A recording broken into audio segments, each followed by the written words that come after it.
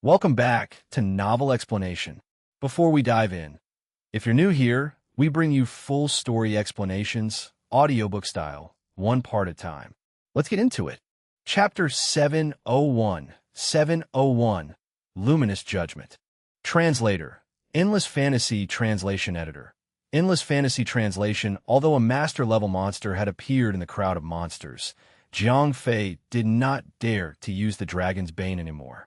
There were simply too many small monsters around. If one of the smarter monsters picked the Dragon's Bane up and fired it at Jiang Fei, he would not be able to survive the attack. Even without the Dragon's Bane, Jiang Fei would be able to easily kill a master-level monster. After getting rid of the small monsters, Jiang Fei began attacking the master-level monster. After signing multiple love contracts, the Possess skill not only boosted Jiang Fei's attack speed, but also his movement speed. Therefore, Jiang Fei could shoot while moving backward at the same time, and he was still nearly as fast as most bandits at their full speed. After 2 minutes, the master-level monster was knocked down by Jiang Fei. Unfortunately, these monsters only gave experience points, but not equipment. After approximately 20 minutes, Jiang Fei suddenly heard some noise from behind him while he was still attacking monsters. The asterisk emin. There's an invisible monster sneaking up on us. Hit it. Block it. Everyone, be careful. It's an assault. Hunters, use your light bullets. Zoom. As the light bullets were fired, around 50 invisible advanced elite monsters appeared before Billy Boy and the rest. These small monsters had ignored Jiang Fei and snuck around him to attack the main engineer Moreland. Fortunately, Billy Boy and the rest had a lot of battle experience. They had set up traps at important locations. Therefore, these assaulting monsters were discovered as soon as they got close. With the effect from the light bullets, the invisible advanced elite monsters instantly lost their disguise. Meanwhile, Billy Boy and the rest began to attack these advanced elite monsters. Although the monsters had slightly higher levels and were somewhat stronger than normal elite monsters, there were only 50 of them. With 4 against 1 on average, Billy Boy and the rest could still handle these monsters. Phew! Jiang Fei turned around to glance at the situation behind him. After realizing Billy Boy and the rest had everything under control with the assaulting monsters, he resumed attacking the monsters in front of him. As time went on, the monsters approaching Jiang Fei became stronger and stronger. Billy Boy and the others were also no longer lazing around. Invisible monsters would sneak up on them at intervals, a few waves of monsters at a time. The battle became increasingly tougher. As the monsters' capabilities increased, Billy Boy started losing some of his members. A few of the warriors and knights were killed by the small monsters as they did not recover their health points in time. After all, they were a group of PvP players. Although these battle-type warriors and knights had a lot of health points, they had very poor defense. It was a difficult task for them to become tankers. In terms of their defense attributes, they were much weaker than the professional tankers. Fortunately, the assaulting monsters did not appear in every single wave. They would only appear once after Jiang Fei had cleared 4 or 5 waves. This gave the clerics time to resurrect their dead members and ensure that Billy Boy and the rest maintained their battle power. However, it was not a sustainable method. After each fight, Billy Boy and the rest would end up in smaller and smaller numbers. It would not be long before they were completely wiped out. Not only did the pressure on Billy Boy's side increase, Jiang Fei was also feeling overwhelmed by the sheer amount of small monsters with stronger capabilities.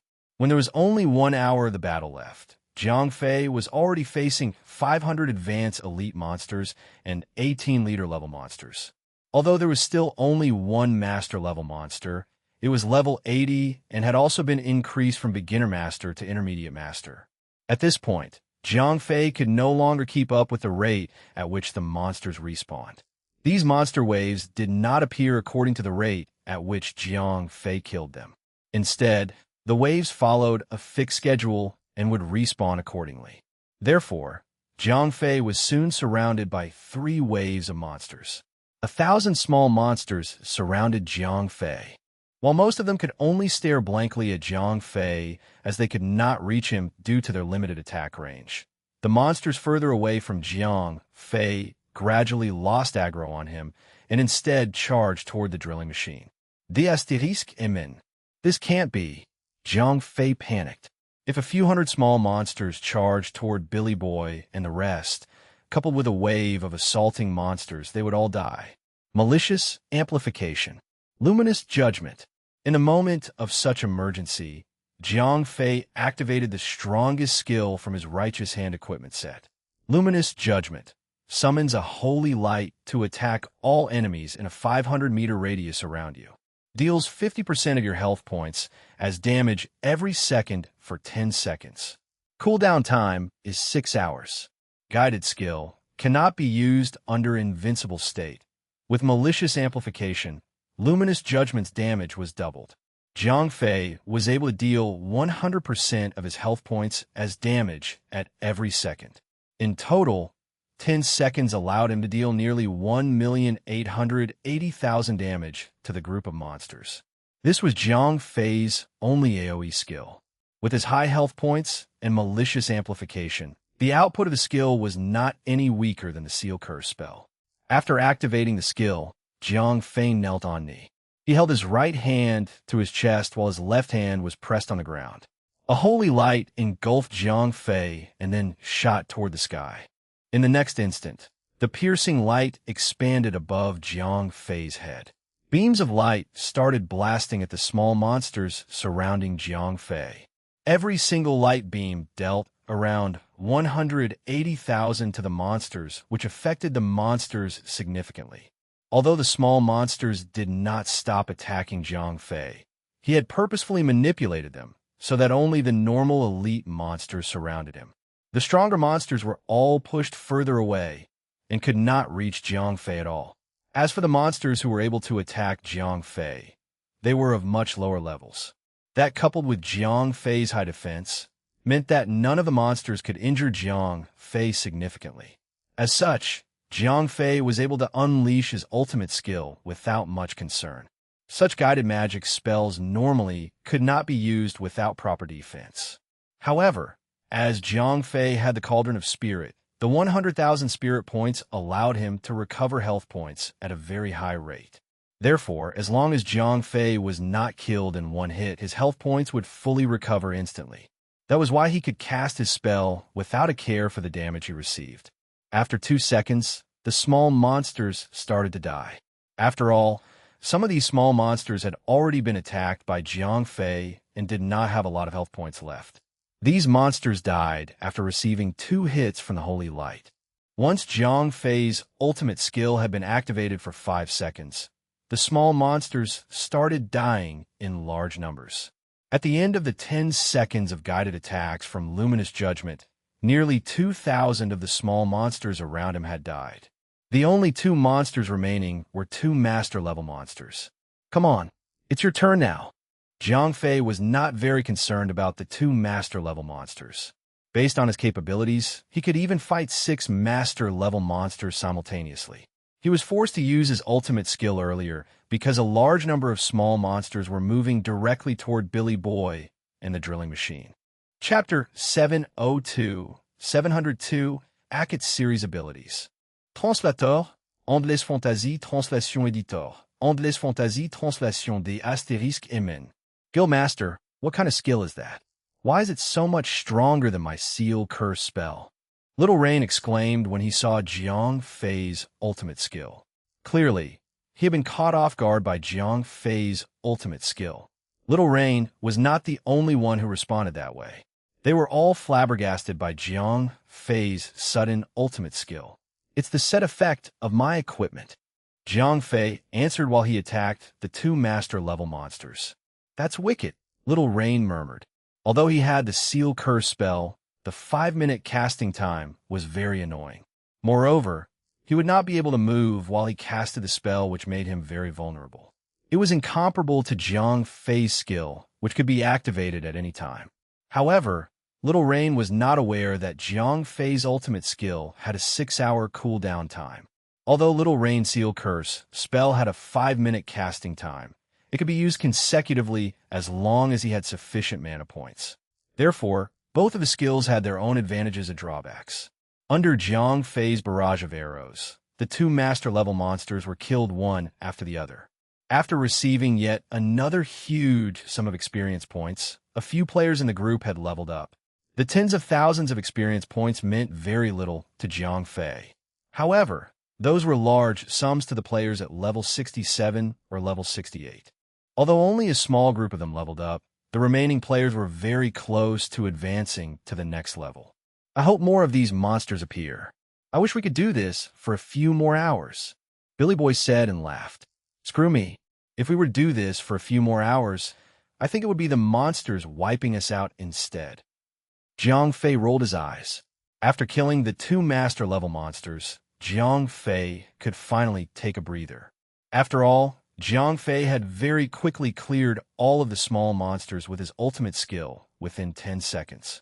Therefore, there was still some time before the next wave of small monsters appeared. After 5 minutes, a new wave of monsters showed up. However, this time, there were very few of them. In total, there were 6 of them, but all of them were Lord-level monsters. Wulsh *T. Is this a joke? How could this quest possibly be completed? Billy Boy and the rest were dumbfounded. 6 Lord-level monsters could not possibly be defeated by a group of 1,000 players, let alone 200. Continue to protect the target. Prevent the assaulting monsters from sneaking up on him. Leave these monsters to me. Jiang Fei nodded. This level of difficulty was what he was prepared for. The waves of monsters earlier were far too easy for him, which only made him feel more insecure. Darn Nephilim, how dare you ruin our plan? A level 85 advanced lord said. He was dressed like a god's apostle from the luminous Vatican. Verger Glider, it's you, you evil be Astra starred. Although they were far apart, one of the monsters immediately recognized who Jiang Fei was. What? Verger Glider. Kill him. The god's apostle immediately became furious when he heard Verger Glider's name. Although Verger Glider was a well-known individual in the Dark Faction, most of the people who knew him were players. Only the Nephilim NPCs were familiar with him in the Dark Faction. Most of the other races like the Beastmen race, Spectre race, and Dark Elves did not know Jiang Fei very well. On the contrary, although many of the Light Faction players knew about Verger Glider, Jiang Fei was not as famous due to the greater number of popular players in the Light Faction as compared to the Dark Faction.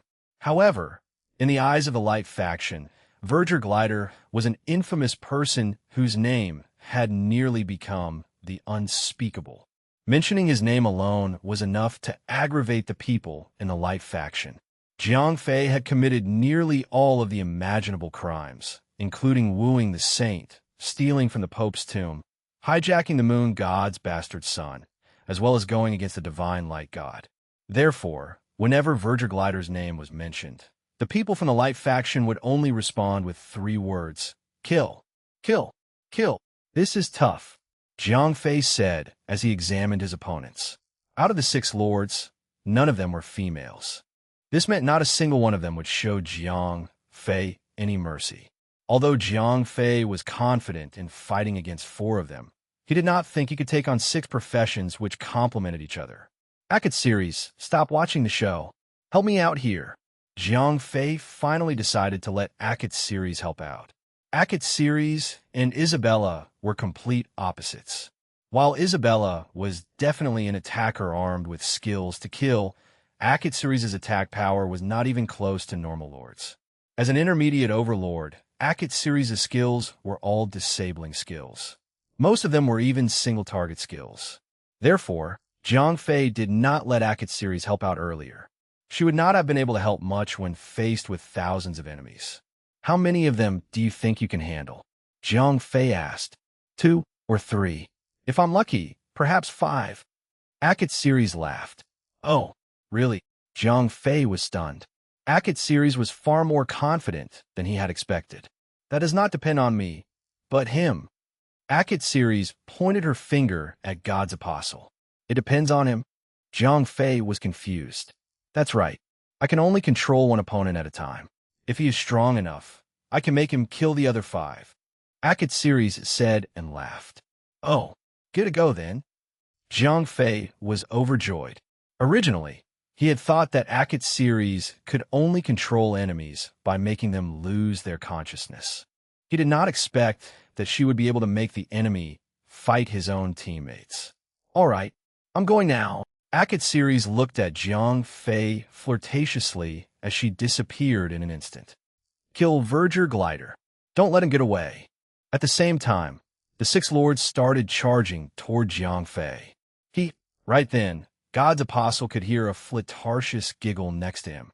The hidden Akat series suddenly appeared next to God's apostle. Someone's sneaking up on us. God's apostle responded quickly. However, unfortunately, he was faced with an intermediate overlord. Do you think I'm pretty? Akat series asked God's apostle in a flirty tone whilst blowing him a flying kiss. A visible mark of a red lip could be seen flying toward God's apostle and entering his body. Pretty, very pretty. The serious-looking God's apostle's face was suddenly filled with admiration. Kill them all. Akat series' voice turned cool immediately after she had succeeded at controlling God's apostle. As Akat series had completed her mission, she went back into hiding as if she had never appeared. Her appearance and disappearance occurred in a single instant, which meant that the other 5 enemies were not even aware of what had happened. I will fight for you, my lady. Although Akat's series had disappeared, God's apostle had been charmed. His eyes turned blood red as he summoned a holy sword and struck the luminous priestess next to him. In an instant, the defenseless luminous priestess was suddenly struck by her own boss. The teammates' betrayal had left the other members in shock. They had no idea what had happened to their boss, God's apostle. Chapter 703, Angel of Revenge. Translator, Endless Fantasy Translation Editor, Endless Fantasy Translation, you all deserve to die. The God's apostle who had been charmed by Akat's series had bloodshot eyes. He did not care about his teammates as he started gathering light energy for his next attack to kill the luminous priestess he had just assaulted. Boss, are you crazy? The warrior on the team stood in front of God's apostle and interrupted his casting. You ought to die as well. Although the God's apostle's casting was interrupted, he was not injured as the warrior did not intend to hurt him.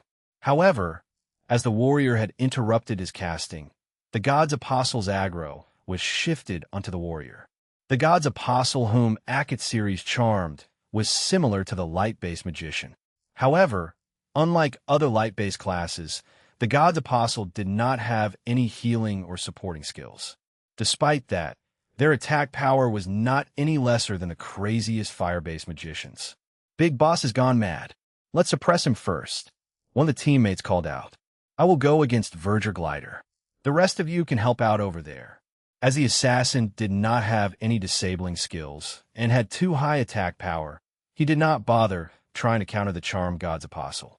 Instead, he charged right at Jiang Fei. D'asterisk Emin. No wonder this girl has the succubus blood. She uses her beauty for evil. Jiang Fei was amazed by how Akat's series had managed to keep 5 of his opponents busy in an instant. As the God's apostle had the highest level, his team members had to work together to suppress him. Otherwise, they might even be killed by him.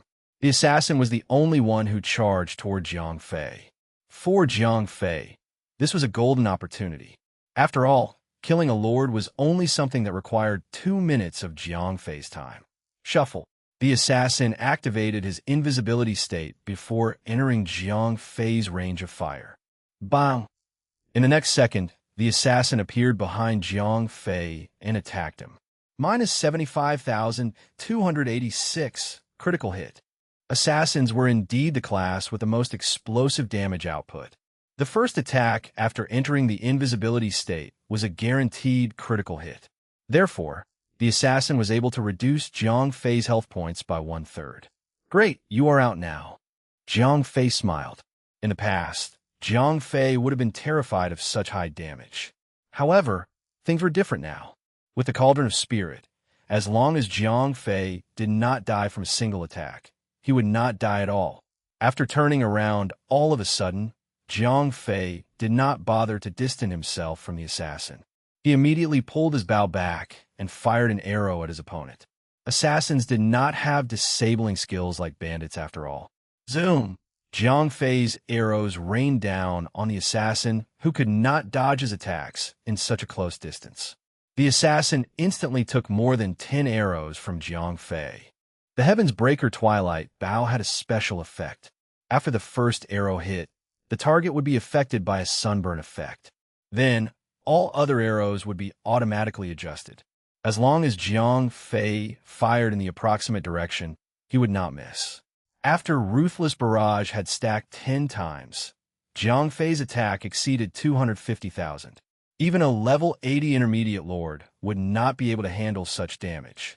Although Jiang Fei had not transformed and was only using his normal attack, and on top of that the lord had a very high damage reduction against normal physical attacks, Jiang Fei was still able to deal over 100,000 damage with each arrow. For someone with 15 million health points, 100,000 damage may not mean much. However, Jiang Fei had an incredible attack speed. With 8 arrows fired per second, the assassin was losing his health points very quickly. All of a sudden, the assassin was left with very little health points, plus 3,500,000. Just as Jiang Fei thought he could easily kill the assassin, a green light engulfed the assassin. In an instant, a green-colored number appeared above his head.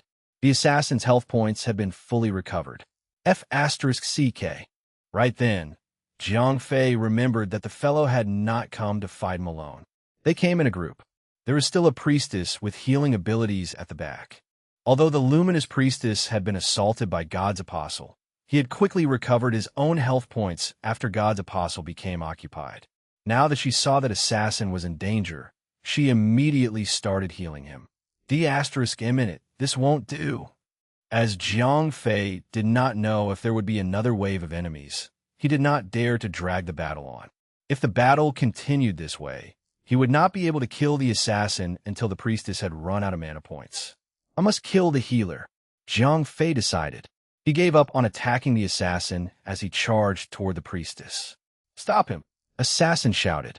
As he did not have any disabling skills, and he could not kill Jiang Fei, he could only request for help from his teammates. Hammer of Sanction. Just as Jiang Fei was about to reach a firing range from the priestess, a light hammer fell from the sky and knocked him to the ground. Stop him. Priestess, get back. Right then, assassin had caught up with Jiang Fei. Don't worry. He can't get past me. The knight laughed. In a light faction, the most abundant class was the knight class. They also happened to have a lot of disabling skills. Divine Shield. Jiang Fei activated the invincible effect to get rid of the stun state. Divine Dispel. However, as soon as Jiang Fei activated his Divine Shield, the Luminous Priestess dispelled it. Darn it! Seeing as the Luminous Priestess had gotten further away from him, Jiang Fei became infuriated. Don't even think about getting closer with me around. The knight stood in front of Jiang Fei and said, F***CK. It's a tanker knight. Jiang Fei rolled his eyes when he saw the opponent's equipment. When he saw the sword and shield in the knight's hands, Jiang Fei knew immediately that this was a defense knight. This type of class had nearly non-existent attack power. However, they were famed for their tanking abilities. Moreover, they had a lot of disabling skills. Indeed, after a quick exchange of attacks, Jiang Fei had been affected by a bunch of speed reduction and movement limitation skills. He did not even have an opportunity to chase after the Luminous Priestess. Do you think you can stop me like this? Jiang Fei laughed coldly at the Luminous Priestess who was 200 meters away. Young fellow, nobody can kill the target I am protecting in front of me. The knight laughed. Although he did not have much attack power, he was very confident in his ability to protect others. Let me show you how I will kill the priestess.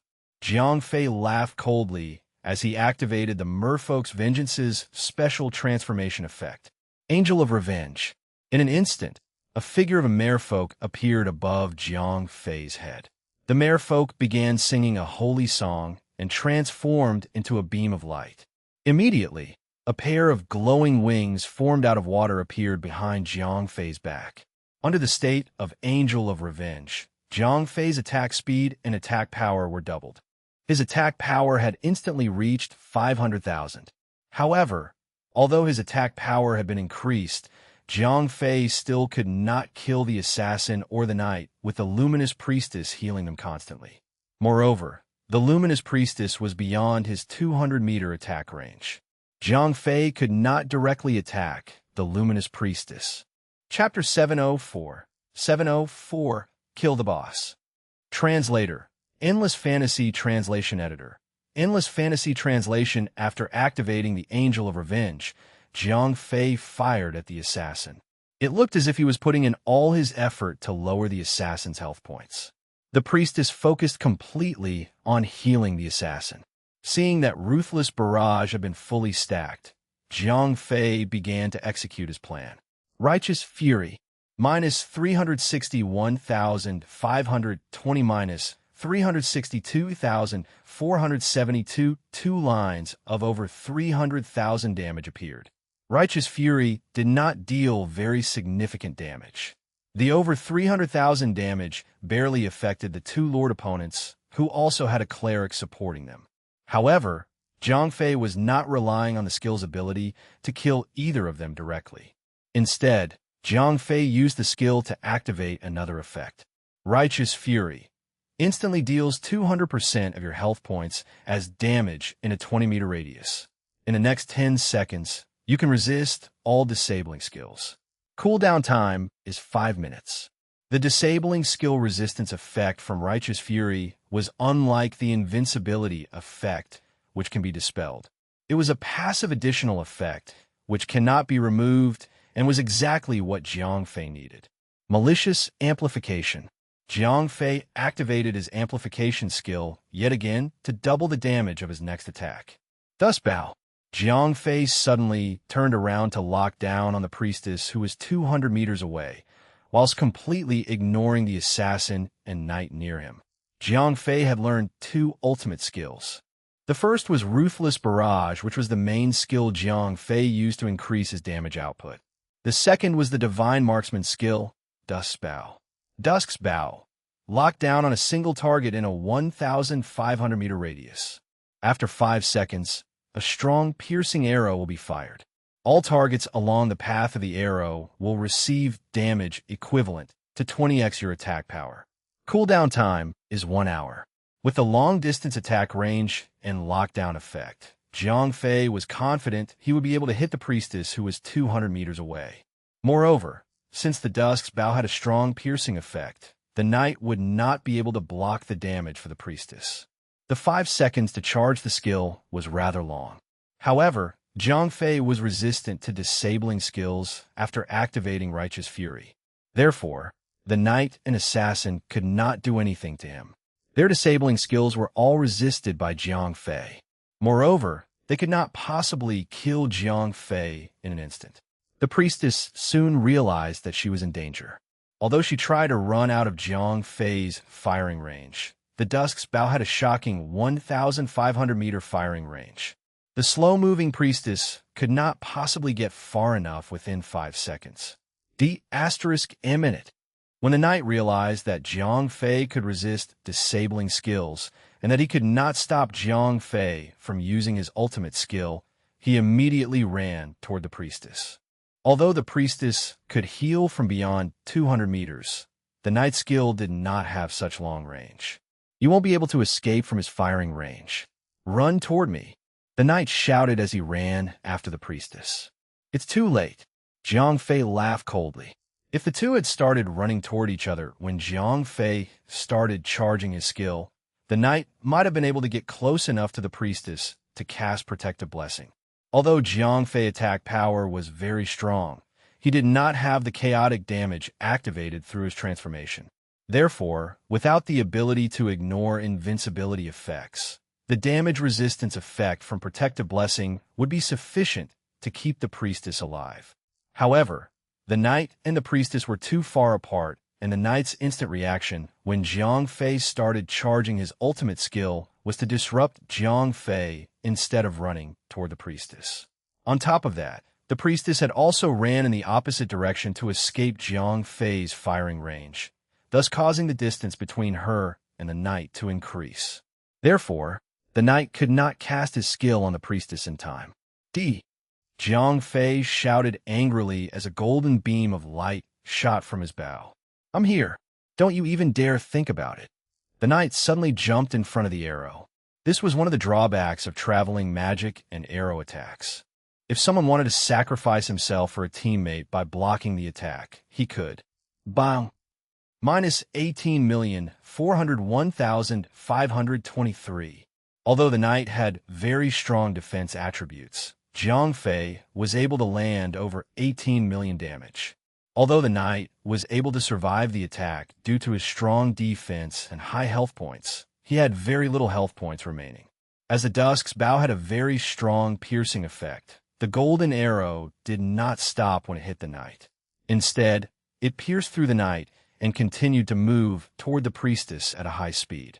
Holy words, shield! The priestess immediately cast a shield on herself. Minus 19,578,146. 3,214,584 absorbed. Although the shield absorbed over 3 million damage for the priestess had a much weaker defense than the tanky knight. Therefore, even with the shield, the priestess received nearly 20 million damage. Ding! You have eliminated Priestess So Crawley. Obtained 32,580,000 experience points. Damn pagan. How dare you kill So Crawley? The knight was infuriated when he saw that Jiang Fei killed the target he was protecting. Don't worry, you're next. Jiang Fei laughed coldly. While the Angel of Revenge was still active, Jiang Fei quickly raised the heaven-piercing twilight bow in his hands and fired at the knight. Ding! You have eliminated Paladin Lizmark. Obtained 42,150,000 experience points. The badly injured Paladin did not even have time to defend himself, as he was killed by Jiang Fei on the spot. It's your turn. Jiang Fei laughed as he looked at the assassin who was running after him. For the glory of the divine light god, the assassin shouted. He did not care about Jiang Fei's attacks, and instead focused on his own attacks. As far as the assassin was concerned, their team had no hope of surviving. He could only blame the archbishop in charge of assigning them the quest for providing wrong intel. They had not expected their opponent to be Verger Glider. Verger Glider was unlike any other common player. He had successfully wooed the Saint of the Light, stolen from the Pope's tomb, and stolen the moon god's bastard son, on top of going against the divine light god. A criminal like him could not possibly be eliminated by a group of mere lords. However, it was too late for them to regret their decision. As the teleportation point only worked in a single direction, the group had no way of escaping. Their only choice was to fight Jiang Fei head-on. Ding! You have eliminated the Shadow Assassin Visara. Obtained 29,830,000 experience points. In less than a minute, the assassin was killed by Jiang Fei's arrows. The asterisk imen. Our guild master is beyond godlike. Billy Boy and the rest were dumbfounded. All they could see was that Jiang Fei had single-handedly killed several lords of over level 80 with ease. How Jiang Fei accomplished the incredible feat was beyond their understanding. Chapter 705. 705. I'll assassinate Jiang Fei at Alos. Translator. Endless Fantasy Translation Editor. Endless Fantasy Translation. Now that Jiang Fei had killed half of the lords and one of them had been charmed by Akit's series, how the rest of the battle would go was pretty clear. Firstly, Jiang Fei worked with the charmed god's apostle to kill the lord with low health points and low defense. He then moved on to kill the tanky warrior and finally the charmed god's apostle himself. In an instant, all 6 of them were killed. Jiang Fei finally sighed in relief. There were 10 minutes left of the 4-hour defending time. Jiang Fei predicted that there might be one wave of enemies left. Besides, he had saved his battle form for this very moment. Even if the luminous Vatican sent an overlord, Jiang Fei was confident that he would be able to put up a fight. Very soon, a white light flashed before the teleportation point. The final wave of enemies had appeared. Indeed, Jiang Fei nodded. As there was only one enemy this time, Jiang Fei figured that it must be the big boss, Archbishop Athanas, Celestial Race, Intermediate Overlord. Level: 97 health points, 170 million attack power, 145,000 remark. One of the members of the Luminous Vatican's religious judicatory. This guy is quite tough. Zhang Fei frowned. If he was a normal intermediate overlord, Zhang Fei would not have been concerned as he had the battle form. Coupled with the Cauldron of Spirit, Zhang Fei had very high health point recovery rate. Zhang Fei would be able to fight against most intermediate overlords without an issue. However, it was unfortunate that the Archbishop Athanas was a member of the religious judicatory. These people were specialized in killing overlords who went against the Luminous Vatican. Therefore, their battle powers far exceeded the common overlords. Zhang Fei had met many intermediate overlords before.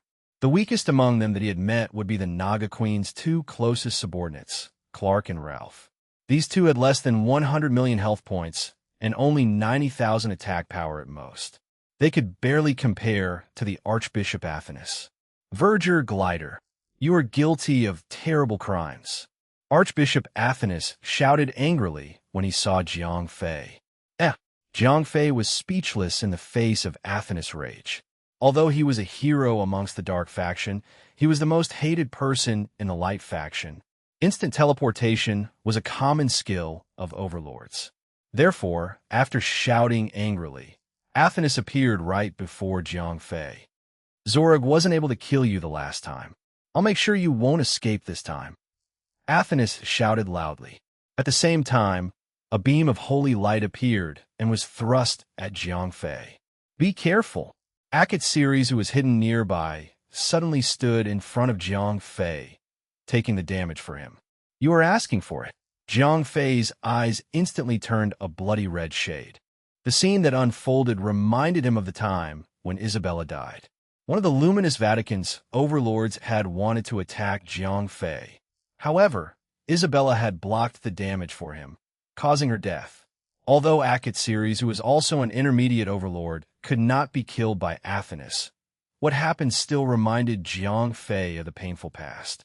Hatred filled Zhang Fei's heart as he entered his battle form in the next instant. Previously, Zhang Fei was helpless when Isabella and Ariel died.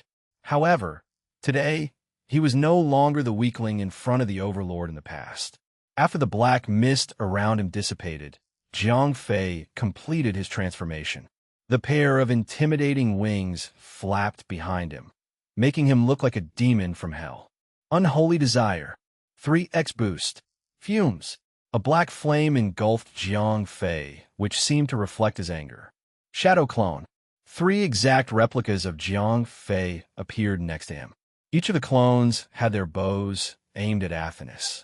You deserve to die. As Zhang Fei shouted angrily, the 4 bows began firing arrows at Athanas with an average of 32 arrows each second. Oomph. A bunch of insects. Athanas did not even care about Zhang Fei's attacks. Instead, he continued to exert pressure on Akit Series. Although they were both intermediate overlords, Akit Series was a classic disabling support. In terms of solo fight, Athanas was capable of fighting 4 of her. Therefore, Athanas overpowered her within a few rounds of attacks. Although Athanas overpowered Akit Series in the fight, he paid a hefty price for underestimating Zhang Fei. As Athanas underestimated Zhang Fei, as he was not even close to reaching the overlord rank, Athanas did not care about Zhang Fei's attacks. However, after 1 second, Zhang Fei's ruthless barrage had stacked up to 3 times. Coupled with the 3x boost from Unholy Desire, Zhang Fei's attack power had reached 750,000. Most importantly, Zhang Fei's attacks dealt chaotic damage which harmed his target's health points directly. On top of that, Zhang Fei had 3 other clones. With 32 arrows each second, Zhang Fei reached a frightening 24 million damage per second. Even Athanas, with 170 million health points, began to fear such destructive damage. Darned, I have underestimated you. Although Athanas lost around 50 million health points in 3 seconds, he did not panic. In an instant, Athanas teleported out of Zhang Fei's attack range and healed himself by over 20 million health points.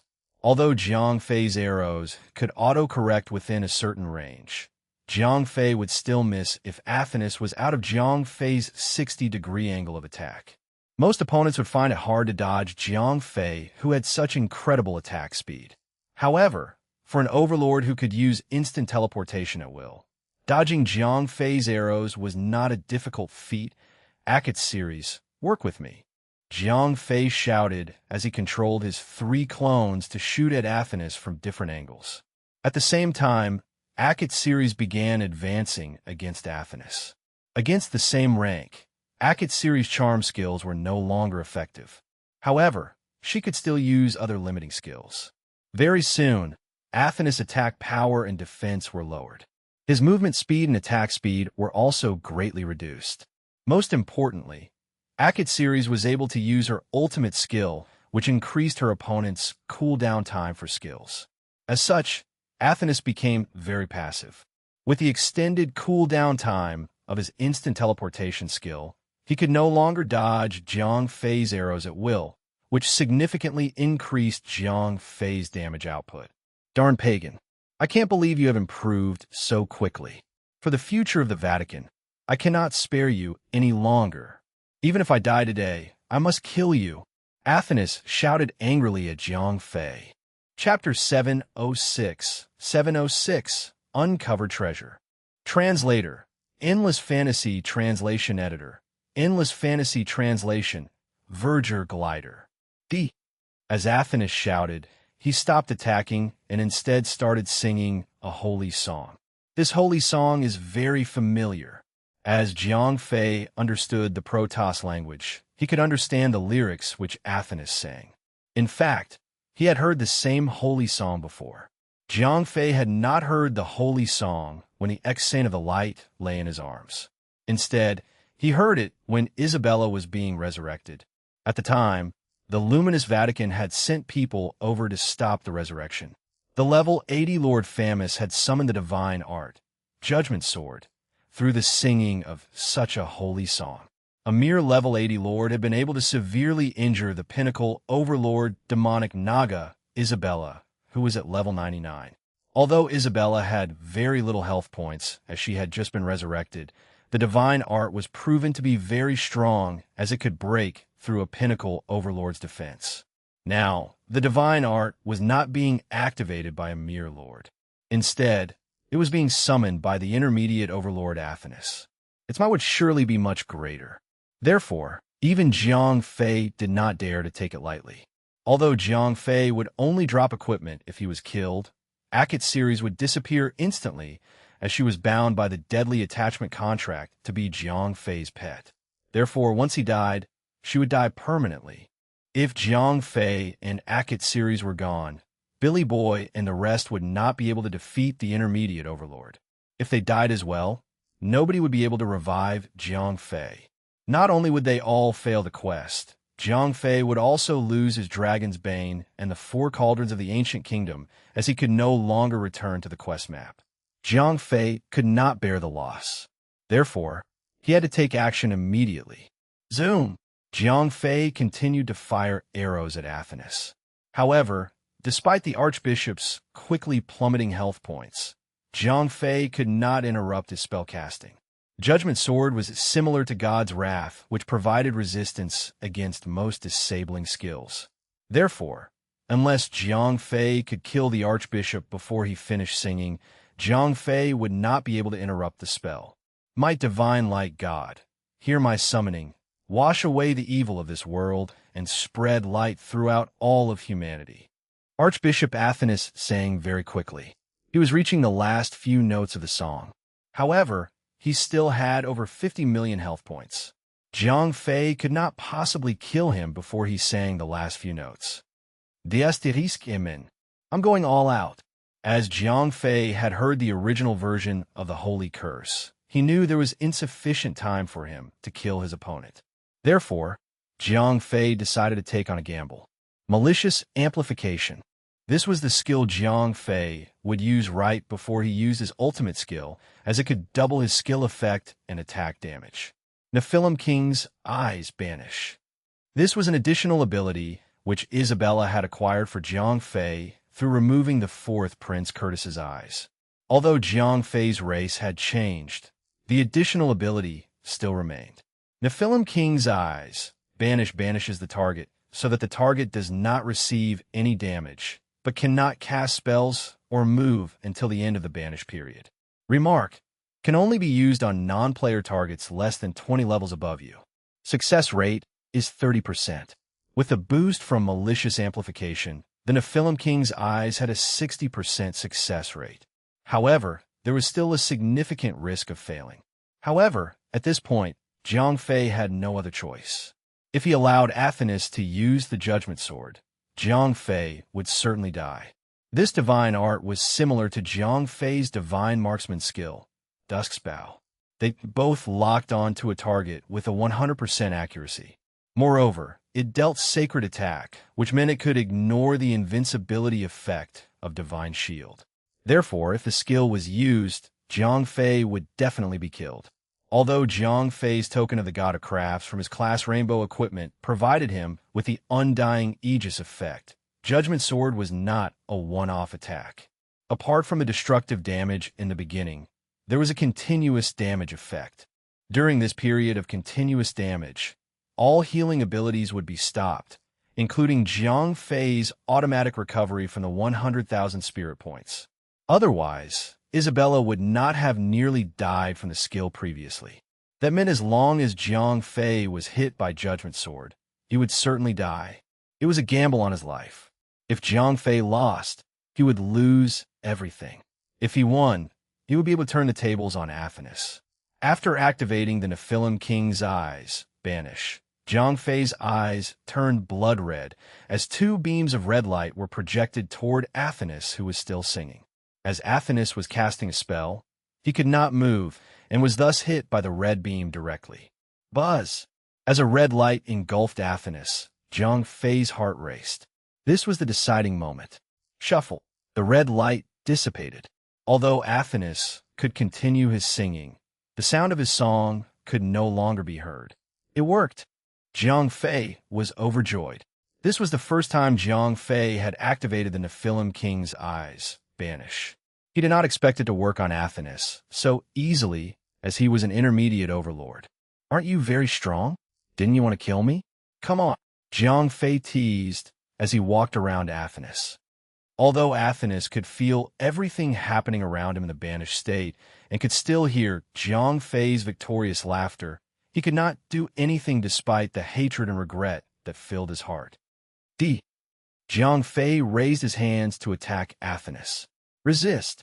The banished target was already removed from the current space. Although Athanas' body was still present and could be seen and touched, all attacks and skills would not work on him. Even Jiang Fei's chaotic damage could not injure him. Unfortunately, Jiang Fei only knew how to banish the target, but not how to remove the effect. Therefore, Jiang Fei could not kill Athanas even if he wanted to. Oomph. Consider yourself lucky. Jiang Fei snorted as he turned around and walked toward Billy Boy and the rest. Oh my goodness. Guildmaster, you managed to defeat an overlord. Little Rain and the others were dumbfounded. As Jiang Fei was in the same group as they were, everyone was able to see Jiang Fei's damage. They were horrified by Jiang Fei's damage output of 24 million damage per second. It was beyond godlike. It's nothing, Jiang Fei said chirpily. After all, he had barely made it out of the situation alive. Guildmaster, what do we do next? Billy Boy asked. Let's wait for a while. This fellow will dig something up soon. Jiang Fei saw that the 4 hours were nearly up. Therefore, he turned his gaze toward Moreland, who was operating the drilling machine. Chapter 707, 707, Meeting the Superiors. Translator, Endless Fantasy Translation Editor. Endless Fantasy Translation. As the drilling machine continued to make buzzing sounds, Jiang Fei and the rest had their eyes locked on the pit before them. All of a sudden, the drilling machine stopped working. The main engineer Moreland jumped off the drilling machine and shouted, "I've found something." "Oh!" Jiang Fei exclaimed joyfully as he jumped into the pit. Although the pit was very deep and most people would die from the fall, Jiang Fei was still in his battle form. As he had been able to before in his Nephilim state, Jiang Fei could still fly for short periods with his wings. As his wings flapped, Jiang Fei slowly landed at the bottom of the pit. He then noticed that there was a huge stone door below the head of the drilling machine. The stone door was slightly ajar. The space was wide enough for one person to pass through. Jiang Fei bravely walked through the door without hesitation. After all, he could always swap positions with his clones at any time if there was danger. Ackett's series Illuminate. Although Jiang Fei was not attacked, he could not see anything due to the complete darkness in the room. All right, Ackett's series, who followed right behind him, nodded. Illuminate was an easy skill for her to use.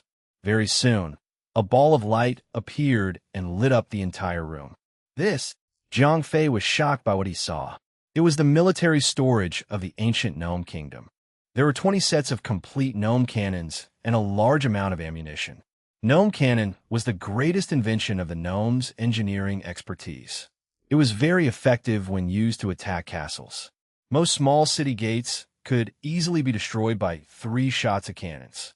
If all 20 gnome cannons were used, most castles would not be able to withstand the impact. This explains why both sides are fighting so hard to take over the gnomes' forgotten land. Jiang Fei mumbled to himself. Obtaining such strong weapons would indeed help them significantly in the battles ahead. What are these? Billy Boy asked as he and the rest eventually made it to the bottom of the pit. These must be the treasures we were digging for. Jiang Fei nodded. Shuffle. Right then, a bright light flashed. Marshal Ivan suddenly appeared before Jiang Fei and the rest. Congratulations, brave soldiers. You have successfully snatched these weapons. You are all heroes of the Dark Faction. Marshal Ivan exclaimed. Ding. Quest completed. Obtained 80 million experience points. Obtained 400 gold coins. Obtained 500 reputation points from the Dark Faction. Following Ivan's words, Jiang Fei and his group finally completed their group quest. Although 80 million experience points did not mean much to Jiang Fei, it was a huge sum to the other players. Ding, ding, ding, ding. A series of notifications could be heard as golden flashes of light appeared. Coupled with the experience points gained from killing their opponents earlier, all the players in the group all leveled up by 3 times on average. All the 200 players managed to reach level 70. This is awesome. We always get a lot of benefits when we follow our big boss around. Guildmaster, please bring us out more often. Don't you know how difficult it is for us to train on our own? The 200 players were all overjoyed. They had not done much apart from killing around 40 Light Factions players. The most difficult task they had done was stopping a few advanced elite monsters that tried to sneak up on them. Jiang Fei had accomplished most of the difficult tasks on his own. However, these were the players who benefited the most. Therefore, they respected Jiang Fei even more and felt much more at home in the Imperial Dragon. All right, leave the rest to me. You can rest. I will have another quest for you tomorrow. However, you need to gather more members. Ivan said as he waved, and a teleportation point appeared next to him. Soldiers from the Dark Faction continued to appear from the teleportation point as they carried the cannons back to the Demon Flame Fortress via the teleportation point. Ding! Marshal Ivan issued a new guide for the storyline quest. Bring 50,000 members and report to Marshal Ivan tomorrow. 50,000 members? Jiang Fei was shocked. He could not imagine why the quest required such a large number of players to participate. However, Ivan did not give Jiang Fei an answer immediately. Jiang Fei and the others had no choice but to return to the Demon Flame Fortress through the teleportation point. After returning, Billy Boy and the rest immediately went over to the battlefield, as they could only work on the quest tomorrow. After all, they had just all reached level 70. With the increase in their capabilities, torturing the players from the Light Faction was a piece of cake. Since Jiang Fei had nothing else to attend to, he returned to the Demon Dragon Fortress to spend time with Sylphie, Nina, and the other ladies. As it was already quite late by the time Jiang Fei returned from the underground world, Jiang Fei logged out of the game after chatting with the others for a while. During breakfast, Jiang Fei sat with his entire family. As Jiang Fei and Ariel were both home, the atmosphere was much more vibrant, which made Jiang Fei's mother very happy. After their meal, Jiang Fei's father left for work. Jiang Fei, on the other hand, accompanied his mother for a while. After spending the night together, Ariel seemed to be much better acquainted to Si Taiying and Shang Guanqi. Shang Guanqi, especially, seemed to look at Ariel admiringly. Clearly, the smart young lady had discovered Ariel's identity as a level 5 expert. For Jiang Fei, the time of joy never lasted very long. Han Tianyu's call out of the blue interrupted Jiang Fei's short moment of peace. "Ah Fei, someone from the upper ranks would like to meet you," Han Tianyu said. "Why can't you meet with them on my behalf?" Jiang Fei was not very keen on meeting those superiors. "I really can't stop them this time. There's too much at stake," Han Tianyu said. Previously, he had been able to put off a meeting for Jiang Fei. However, this time, a much more serious matter was at hand. Even Han Tianyu himself believed that Jiang Fei should meet with the superiors to discuss about it. All right, Jiang Fei agreed after much consideration. Jiang Fei was no longer the naive and confused brat he used to be. His own capabilities had already reached pinnacle level 4 and could rival anyone below level 5. Moreover, he had a level 5 bodyguard with him at all times. Therefore, Jiang Fei was not worried that the government would exert any pressure on him. "Okay, I will make the arrangements right away." Han Tianyu sighed in relief when Jiang Fei finally agreed. If Jiang Fei continued to reject his request, Han Tianyu would have no choice but to face the music on his behalf. Chapter 708, The Mysterious Quadruplets. Translator, Endless Fantasy Translation Editor. Endless Fantasy Translation. Han Tianyu came to pick Jiang Fei up around noon. "Are we heading to the capital?" Jiang Fei brought Ariel along to the roof of Manda Square. This was where Han Tianyu usually parked his helicopter. "Yeah," Han Tianyu nodded. Although the superiors wanted to meet Jiang Fei, they would not personally travel all the way to the city in which Jiang Fei was located. "All right," Jiang Fei nodded. He could understand why these government officials did not want to travel all the way out of the capital. These were much busier people in comparison to Jiang Fei, especially with the war drawing near. Very soon, the helicopter took off. Jiang Fei and the two had to first head to the military airport in the outskirts, and then board the aircraft that would take them to the capital. "Have you managed to separate the energy crystals?" Jiang Fei asked in the helicopter. "It's all done. They are in the midst of being transported. If everything goes according to plan, they should arrive at the capital by tonight." Han Tianyu answered. "All right," Jiang Fei nodded. He had been eagerly waiting for this batch of energy crystals. The two chatted for a while before the helicopter landed at the military airport. Jiang Fei and the two wasted no time as they immediately boarded Manda Group's newest military aircraft, which was headed for the capital. After an hour or so, Jiang Fei and the two landed at a military airport in the capital. This is my first visit to the capital. I can't believe I am actually meeting with the country's leaders." Jiang Fei mumbled to himself. A few months ago, he was only a normal high school student. He had never imagined that he would one day meet with the country's leaders. The mysterious ring he discovered had indeed thoroughly changed his life. Fei, please be careful with your words in the meeting later," Han Tianyu said after hesitating. Jiang Fei was stunned at first. He then figured out what Han Tianyu was trying to say. In the world of martial arts, one's strength was the benchmark for a person's status. Although Jiang Fei was not very old, he had very strong capabilities.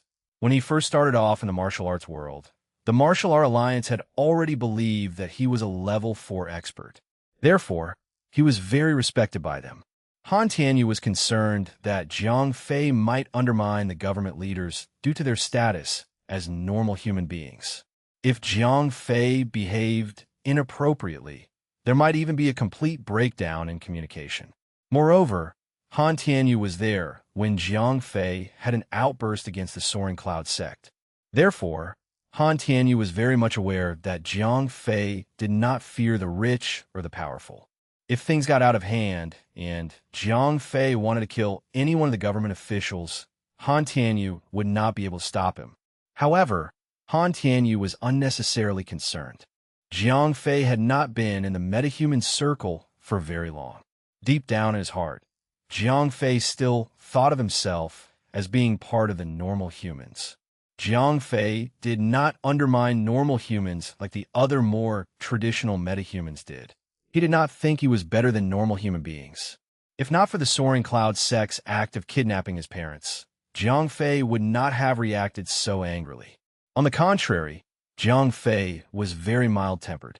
As long as the person did not step over his boundaries, Jiang Fei would normally not feel upset. Don't worry. Jiang Fei waved his hand to reassure Han Tianyu. When they came out from the military airport, Jiang Fei and the two were brought to a secret restricted military zone. Then, they arrived at a meeting room with a lieutenant commander's escort. You two, please wait for a while. Han Tianyu, come with me. The lieutenant commander treated Jiang Fei and Ariel with respect, while he also seemed to be very well acquainted to Han Tianyu. This place is very strange. Ariel whispered to Jiang Fei after Han Tianyu had left with the lieutenant commander. What's the matter? Jiang Fei asked curiously. Didn't you say that we were meeting with some very important people? Why isn't there any aura of experts around at all? Aren't those superiors afraid of being assassinated? Ariel asked. Jiang Fei was stunned when he heard what Ariel said. He actually did not sense the presence of any martial artists or metahumans either when they entered the restricted military zone. In the beginning, he did not think too much about it. However, after hearing Ariel out, he agreed that it was rather strange. Regardless of which leader Jiang Fei was about to meet, the level of security should not be so weak. Right then, the sound of footsteps could be heard outside the meeting room. As the footsteps got closer, Jiang Fei and Ariel began to frown. From the sounds of footsteps, Ariel and Jiang Fei could clearly tell there were 7 people. One of them was Han Tianyu, while the rest were all strangers. Although the footsteps clearly indicated 7 people, Jiang Fei and Ariel could only sense 3. It was as if the other 4 people did not exist. How many are there? Jiang Fei asked Ariel curiously. The sounds clearly indicate that there are 7 of them. However, I could only sense 3. Ariel frowned. What? Jiang Fei was shocked. He would not have been worried if he was the only one who could not sense their presence. However, even Ariel, who was a level 5 metahuman, could not sense their presence. That meant these 4 people might have very frightening capabilities. Could the country have already garnered such powers? Wham! As the meeting room's door was opened, Han Tianyu was the first to walk in. Shuffle. Jiang Fei and Ariel stood up at the same time as they both looked toward the door simultaneously. Han Tianyu stepped aside once he entered the room as he bowed slightly and extended his hands to guide the people behind him. When he saw that Jiang Fei and Ariel both stood up to welcome them, Han Tianyu was secretly overjoyed. He was very pleased that Jiang Fei behaved so respectfully. Han Tianyu had no idea that Jiang Fei and Ariel had stood up not to welcome the others, but to inspect the 4 invisible people. Jiang Fei dared not underestimate these 4 individuals who could not even be sensed by Ariel. Ariel, on the other hand, was prepared to fight. Right then, another kind-looking middle-aged man entered the room. The man was dressed in a military uniform and appeared very calm and collected. One could immediately tell he was a high-ranking military officer. Jiang Fei could vaguely recall seeing this man in the news on the television. Although Jiang Fei could not remember his name, he knew this was an important officer in the military. The next person to enter the room was a secretarial officer who held a briefcase. This person was clearly the secretary or an aide to the commander. Moreover, the fellow was also a normal human being. Therefore, Jiang Fei did not pay too much attention to him.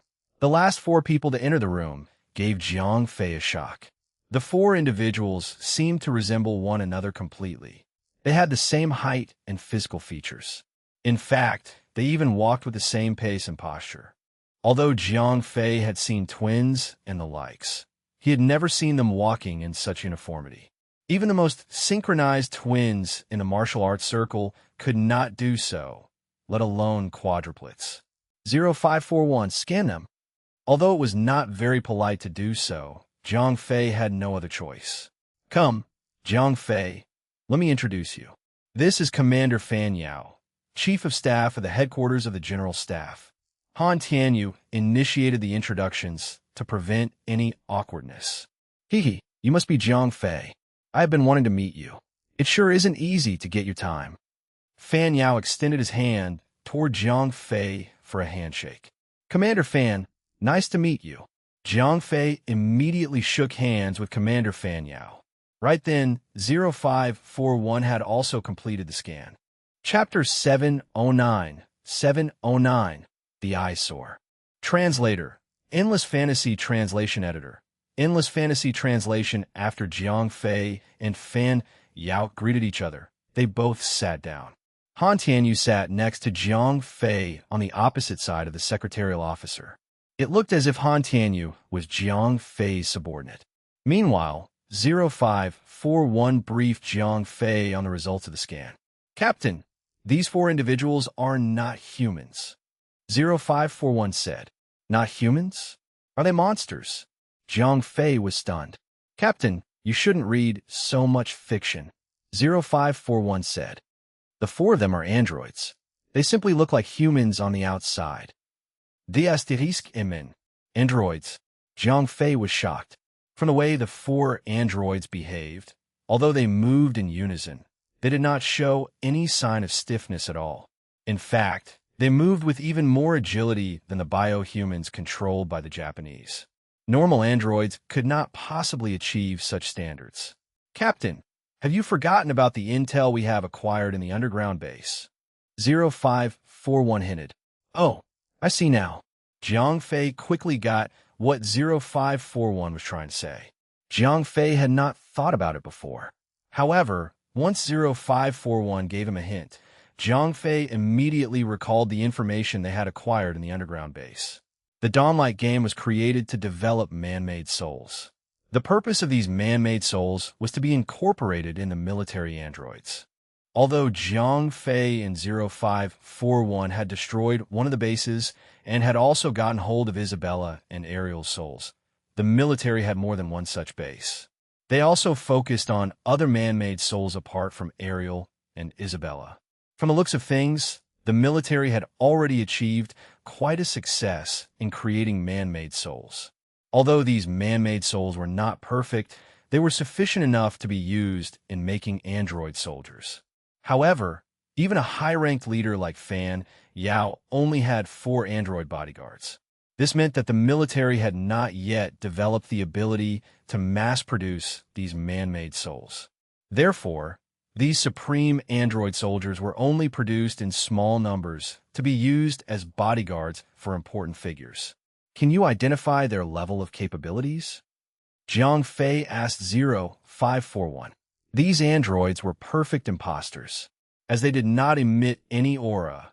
Even a level 5 metahuman would only be able to detect them through sight and hearing. These 4 androids are made from alloy. The alloy technology originates from planet Namex's smelting technique, which they are very tough and can withstand beginner level 4 attacks. They each have 2 plasma wave cannons, which give them intermediate level 4 attack power. The cannons can be fired once every half second. Their combined capabilities are estimated to be between beginner and intermediate level 4. 0541 explained in detail after thoroughly scanning these 4 android bodyguards. Beginner or intermediate level 4. Jiang Fei mumbled to himself. Although these androids at the beginner level 4 were of no threat to Jiang Fei, he was aware that these androids could be mass-produced. Unlike the biohumans, these supreme androids could be easily replaced as long as their cores were not destroyed. Therefore, these were beings did not have to fear death.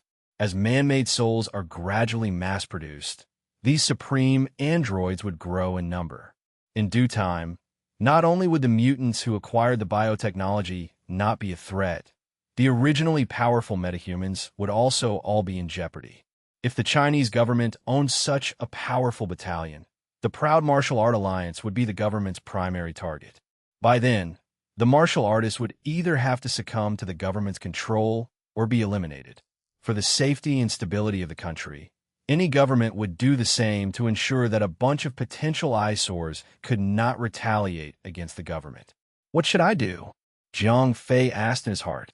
As the country still owned very few supreme androids, they would not engage the Martial Art Alliance immediately. The government also treated Jiang Fei very respectfully. However, Jiang Fei knew that sooner or later, the martial artists who had metahuman abilities would become the country's primary target. Although Jiang Fei never thought of himself as part of the Martial Art Alliance, he would definitely not be exempted when the government decided to annihilate the Martial Art Alliance.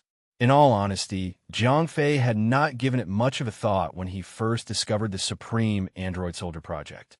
He had not expected these Supreme Androids to be so strong. His earlier prediction was that these Supreme Androids would at most reach level 3. However, they had clearly exceeded his earlier expectations. Mr. Jiang? Mr. Jiang, Fan Yao suddenly became aware of Jiang Fei's zoning out. Fei. Han Tianyu pushed Jiang Fei.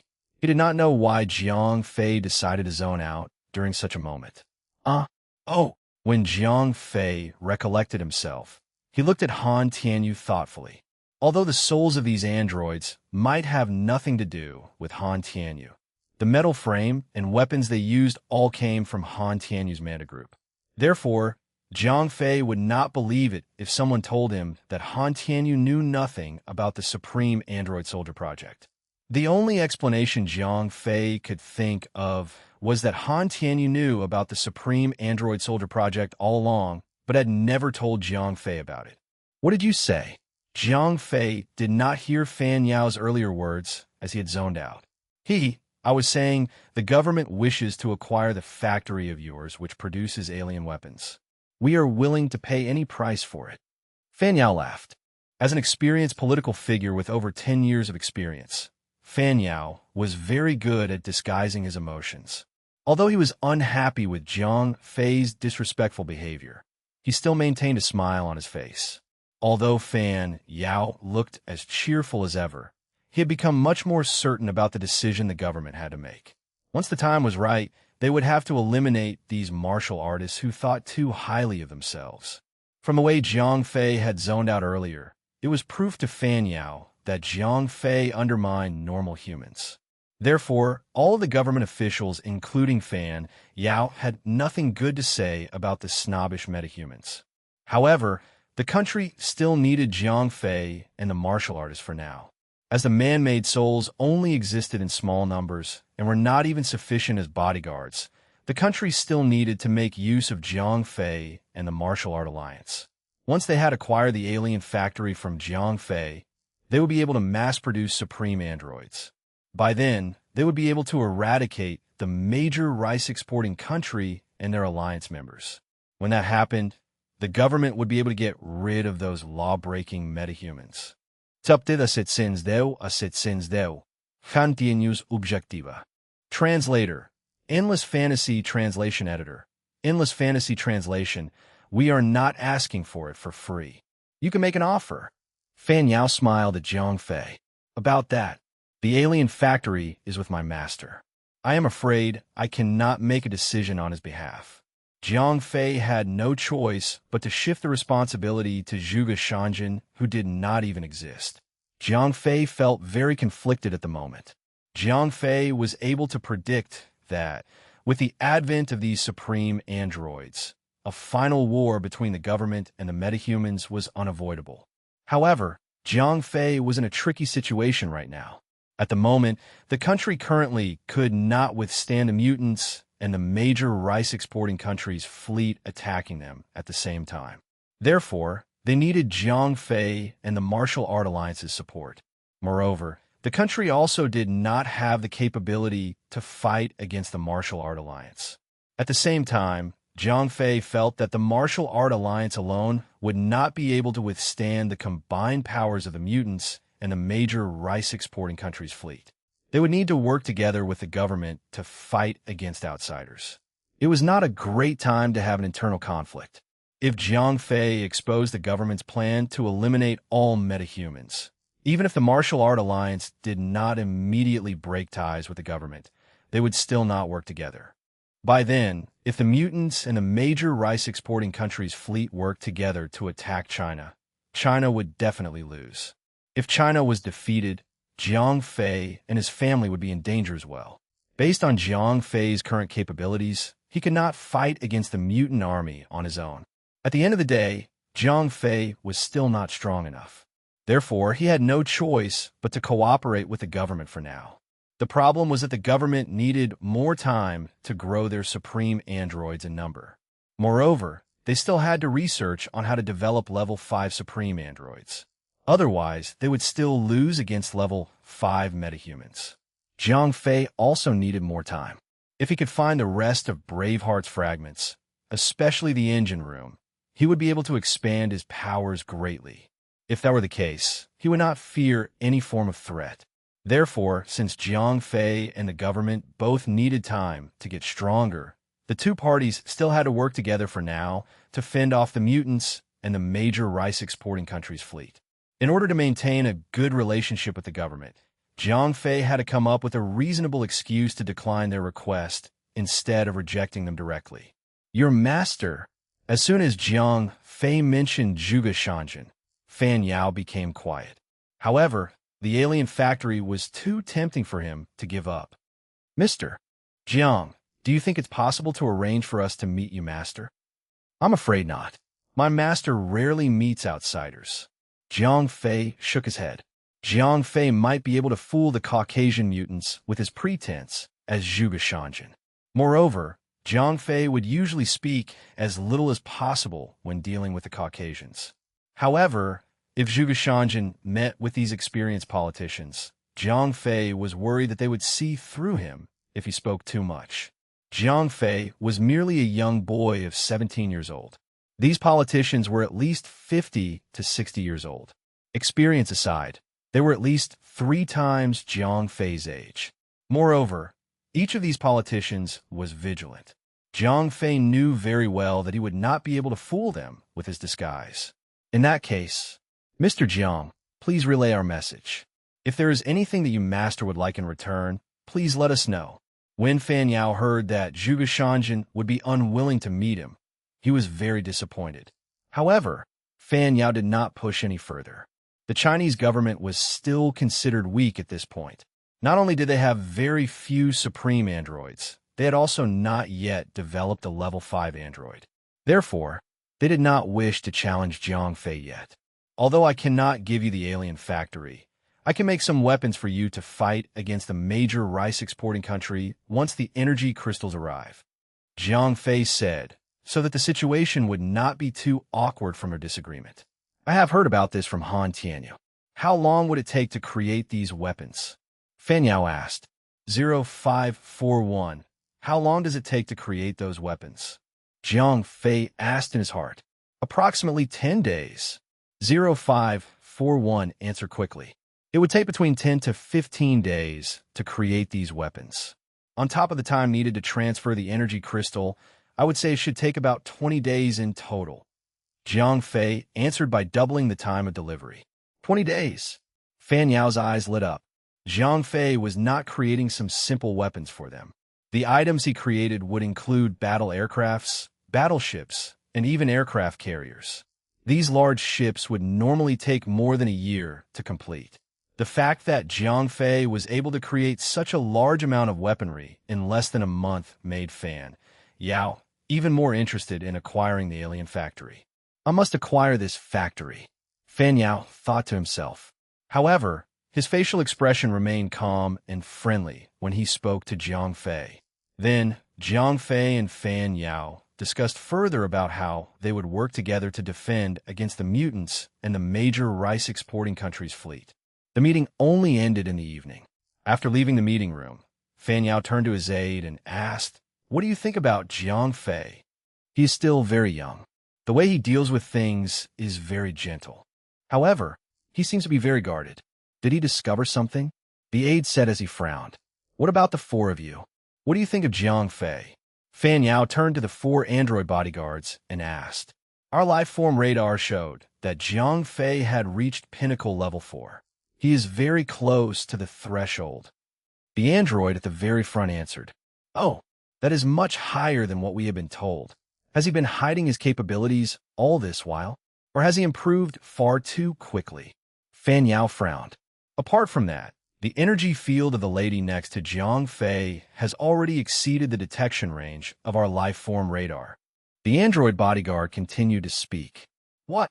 Fan Yao's body shook. The fact that her energy field exceeded the life form radar's detection range meant that the lady who stood next to Jiang Fei but never once spoke was already a level 5 expert. According to intel gathered by Fan Yao, the known level 5 experts around Jiang Fei included his master, the mysterious Zhuge Shanjin, and his weaker senior phoenix. However, the lady which Jiang Fei brought today was clearly neither his master nor his senior. However, she had also reached level 5. Fan Yao was truly confused by Jiang Fei's identity. He wondered how many level 5 experts surrounded Jiang Fei. This can't be right. We must re-establish Jiang Fei's profile. Ask Han Tianyu if he has gathered any other intel. I think this young fellow is hiding something from us." Fan Yao frowned as he said, Chapter 711, Laying Cards on the Table. Translator, Endless Fantasy Translation Editor. Endless Fantasy Translation. When Fan Yao left, Ariel whispered to Jiang Fei, "That guy's planning to kill you." "Yeah." Jiang Fei nodded. Ariel had inherited Phoenix's abilities, so her mind power was very strong. Although it was not at a level where she could read people's minds, she could easily tell when an ordinary human being had intentions to kill someone else. As Fan Yao was a veteran politician, it was easy for him to maintain an inscrutable countenance. However, even though he could hide things from Jiang Fei, he could not hide them from his own heart. Thus, Ariel could easily sense the intention to kill from within his heart. Jiang Fei was not surprised that Fan Yao was planning to kill him. After all, since they now had the supreme android soldiers, these leaders certainly did not need martial artists like Jiang Fei and the others anymore. However, Jiang Fei could ignore Fan Yao, but not Han Tianyu. Now, Jiang Fei had to cooperate with the Chinese officials in order to fight against the combined fleet of the mutants in America. However, he did not want to deal with these officials directly. So, he needed a savvy person with enough talent in politics to be his representative. Someone who could do the job well enough to give him peace of mind. For the time being, Han Tianyu was undoubtedly the most qualified person. Originally, Jiang Fei had considered Han Tianyu as his confidant. This time, however, Han Tianyu had actually kept things from him and did not tell him about the Supreme Android Soldier project. Because of this, Jiang Fei had lost a lot of trust in Han Tianyu. Even so, Jiang Fei had no other available candidates, so he could only choose to make Han Tianyu lay all the cards on the table. Under Ariel's strong mind power supervision, Jiang Fei was not worried that Han Tianyu would lie to him. Therefore, Jiang Fei was going to disclose some of his details to Han Tianyu. It was best if Han Tianyu could stand on his side. If Han Tianyu had other ideas, Jiang Fei would have no choice but to kill him in order to keep his secret safe. After all, letting Han Tianyu down was better than letting himself or even his family down. If things really reached such a stage, he would have to put his own interests first. "Since we're done here, let's go. It's my first time here in the capital. Bring me around," Jiang Fei said to Han Tianyu with a smile. Although he planned to make Han Tianyu tell him everything, Jiang Fei did not want to do it here. As this was a restricted military area, there were listening devices everywhere, so it was not a safe place. We should definitely go somewhere. There are many nice places to visit in the capital. Han Tianyu did not suspect anything. He left the restricted military zone with Jiang Fei. They started to explore the capital. Han Tianyu was dedicated to being a tour guide, but Jiang Fei's mind was somewhere else. When they finally reached a park, Jiang Fei carefully sensed his surroundings to confirm that nobody else was around. He also made 0541 scan the nearby area to confirm that there were no androids following them. Then, he gave Ariel a look. "Buzz, Ariel's hands flashed with an electric spark, creating a strong electromagnetic field which instantly made all electronics within the range of 10 meters stop working. Zhang Fei nodded. After going through so much, Zhang Fei was now much more matured. In order to prevent any listening devices from picking their conversations up, Zhang Fei had to ensure he made full preparations. What's wrong? Han Tianyu naturally noticed Zhang Fei and Ariel's unusual behavior. Brother you've been hiding things from me, right? Zhang Fei laughed. Han Tianyu felt guilty when he heard Zhang Fei's laughter. He had really been in a daze recently. In the beginning, Han Tianyu was firmly on Zhang Fei's side. He was extremely smart, so he knew that it would not end well if he continued to be a fence-sitter. Since he had chosen Zhang Fei, he decided that he would spare no effort in supporting Zhang Fei until the very end.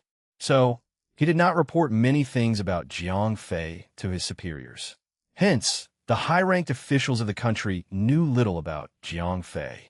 Even a martial art alliance knew more than them. Regarding the Supreme Android Soldier Project, Han Tianyu did not hide it from Zhang Fei on purpose. It was just that this project was in its initial stage. Although Han Tianyu could produce android bodies and equipment, artificial souls were just a conceptual thing at that time. It cannot be applied at all, so he himself did not take it seriously. Later, however, there was a breakthrough in the artificial soul technology.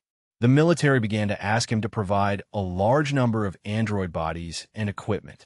This was when Han Tianyu realized that a force that could completely confront the metahumans was born.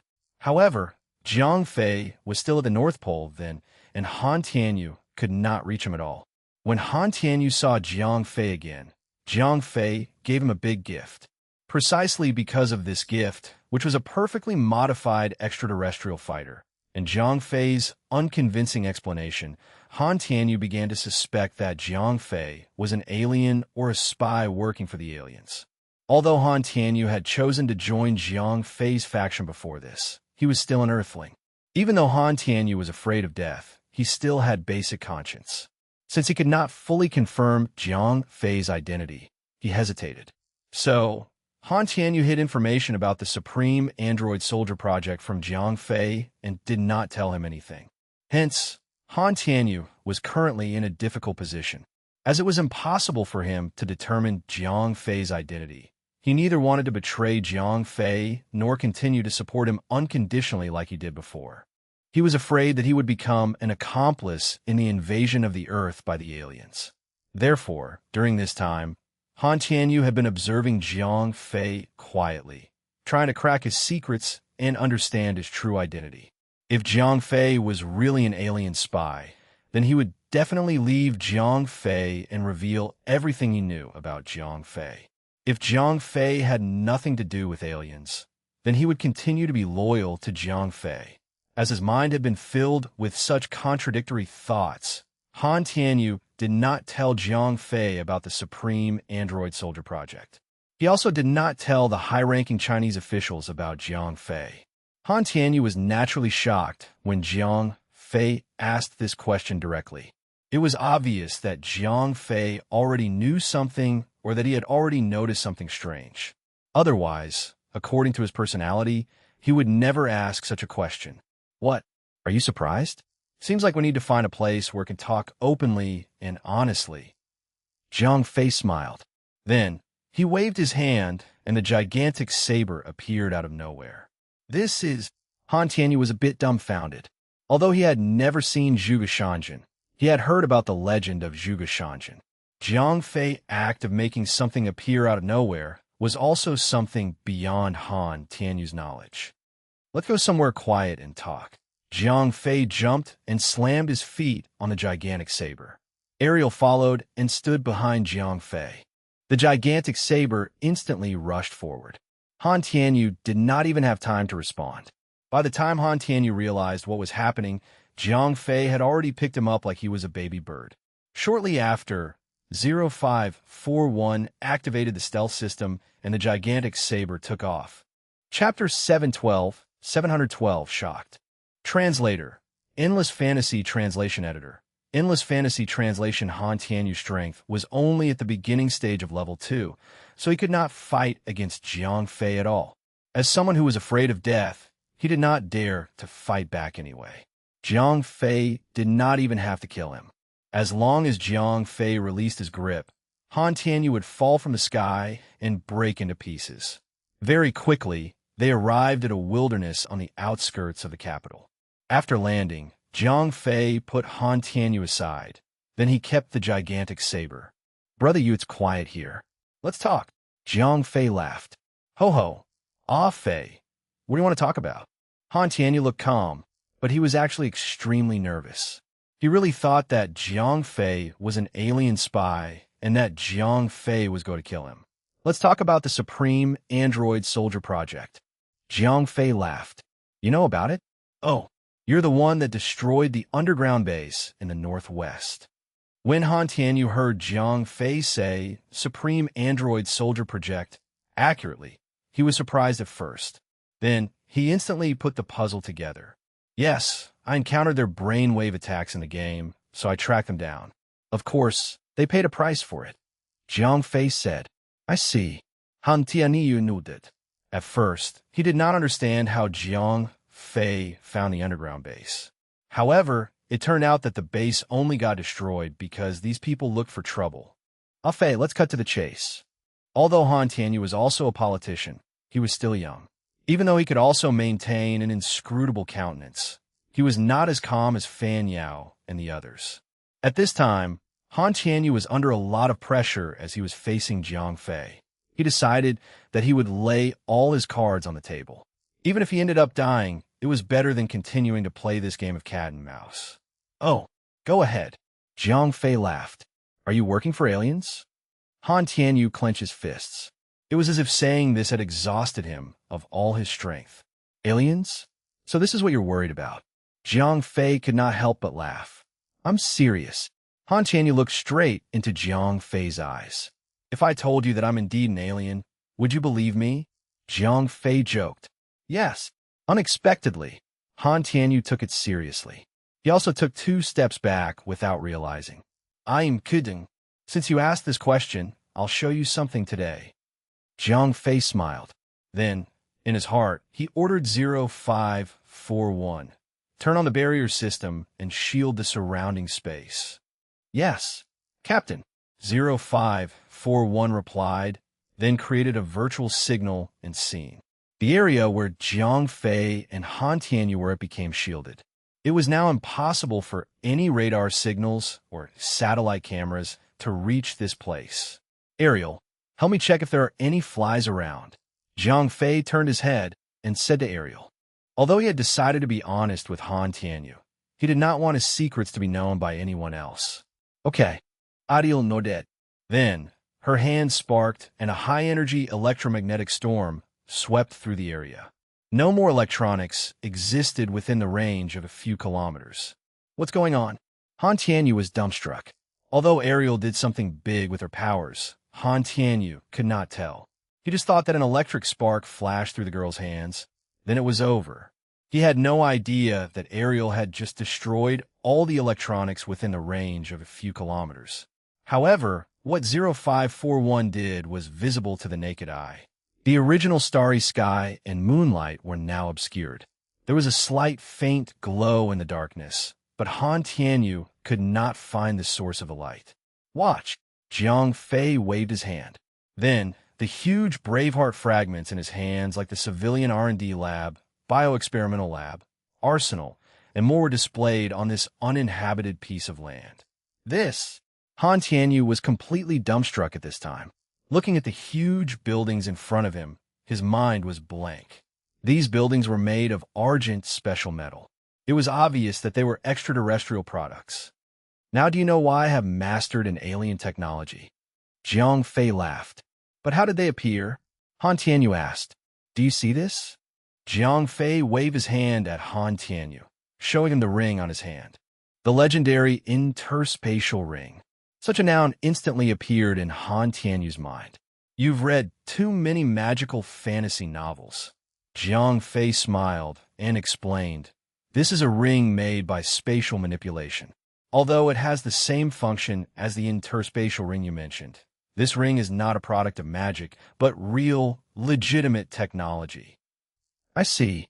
Back when I first took you out to see the world, you stole the Lockheed family's extraterrestrial fragment, didn't you? Han Tianyu instantly remembered the mysterious trail of watermarks on the ship that day.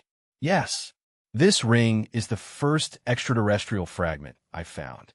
From this, I also learned the alien language and gained more knowledge. This is why I'm so familiar with these extraterrestrial technologies. Only half of Zhang Fei's words were true. Of course, he could not tell Han Tianyu everything. I see. Then what about your master? Han Tianyu asked. I don't have a master. It's fake. Zhang Fei shrugged. That Zhuge Shanjin. Han Tianyu said. He's not my master. Zhang Fei laughed. Then who is he? Asked Han Tianyu. Do you know the Japanese's biotechnology? Zhang Fei did not immediately answer Han Tianyu. Yes, Han Tianyu nodded. The Japanese could already make a level 4 biohuman just by learning a little biotechnology. I've mastered the entire biotechnology. Do you think it would be difficult for me to create some level 5 biohuman bodyguards? Zhang Fei laughed. Han Tianyu's mind was spinning. If Zhang Fei's was telling the truth, then Zhang Fei definitely had at least 2 level 5 biohuman bodyguards behind him. As Han Tianyu did not know how strong Ariel was, he did not include her. Do you have any other doubts? Zhang Fei asked. Do you have any contact with the aliens? Do they pose any threat to the Earth? Han Tianyu was still the most concerned about this issue. See for yourself. Zhang Fei did not explain. Instead, he let 0541 bring up a projection. The projection showed what 0541 originally told Zhang Fei about planet Namek. It included details about how the artificial black hole went out of control, the destruction of planet Namek, as well as how Braveheart encountered an accident above the Earth, which led to the death of all the crew members and Braveheart crashing into Earth. Seeing that all the aliens were completely dead, Han Tianyu was relieved. It seemed like Zhang Fei had only mastered alien technology and was not colluding with aliens against Earth. If this was really the case, then even if Zhang Fei wanted to dominate the world and become a big dictator, Han Tianyu would support him. Han Tianyu was an out-and-out profiteer. As long as it did not touch his bottom line, he would definitely try to maximize his profits. If Zhang Fei really dominated the world, then as Zhang Fei's confidant, his status would undoubtedly rise. This was absolutely beneficial to him. Chapter 713, A Mysterious Phone Call. Translateur, Anglais Fantasy Translation Editor, Anglais Fantasy Translation à fait. Are you really telling the truth? Han Tianyu looked at Zhang Fei seriously. He was trying to find the answer he wanted from Zhang Fei's face. Don't worry, all the aliens have died. I only work for myself, Zhang Fei said with certainty. Good, I believe you. Han Tianyu looked at Zhang Fei for a while. From Zhang Fei's young face, he could not see any signs of deceit at all. Considering what he knew and understood about Zhang Fei up until now, Han Tianyu decided to believe everything Zhang Fei had just said.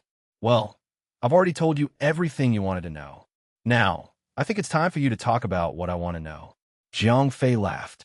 Of course, I can tell you everything I know, but before that, there's still one thing.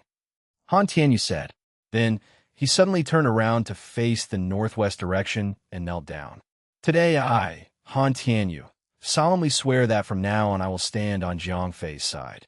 To achieve this, I would use the last of my strength, if needed, and am willing to die contentedly. If I violate this oath, the gods shall punish me. Han Tianyu swore to the sky. When he saw Han Tianyu acting like this, Zhang Fei glanced at Ariel. Ariel quietly nodded, indicating that Han Tianyu was not lying. Through telepathy, Ariel knew that Han Tianyu's inner thoughts were consistent with his behaviors on the surface. Brother Yu, why are you doing this?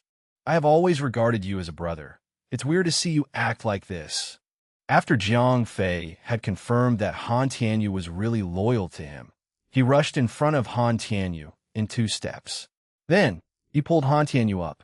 After experiencing so many things, Jiang Fei was not the enthusiastic, innocent teenager he used to be anymore. However, he still had to learn and grow more. Otherwise, in the metahuman world where strength mattered the most, he would still be killed even if he was strong. Han Tianyu swore with his back facing Jiang Fei, so he naturally did not see the small interaction between Jiang Fei and Ariel. However, he would not care even if he knew about it. Instead, he would feel happy because Jiang Fei had grown so much. After knowing Jiang Fei's secrets, the savvy Han Tianyu became more certain that Jiang Fei had an extremely promising future. Therefore, he did not hesitate to officially declare his loyalty to Jiang Fei in order to gain Jiang Fei's trust and establish his position as Jiang Fei's confidant. Since he had decided to become Jiang Fei's subordinate, Han Tianyu considered his own interests. Naturally, the greater Jiang Fei's achievements in the future, the greater the rise in his status. Therefore, the more mature Jiang Fei became, and the more Jiang Fei learned and grew, the more favorable it was for him. Otherwise, if he had to follow a naive boss around, he would be nothing but cannon fodder.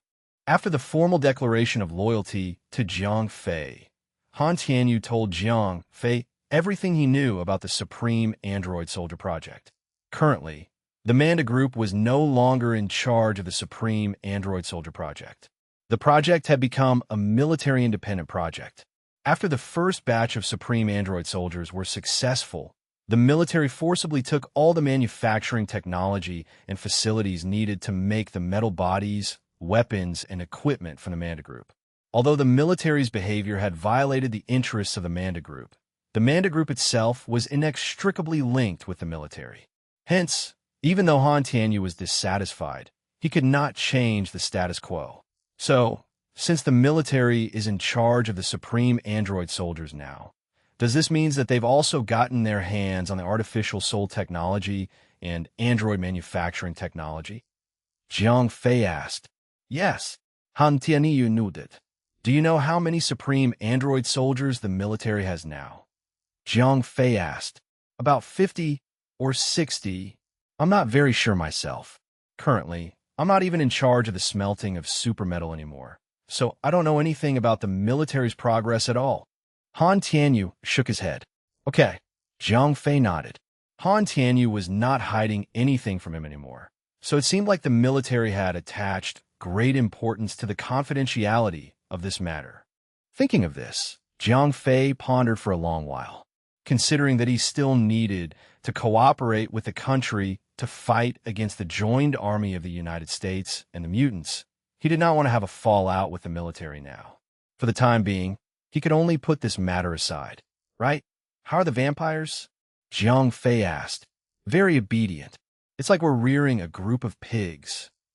When these vampires were mentioned, Han Tianyu immediately rolled his eyes. These vampires became very well behaved after they fled to China.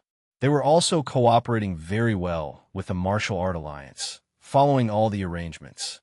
They were being held in a special type of prison used for metahumans. These vampires were very obedient. When it was time, they would eat. When they had nothing to do, they would sleep. Not only did they not cause any trouble, but they were also nice to all the martial artists whenever they had to interact. It was obvious why they were acting this way. They did not want to be chased out. Sigh. Jiang Fei sighed. Currently, the mutants and the European Vatican have teamed up to kill the vampires. Therefore, China was the only place that was safe for them. They would not be able to survive anywhere else. So, the vampires that had managed to flee to China obviously cherished this last safe haven, right? Is there any news about the Holy Grail? Jiang Fei asked. No, the vampires who have managed to escape are generally not high-leveled. The highest-leveled one is just a marquis. All of them are so weak. How can the Holy Grail possibly be with them? Han Tianyu shook his head. It seems like we have to start preparing to defend against the mutants' huge army. Jiang Fei shook his head. After such a long time, Count Dracula had still not escaped to China. This meant that there was an 80% chance that this unlucky count had been killed, and that the Holy Grail and the first vampire's blood had fallen into the hands of the mutants. Let's go back for now. The shipped energy blocks should have already arrived at the capital. Han Tianyu said, "Okay, let's go." Jiang Fei waved his hand and kept the Braveheart fragments back into the ring. Then he asked Ariel to get rid of the marks on the ground. Finally, he and Han Tianyu left the wilderness. After returning to the capital, Jiang Fei and Han Tianyu came to an insignificant small warehouse. After they cleared out all the staff who were working there, Jiang Fei saw the energy blocks in the warehouse. As it was used as a brick wall, there were a lot of residues of building materials on top of these energy blocks. After Han Tianyu found out that these energy blocks were extremely expensive, he did not even dare to clean them because he was worried that he would break them. As there were no outsiders, Jiang Fei waved his hand and directly kept these energy blocks into the spatial ring. After some calculation by 0541, Jiang Fei discovered that there were actually more than 1,100 pieces of these energy blocks, more than he imagined. Just as Jiang Fei finished keeping the energy blocks, a staff member ran into the warehouse. "Mr. Han, it's a phone call for you." The staff handed his phone to Han Tianyu. Han Tianyu's phone had been destroyed by Ariel's electromagnetic field when Jiang Fei had a chat with him previously. If Han Tianyu had not come to this warehouse, the caller would not have called someone who was here. Chapter 714, Whereabouts of the Holy Grail. Translator, Endless Fantasy Translation Editor. Endless Fantasy Translation.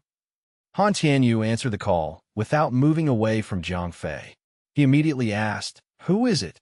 "It's me, boss. We have a problem here. It's best if you can come and see it for yourself." The person on the phone made it sound very urgent. "What happened?" Han Tianyu asked. "A vampire just came. It looks like he's someone pretty important, but he's dying." The person on the phone said, "Got it." Han Tianyu nodded and then hung up. As Han Tianyu did not move away from Jiang Fei, although the phone was not on loudspeaker, both Jiang Fei and Ariel, who had a sharp sense of hearing, heard the conversation between Han Tianyu and the other person. "Something's up with the vampires. It's best if we go and have a look." Han Tianyu turned and said to Jiang Fei, "Where?" asked Jiang Fei. "Northwestern border. If we go by plane." Jiang Fei interrupted Han Tianyu before he could finish speaking. "What do you mean by plane?" "Let's go." Jiang Fei gave Ariel a look as he spoke. Ariel nodded, then grabbed Han Tianyu's shoulder with her left hand and held Jiang Fei's hand in her right hand. Then, the three of them instantly disappeared from the place. "Oh!" The worker who handed the phone to Han Tianyu was so shocked that he fell to the ground. Three people suddenly vanished into thin air. How was an ordinary human being like him supposed to accept it?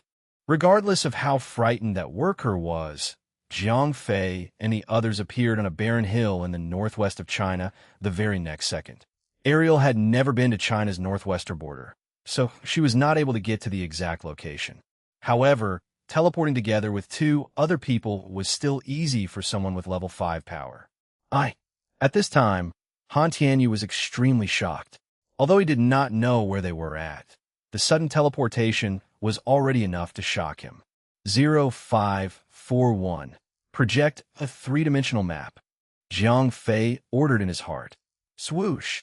A three-dimensional map was projected from the mysterious ring.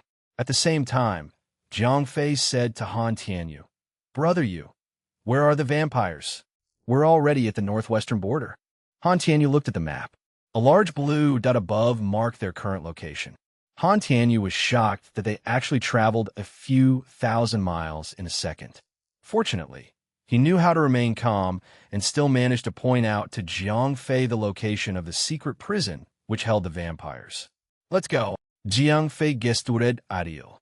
The next second, Ariel held onto the both of them again and teleported.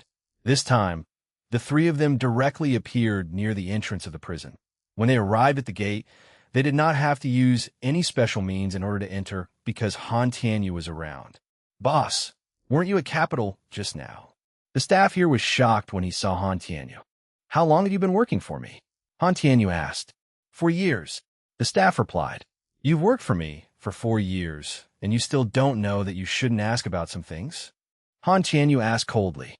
"Sorry, boss. It's my bad." The staff quickly lowered his head and did not even dare to look at Han Tianyu anymore. "Bring me to the vampire." Han Tianyu said. Yes, boss. There were other staff members who led them toward the infirmary. Is that vampire still alive? Jiang Fei asked. The staff did not immediately answer after hearing Jiang Fei's question. Instead, they looked at Han Tianyu. Only when Han Tianyu nodded, the staff said, he's still alive, but it's hard to say how long he'll last. It's fine as long as he's still breathing. Jiang Fei nodded. Soon, they arrived at the infirmary in the prison. Jiang Fei saw the vampire, or rather, he saw a part of the vampire. It was hard to tell how heavily injured this vampire was because this guy only had half of his body left. His arms and legs have not only disappeared, but there was also a huge hole in his stomach, and his internal organs were missing. If it was not because vampires had great vitality, this vampire would have been dead by now. There would even be flies flying around his body. Give this to him. Jiang Fei took an evil purging pill and 2 grand restore pills out from the ring. The doctor responsible for caring for this vampire looked at Han Tianyu. Do as he says. Han Tianyu nodded. Okay. The doctor took the pills from Jiang Fei's hands. He did not even have to open the vampire's mouth, because half of this vampire's face had been beaten to a pulp. The doctor threw the pills directly into the hole above the vampire's cheek. The evil purging pill instantly disappeared into the vampire's body. The vampire's body glowed with a faint light. Finally, some yellow-black liquid flowed out along the vampire's wounds. Given the 2 red ones too, Jiang Fei said. The doctor then threw the 2 grand restore pills into the vampire's cheek. In fact, after the yellow-black liquid flowed out, the vampire's wounds began to heal. The vampires originally had superb vitality. Their self-recovery speed was very fast. Without any interruption, he would have fully recovered in a few days' time. Now, however, with the help of Jiang Fei's pills, the vampire's recovery speed became faster. In less than half an hour, all his wounds had healed. Even his internal organs and his limbs had grown back. The regrowing of his limbs had nothing to do with Jiang Fei's pills. It was due to the self-recovery abilities of the vampire himself. Jiang Fei's Grand Restore pills only speeded up the process. After a long groan, the vampire finally woke up. I hope I can get some information from him. Jiang Fei muttered to himself. Previously, he had already sensed this vampire's strength. This was a peak level 4 vampire, and he was quite powerful. It was likely that he had gone through an extremely rough battle to end up like this. Jiang Fei hoped to get some information about the Holy Grail from him. This place is... It seemed like the vampire who just woke up was not very clear-headed. Black hair, black eyes. Chinese people. I managed to flee to China. The vampire muttered to himself. Yes, you're safe now. Jiang Fei laughed. Thank you. Thank you so much. The vampire said in broken Chinese. Okay, you can speak English. We can understand you. Jiang Fei could not stand the vampire's strange accent. After a few simple questions, Jiang Fei led the topic to the issue he was the most concerned about. Do you know the whereabouts of Countess Beatrice and the Holy Grail? Jiang Fei asked the vampire. Chapter 715, High Risk, High Reward. Translator, Endless Fantasy Translation Editor. Endless Fantasy Translation dead. They're all dead. When Countess Beatrice was mentioned, it seemed like the vampire's soul had left his body. What happened? Jiang Fei asked. Sigh. It's over for us vampires. The vampire sighed, then cried and told Jiang Fei everything. After being attacked by the Vatican, Countess Beatrice and her 4 great dukes ran with the Holy Grail in an attempt to escape danger. Later, they got lucky and met Franco. Through Franco, they learned that China was willing to protect the vampires. Therefore, Countess Beatrice and her 4 great vampire dukes attempted to flee to China with the Holy Grail. However, nobody knew that a vampire that Franco talked to previously had been captured by the mutants on his way to China. Eventually, the mutants learned that the vampires planned to take refuge in China. So, a giant trap was set up by the mutants and the Vatican near the border of western China, and the uninformed Countess Beatrice and her dukes fell right into the trap. One could easily imagine what happened after that. The mutants and the Vatican had a total of 4 level 5 powerhouses. Against them, Countess Beatrice died under the hands of a Godblade user. 3 other Grand Dukes also died on the spot. The last one managed to flee from the battlefield and enter the territory of China after being seriously injured. As they had gotten their hands on the Holy Grail, the mutants and the masters of the Vatican were not willing to create new problems to complicate the issue. They did not enter Chinese territory to pursue the last great vampire duke, which was why he could escape here and survive. If this is the case, then the Holy Grail has already fallen into the hands of the mutants? Zhang Fei's brow furrowed. Yes, the great vampire duke cried. He did not even dare to ask Zhang Fei to help him get the Holy Grail back. Now, the vampires existed in name only. Only a small number of vampires were fortunate enough to manage to escape into China. It was already a blessing to survive. How could he possibly dare to make a request? Okay, you have a good rest. Zhang Fei waved his hand and left the infirmary with Ariel. Since the mutants had already obtained the Holy Grail, these vampires were now meaningless to Zhang Fei. What do we do with these guys? Han Tianyu quickly followed behind him. Let's just raise them for now. We can afford to anyway. Zhang Fei waved his hand. Although these vampires were useless now, Zhang Fei was not a killer. These vampires knew their current situation very well anyway. They were all extremely obedient, and it did not cost much to keep them alive. No problem. Han Tianyu knew that. His family was rich and powerful. Raising a few vampires as pets was no big deal. Things are way more troublesome now. From this guy's injuries, I can tell that they were attacked at least a week ago. If the mutants act fast enough, the first batch of mutants strengthened by biotechnology should already be ready by now. Zhang Fei frowned. What do you mean? Han Tianyu said. I think the mutants in America will attack soon. Zhang Fei said. No way. While Han Tianyu spoke, his phone suddenly rang. Hello, who's this? As this was the phone of the worker at the warehouse previously, Han Tianyu did not know who was calling. Xiao Han, come over now. The person on the other side of the phone only said one thing, then hung up. Who's that? Zhang Fei asked. Fan Yao. Han Tianyu did not hide anything from Zhang Fei. Let's go back. Zhang Fei nodded, then gave Ariel a look. Ariel reached out to grab Zhang Fei and Han Tianyu, then teleported. A second later, the 3 of them were already at a secluded park in the capital. Soon, Han Tianyu called 2 cars. One car took Zhang Fei and Ariel back to the hotel so that they could rest, and another car took him to Fan Yao. Zhang Fei expected that Fan Yao would want to meet Han Tianyu. After all, in the eyes of these high-ranked officials, Han Tianyu was sent to Zhang Fei's side as an observer. So, after meeting Zhang Fei this time, Fan Yao would definitely want to get some information about Zhang Fei from Han Tianyu. In the hotel, Zhang Fei had nothing to do, so he decided to return to the game. As it was already midnight, Zhang Fei had missed his match. The game committee originally wanted to give Zhang Fei a penalty and suspend him for life. However, considering Zhang Fei's great reputation in the Dark Faction, if they banned Zhang Fei, it might cause the vast majority of the audience to be dissatisfied. So, they just fined him for not showing up. As soon as Zhang Fei returned to the game, Billy Boy and the others sent him messages. Boss, you're finally here. We've been waiting for you the whole time. Mo Xiaoyu said. Yeah, Guildmaster. We gathered an elite team of 50,000 people as soon as we got online this morning. We've waited for you for so long that it's already noon. Billy Boy complained. Although Zhang Fei had only logged into the game 2 hours late, half a day had already passed by in the game. As Zhang Fei brought them to do quests yesterday, everyone leveled 3 times and gained many other rewards. So, when they heard that their great guildmaster would bring them around clearing quests again today and that there were 50,000 available slots, all the members of Imperial Dragon signed up for it. However, after a party of 50,000 people was assembled, Zhang Fei did not show up.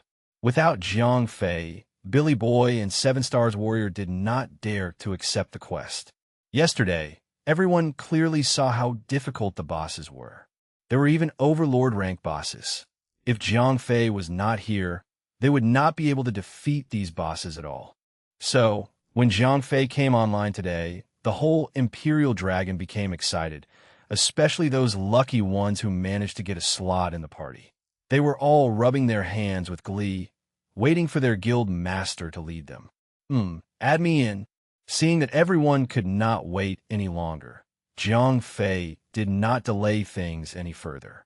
After Jiang Fei joined the party, Billy Boy passed the party leader to him. Then, Jiang Fei entered the commander's hall on behalf of everyone to accept the quest. Marshal, I'm here. After entering the commander's hall, Jiang Fei came to Ivan. Are you guys ready? Ivan asked. I have assembled a strong 50,000-man army. Jiang Fei said. Good. It's time for you all to show me what you've got. Ivan laughed. Ding. Quest updated. Quest name, supporting the front line. Quest goal, ship 20 gnome cannons and ammunition to the front line and ensure that these war weapons are not damaged. Quest rewards, all members level +2. 1,000 gold coins for all members, unknown equipment reward. Quest penalties, every time a gnome cannon is destroyed, the gold coin reward is reduced by 20%. If 5 gnome cannons are destroyed, there will be no rewards. If the number of destroyed gnome cannons exceeds 5, every next destroyed cannon will cause all members to lose 20% of their current level's experience points. Remarks: if less than 3 cannons are destroyed, the party leader will receive additional rewards. Damn, this is a quest with high risk and high rewards. Jiang Fei's brows lifted up. Since it was a story quest, the rewards were naturally extremely good. The reward of 50,000 people collectively leveling up twice was absolutely tempting. However, if all 20 cannons were destroyed, 50,000 people would collectively lose 3 levels. Chapter 716, Danger is Close. Translator, Endless Fantasy Translation Editor, Endless Fantasy Translation. Transport team is ready. You are good to go, said Ivan. Understood. I will need to make some preparations before moving out, Jiang Fei replied before heading out of the commander's hall. Outside the hall, Jiang Fei was greeted by one of the NPCs that was part of the convoy.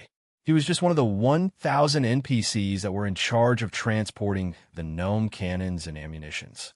While there were many of them, they were only level 50 normal tier farmers. Their fighting capability was almost close to 0. It would be up to Jiang Fei and the other 49,999 players to defend the convoy. Their task was to safely escort the entire convoy to the main camp in the front lines. As long as they had gotten the cannons and ammunition there, Jiang Fei would only need to talk to either Heinz or Frizz to complete the quest and obtain luxury rewards. It's not the same, said Jiang Fei to himself. Although this was not the first escort mission that he had accepted, it was not the same as the others. When he was protecting Moorland, he was on a special map where he only needed to stop the enemies from getting close to Moorland. This time, the mission required him to protect a large convoy in an open field. NPCs, as well as players from the Light faction, would surely be coming in from all directions. The defensive fight would be chaotic as it would be unpredictable. Guildmaster, have you accepted the quest? Asked Billy Boy when he saw Jiang Fei coming out of the commander's hall. Yeah, I did. But you're not going to like it, said Jiang Fei. What's the quest about? First, we need to get these cannons and ammunition to the front line. Then, we need to make sure that no one destroys the cannons. What's the reward? Asked Little Rain. To him and a few others, the task matters not as much as the reward. If everything goes smoothly, everyone who participates in this quest will gain 2 levels and a mystery equipment reward, said Jiang Fei. He did not bother to mention gold coins since the guild was too rich.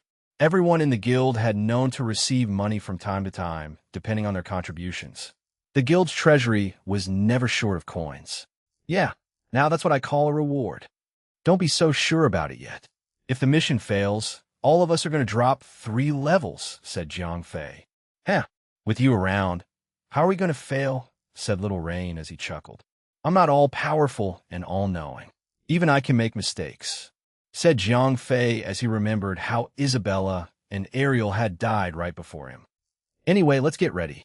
I'll take the lead. Billy, you're in charge of guarding the convoy. Make sure that we are well protected, said Jiang Fei. Commander, sir? Are we going now?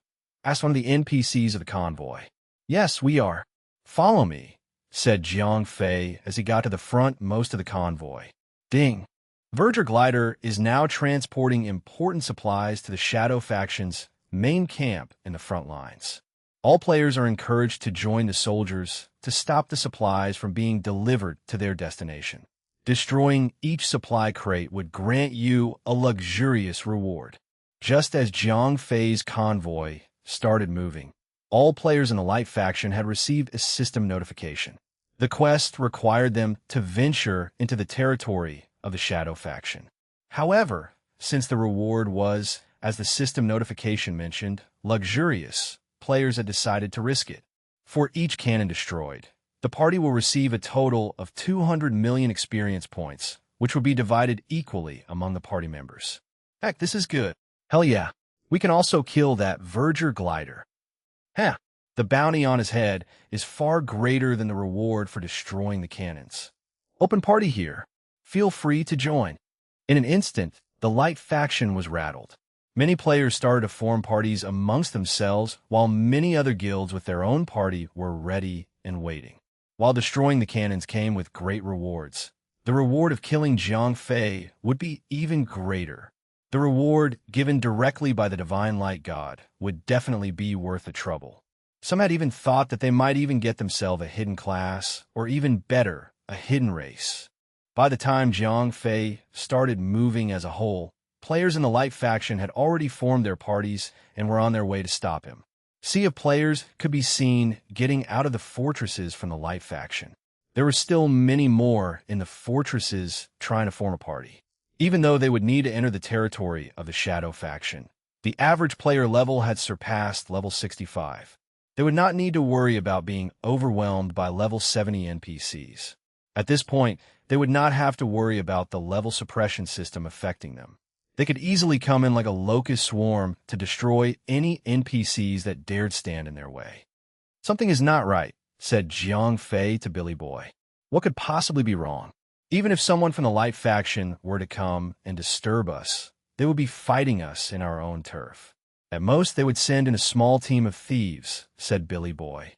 Something is wrong, but I can't put a finger on it, said Jiang Fei worriedly. Relax. If anyone dares to stand in our way, I will blast them with my forbidden spell, said Little Rain confidently. Every other player beside Jiang Fei alone was extremely relaxed and nonchalant about this escort mission. Even though they knew that there would be a penalty if they failed the mission, the convoy was still traveling in the Shadow Faction's territory. Perhaps that was the reason they were so relaxed. I can't be certain until I know it is certain. I'll leave the convoy to you, Billy Boy. I'll be flying around to check the surroundings, said Jiang Fei as he summoned the EVOL. Sky Lighting Dragon. Jiang Fei was currently in an open field with no mounts restrictions. Having summoned the Sky Lighting Dragon, Jiang Fei and Akatsiri's hopped on it and flew high and far to check on the surrounding. It had been 2 hours since he had started moving, and yet there was nothing going on. It was quiet and peaceful. Everything went smoothly as the convoy had completed 35% of the entire trip. At this point, instead of being relaxed, Jiang Fei grew more anxious by the minute. Miss Rosette, are you in the Demon Dragon Fortress? Asked Jiang Fei in a message to Rosette Rose. Yes, I am. What's up? Rosette Rose had already treated the Demon Dragon Fortress like her home, as she had never left the place. She was, after all, the chief of management of the guild. As such, she had only trained her level to be sufficient enough to enter the faction map. Being at level 40, she had no reason to leave the fortress or she would be killed by a normal tier monster. Go to the army barracks and find Huang Mulan and Sylphie. Tell them that I might have trouble. Have them to prepare an army before finding me en route to the main camp in the front line, said Jiang Fei. Got it. Do you have any other requests? Asked Rosette Rose. No. Be quick. The entire convoy might be in trouble. I'm not sure, but I trust my gut feeling. Rosette Rose did not ask any more questions as she headed to the barracks to inform Hua, Mulan, and Sylphie about Jiang Fei's situation. Miss Casanova, please gather all combat class players in the guild. Get them ready to fight and gather close to where I am now, said Jiang Fei to Lady Casanova in another message. The current headcount of Imperial Dragon was at over 70,000 players, of which over 50,000 were combatants and the others were non-combatants. Even though Jiang Fei had already led exactly 49,999 players, he feared that it would not be enough. After he had Rosette Rose and Lady Casanova to work, Jiang Fei was still feeling uneasy. He then sent a message to Happy Drunk. I need help from your guild. Please gather as many combat class players and come over to my position. In return, I will give you a fortress, said Jiang Fei in the message. Chapter 717, 717. The Appetizer, a plate of freshly baked forbidden spells. Translator, Endless Fantasy Translation Editor. Endless Fantasy Translation.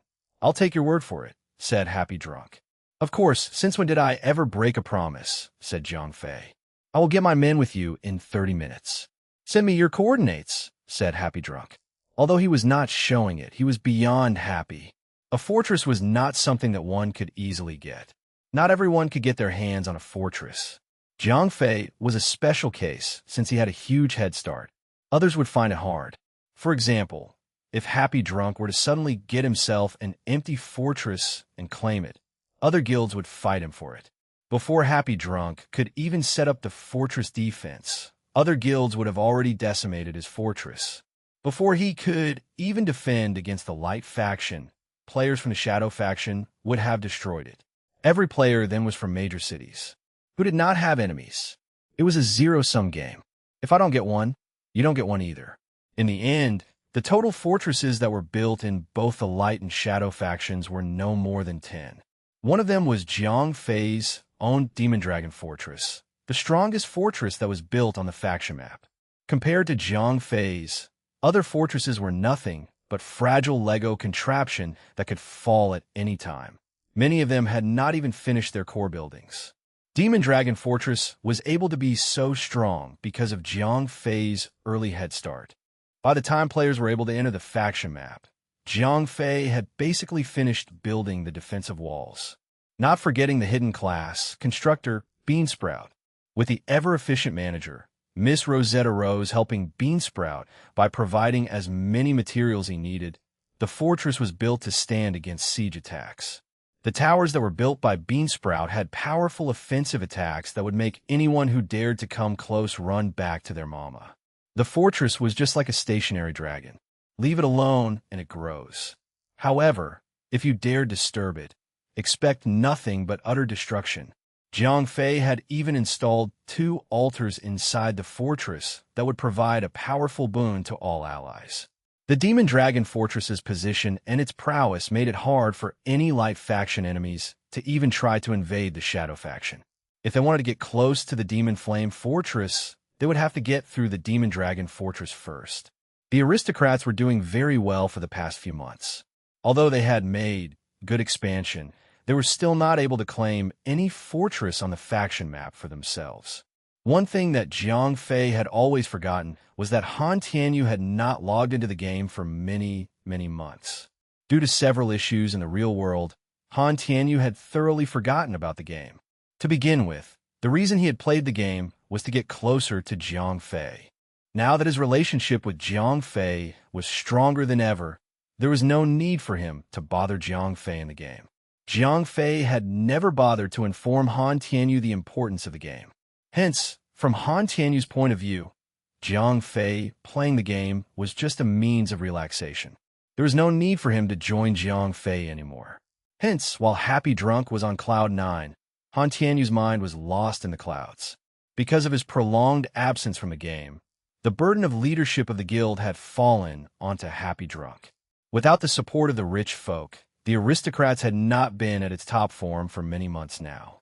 Back then, whenever a problem came up, Han Tianyu would use his money to solve it. If there was something he did not like, he would use his money to go around it. If anyone dared to oppose his guild, he would load his diamond cannon with his cash as ammunition to blast them away. When Han Tianyu was still leading the guild, no one dared to oppose him. However, Now that Han Tianyu's presence in the game was gone, the guild was forced to do things the normal way. No one could forget that the Aristocrats was an ally of the Imperial Dragon. Back then, when Imperial Dragon was still a growing little bird, the Aristocrats was there to help them, to nurture them to become the phoenix they were today. Sadly, other pub players did not care about that. All they wanted was to join the strongest guild. The best would only join the best. Hence, other new players tend to flock to the lousier guild, the Aristocrats. While Imperial Dragon was over 80,000 members strong, the Aristocrats had only over 55,000 members. If there was a guild leaderboard in the Shadow faction, the Aristocrats would be in the top 20 list, while Imperial Dragon would always be at the top. Jiang Fei asked the Aristocrats for help because Happy Drunk and Jiang Fei were close. At a certain point, one could say that Jiang Fei had faith in Happy Drunk. This escort mission was too important for anyone to be slacking. Once the mission failed, everyone who had participated in this mission would lose 3 levels. Jiang Fei did not dare to ask other guilds for help, especially since they might bear a grudge toward them and could purposely sabotage the mission to see them fail and lose their hard-earned experience. When he was done with Happy Drunk, Jiang Fei continued to roam in the sky, keeping an eye on anyone or anything that came close to the convoy. On the ground, Billy Boy had strategically assigned many members to guard each side of the convoy. Billy Boy took the lead, while 7-Star Warrior was guarding the rear. The entire convoy was moving extremely slowly. Even though Jiang Fei had called 2 guilds for help, having to instantly mobilize tens of thousands of players was not something that could be done in a jiffy. Still unbeknownst to Jiang Fei, players of the Light faction had gathered and had already started to hunt for the convoy. The reinforcements from the Shadow faction were still gathering. Half an hour later, Jiang Fei, who was flying in the sky, had finally noticed something. A white pillar of light that was as wide as the Empire State Building flashed somewhere far away. After the white pillar of light dissipated, an army of 40,000 soldiers emerged. "Stop the convoy! Enemies incoming!" cried Jiang Fei from the top of his lungs. "Stop the wagons!" cried 7-Star Warriors and Billy Boy at the same time. The entire group of 50,000 players of Imperial Dragon started to fan out and form a circular defensive formation. Jiang Fei flew in closer to examine his enemies and found that they were NPC soldiers, not players. It seemed that they had just encountered the first wave of enemies. "I'll try my best to hold them back. Little Rain, stand by and get ready to cast your forbidden spell," said Jiang Fei before speeding off into the clouds. Billy Boy acknowledged Jiang Fei's order and immediately got into action. "Boys, it's time to protect the fireworks. Little Rain, do your thing. Tanks, square formation around the fireworks," cried Billy Boy. Almost immediately, 8 tank-class players emerged from the group and formed a 3x3 formation with Little Rain at the center. As the 40,000 NPC soldiers got closer and closer, Jiang Fei landed his dragon somewhere close to them and immediately dismissed it. He pulled up his bow and started to attack. Like a machine gun, Jiang Fei's insane attack speed had sent many arrows out into the sky in a few seconds. Like a shower of arrows, each of Jiang Fei's arrows had enough attack power to kill 1 soldier each. The problem was with the number of enemies. Even though Jiang Fei's killing speed was insanely fast, Jiang Fei was only able to kill 8 soldiers per second. It would take him quite some time to clean out 40,000 soldiers. Even though he was able to kill less than 500 soldiers in a minute, it would take him more than 1 hour to kill all 40,000 enemies. At this point, Jiang Fei summoned the Sky-Lighting Dragon again to help him block a few enemies from advancing. Coupled with the fallen bodies, the army's movement speed was slightly slowed down. 5 minutes into the battle, Jiang Fei was only able to kill over 2,500 soldiers. Although the numbers were insane, it was only a tiny chisel to the entire army's prowess in numbers. "Big boss, time to get away," cried Little Rain as he warned Jiang Fei of his incoming forbidden spell. Apocalyptic Scorch. A small fireball was released from Little Rain's magic staff toward the center of the army. The fireball then made it into the ground, where it exploded with a bang. Flame came out spewing from beneath the earth, destroying the NPC soldiers. As Little Rain leveled up, he continued to farm more equipment that could boost his forbidden spell. One of the stronger equipment he had was the ring that Jiang Fei had given to him, the Ring of Decimation. Together with other equipment that he had farmed on his own, he had managed to increase his forbidden spell's damage output, casting range, and area of effect range. Compared to when he had first used the spell, Little Rain's current Apocalyptic Scorch was at least 5 to 6 times more potent. Chapter 718, Incoming. Translator, Endless Fantasy Translation Editor. Endless Fantasy Translation. The Pillars of Flames had incinerated the NPC soldiers, killing them so fast that they could not even feel anything. Little Rain's level was already high enough that his damage was not suppressed. With so many powerful equipments and the skills own 10 times power output, instantly killing the level 70 NPC soldiers was only expected. It would only be weird if he was not able to. After the skill was cast, only less than 2,000 soldiers remained. Jiang Fei took his time to slowly kill them, all one by one. Only when Jiang Fei reported again, after killing every single NPC soldier, 7-star warrior and Billy Boy relieved the players that were guarding the convoy and returned to the normal formation. More incoming. Do not get too comfy just yet, said Jiang Fei as he returned to the sky. If the first wave of enemies was defeated, the next one will arrive soon. As Jiang Fei predicted, not long after the convoy had made a slight advancement, another pillar of light blasted down from the sky, and 40,000 more soldiers appeared to attack. Little Rain, how's your mana? Jiang Fei asked. Enough for only one more. After that, I'll be emptied, said Little Rain, who was busy taking in as many mana potions as humanly possible. Despite having a large mana pool, restoring mana was not as easy as restoring health. If only I can pass the Cauldron of Spirit to him. Jiang Fei muttered to himself. Unfortunately, the cauldrons were character-locked items. Only through death could he give the cauldron to Little Rain. While it was a tempting idea, Jiang Fei could not afford to die. Even though dying in the faction map would not cause experience points to drop, and even equipment that was dropped on death could be recollected easily, Jiang Fei's death would mean the death of Akatsuris. Due to the contract with her, if Jiang Fei died, so would Akatsuris. Unlike Jiang Fei, Akatsuris' death was permanent. Even though she was not as close as how Isabella was to Jiang Fei, he did not want to sacrifice Akatsuris just because he wanted to give the Cauldron of Spirit to Little Rain. Let loose, we'll worry about your mana later, said Jiang Fei. Alone, Jiang Fei's killing speed was too slow. If he had let even one of the NPC soldiers get past him, it would cause a chain effect. Like a broken dam, more and more NPC soldiers would break past his defense line and move toward the convoy. That would still be fine, but what if players decided to join the NPC soldiers in attacking? All right, said Little Rain as he started to chant. Billy Boy quickly organized the same defensive formation around Little Rain to protect him. In a few minutes, almost all 40,000 soldiers were killed while Jiang Fei flew from the skies to clear the strays. Little Rain, what is the ETA for the next forbidden spell? Jiang Fei asked. In about half an hour, said Little Rain as he was already chugging down mana potions. Jiang Fei frowned. He would have to start thinking of another method to clear the NPC soldiers. 30 minutes to stall. It should not be a lot of trouble. 10 minutes after the second wave, the atmosphere was silent. It was so quiet that Jiang Fei could not help but feel extremely worried. Just as Jiang Fei wanted to fly further into the distance, a flash of white light came in and 40,000 NPC soldiers spawned. All magicians, except Little Rain, to the front. Hunters and other Bao users follow up.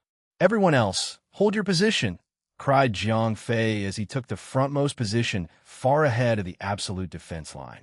While he was stalling the NPC soldiers from advancing, Billy Boy and 7-star warrior had started to work and organize the players around the convoy to form a defensive formation.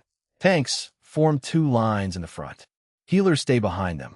Thieves and bandits roam around, kill fast, and kill many. Make sure to keep an eye out for players from the light faction. Everyone else, stay frosty.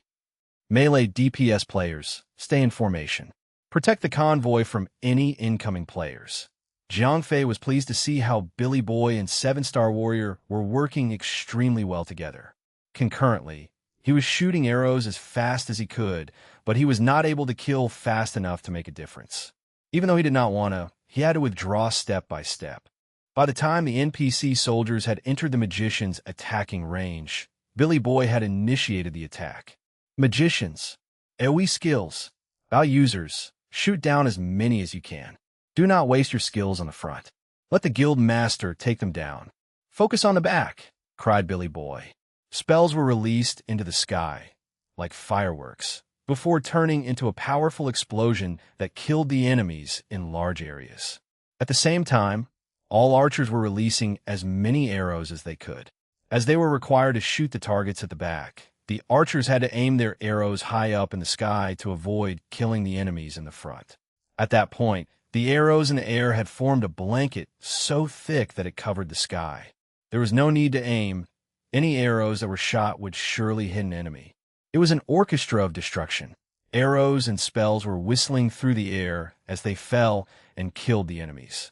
At this point, the NPC soldiers were already facing off the tanks. To support and protect the attacks behind them, the tanks would have to face the soldiers without killing them in order to prevent them from moving forward. Rows of healers were constantly healing and casting buffs to hold the tanks in place. As long as they were alive, no NPC soldiers would pass the barricade. "Hold on for a little longer," cried Jiang Fei when he noticed more than half of the NPC army were already killed. However, just as he could finally have room to breathe, he heard the sound of a blade piercing through flesh coming from behind him. "GRH. Stealth. There's someone here. Be advised, players from the light faction are killing the tanks in the front line." Due to the tight defensive formation created by Billy Boy and 7-Star Warrior, no players were able to sneak into the convoy. The only way to infiltrate the convoy was to kill the tanks that were blocking their way one by one until there was an entry. In that instant, as many as 500 players were killed. Even though Imperial Dragon had armed their players extremely well, they were not able to withstand a combo attack from 5 players simultaneously. Don't panic. Hunters. Falas Bang, Billy Boy. He was the captain of the PvP warfare. He would know just how to counter stealth assault. Pew. Bang. Arrows with explosives were fired onto the ground, and with a bright flash of light, silhouettes of stealth players could be seen. Now, the tanks had something to do. Instead of blindly lifting their shields up, they could downswing their swords and axes to kill the players. 7-Star Warriors started to pick out several strong players and lead them to the front to finish off the enemy players one by one. In no time at all, almost all stealth players that were detected were killed, leaving only NPC soldiers. Although they were able to kill many Imperial Dragon players, they were not able to make an impact on the defense of the convoy. Players that were downed were quickly replaced by tanks in the back line. Priest, revive the dead. Everyone else, keep pushing forward. Players are starting to attack soon, cried Billy Boy. Even though the enemy bandits and assassins had taken down several of their tanks, it did not pose much of a trouble to the defense line, as there were enough priests to go around reviving players. However, if stealth players were starting to appear, that meant that there would be an army of players coming to attack soon. Chapter 719, Cannon Fodders. Translator, Endless Fantasy Translation Editor. Endless Fantasy Translation: The bandits and assassins should not be a problem for the near future, as there was no respawn point for players from the light faction anywhere close. To get back to where the convoy was, they would have to respawn on the light faction map, make their way to the logistics officer to receive a free set of equipment, and run all the way back. In faction maps, dying would not deduct a player's experience points. However, they would still lose all their equipment. Even though the NPC would provide players with free equipment, it was only a green graded tier with *T tier attributes. It was so bad that some white graded equipment might have been better. However, it was free and it was better than running into the battlefield butt naked. In a large battle, confident players would go in with their best equipment, with confidence that they would not die.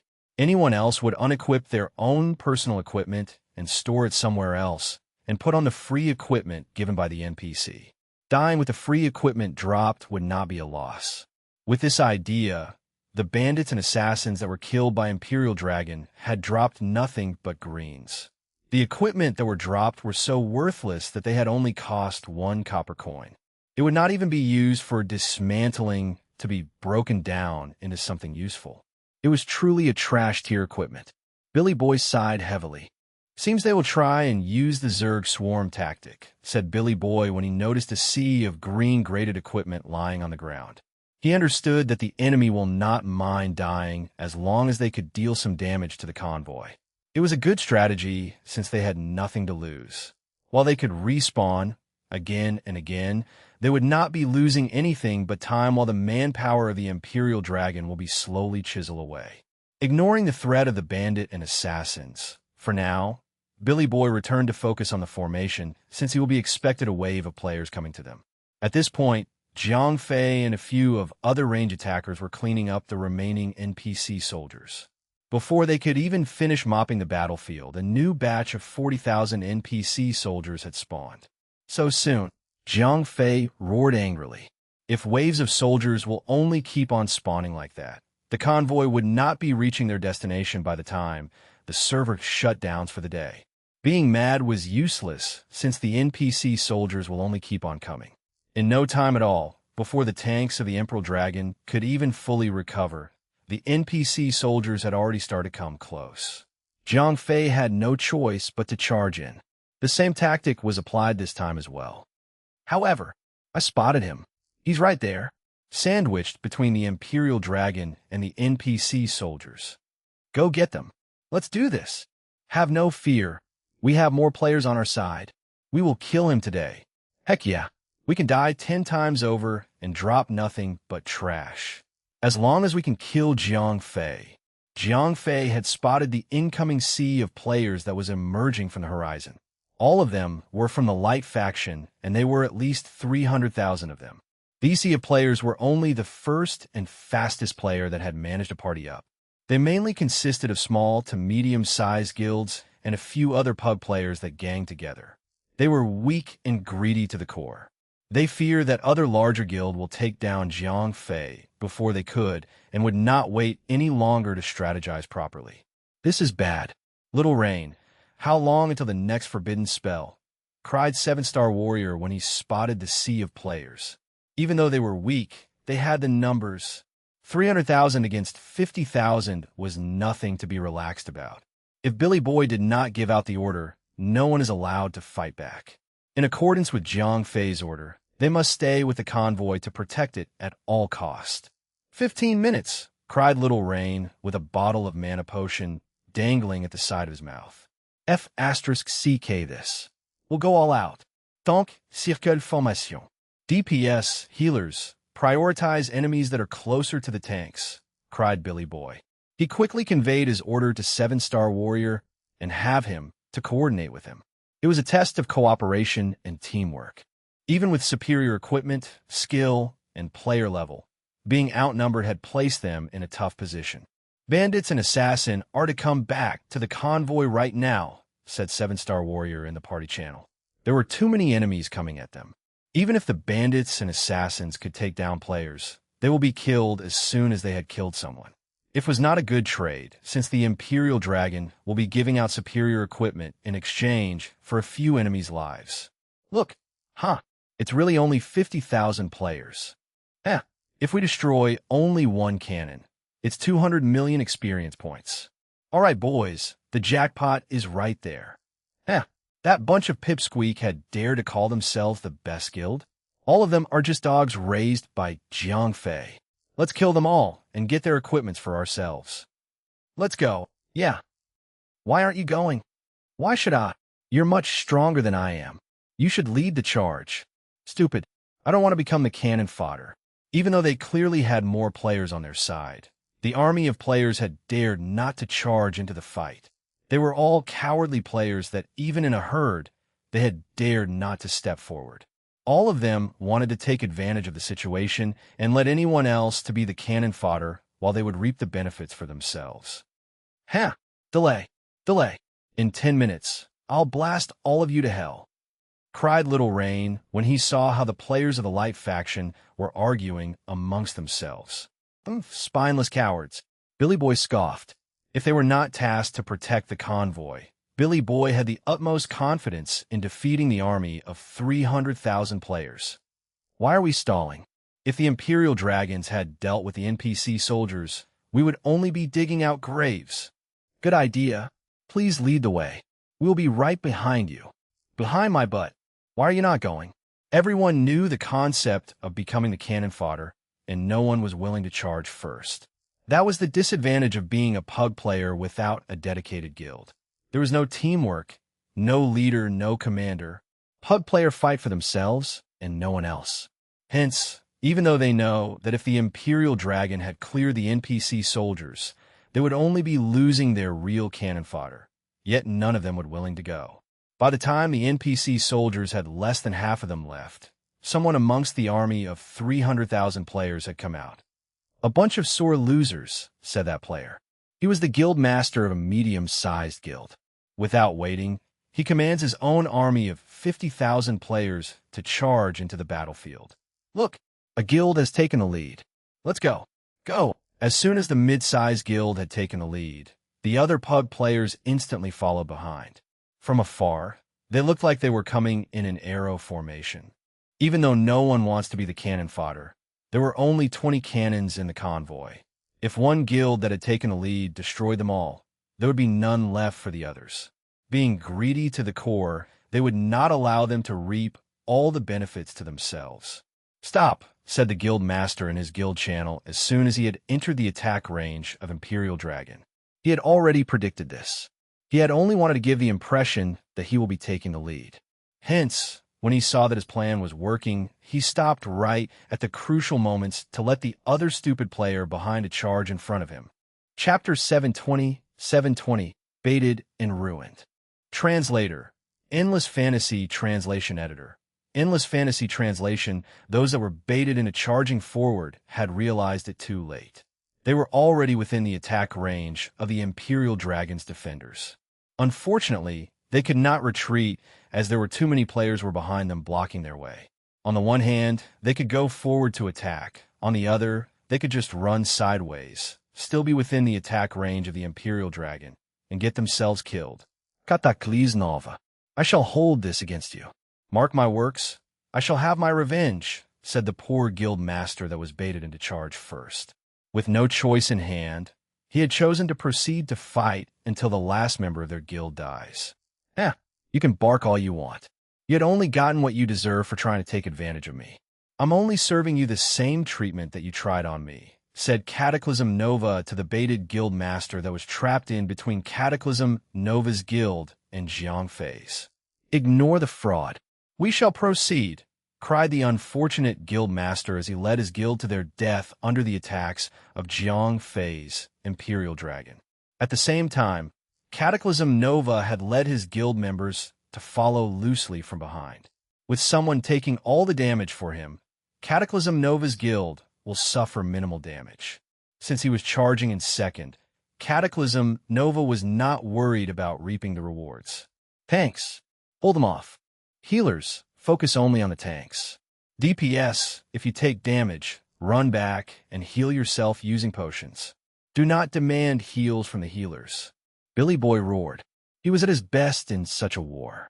Although defensive warfare was not his forte, he had still done a good job at commanding the entire guild. At this point, due to the sheer number of players and NPC soldiers, the Imperial Dragon was forced to focus on a passive defensive tactic.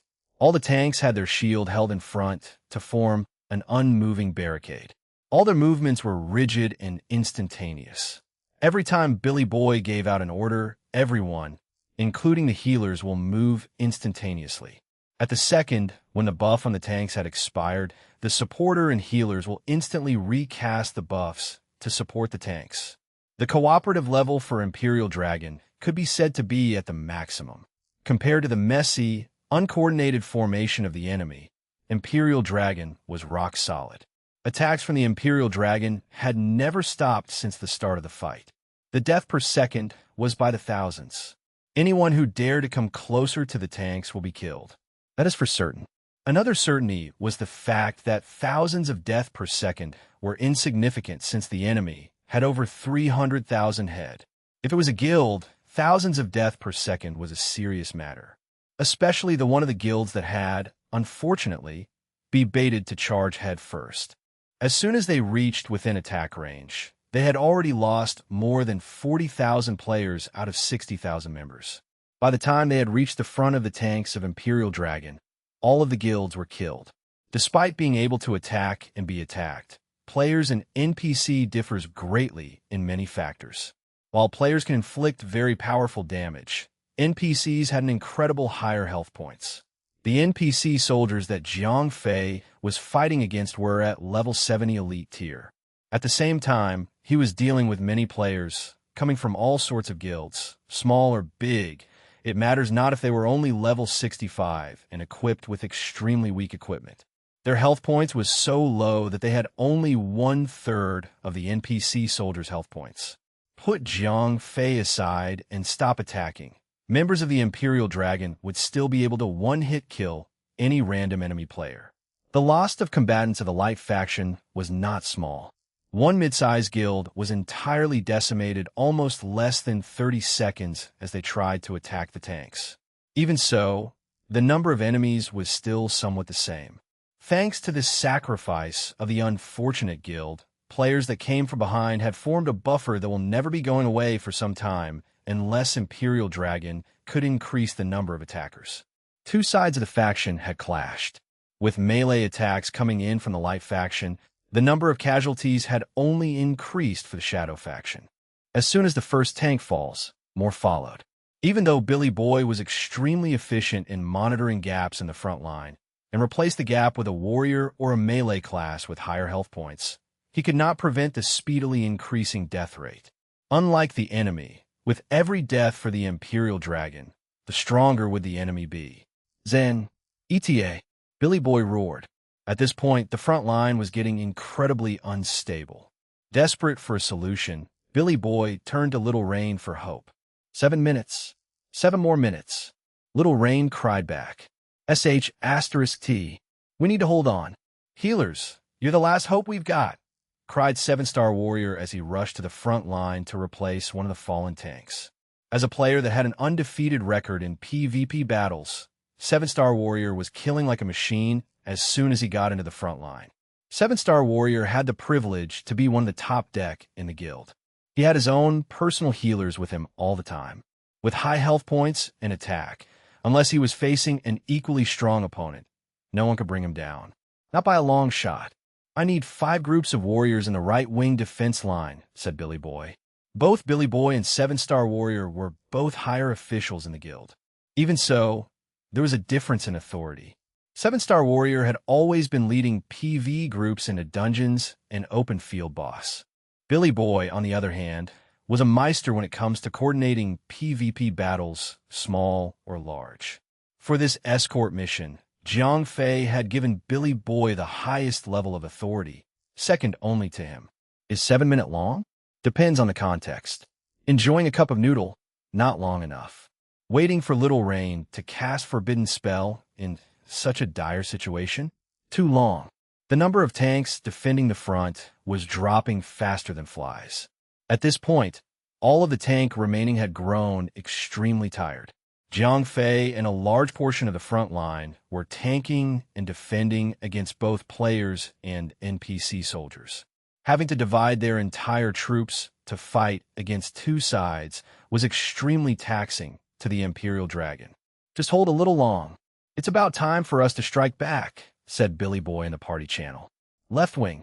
Requesting 3 groups of healers in the left wing, cried 7-star warrior to Billy Boy. He was fighting against players. Even though the defense line against them was still going strong, the healers that were posted there were running dry of mana. Once a healer runs out of mana, they would be less useful than rocks in the roadside. Worse, without a healer, tanks will be sitting ducks that will be skewer alive. Not much longer. Not much longer. Billy Boy muttered to himself. Members of the Imperial Dragon were dropping like flies. At this point, almost everyone was fighting and not a single one was resting. Even those that were supposed to restoring their mana had joined the fight, simply by whacking with normal attacks whilst chugging on mana potions. Even so, the pressure in the defense line was growing greater by the second. No more. We cannot hold on any longer. Little Rain, use your mana crystal, cried Billy Boy. The right-wing defense line was breaking, and the left wing was losing their tanks as they speak. If either one of the defense lines was broken through, the entire convoy will fall. All right, said Little Rain. Mana crystal is a kind of last resort when a magician runs out of mana. Upon use, mana crystal will instantly restore 20% of a magician's mana point. However, creating such an item was extremely costly and complicated. Moreover, the item was limited to only one per magician at a time. Using one now means he would not have any trump card left, even though he felt a little waste for using it now. The situation had called for it. Even though he could wait for just another 5 minutes to have enough mana to cast the forbidden spell, waiting until then would only expose the entire guild to imminent danger. Crack! Little Rain took out the mana crystal and break it. In that instant, Little Rain had instantly recovered over 60,000 points of mana. Without wasting any more precious time, Little Rain started to cast the forbidden spell. As soon as he did, fire magic had started to flow towards his character. That made all other magicians, friend or foe, within 1,000 meters to know that someone was casting a powerful fire-based spell. Oh no, someone is casting a forbidden spell, cried one of the magicians from the light faction. Charge in now. We cannot let him cast the forbidden spell. Find him. Stop him. The news got out quick that someone in the convoy was casting a forbidden spell. As soon as it did, everyone in the light faction panicked. Even the guild's master had started to figure out ways to break past the defense line in order to stop the caster. If Little Rain was allowed to cast the forbidden spell, everyone will be killed. Chapter 721. 721. The reinforcement has arrived. Translator. Endless Fantasy Translation Editor. Endless Fantasy Translation. The pressure was real. 7-star warrior, who is now fighting in the front line against the players, was at the verge of falling.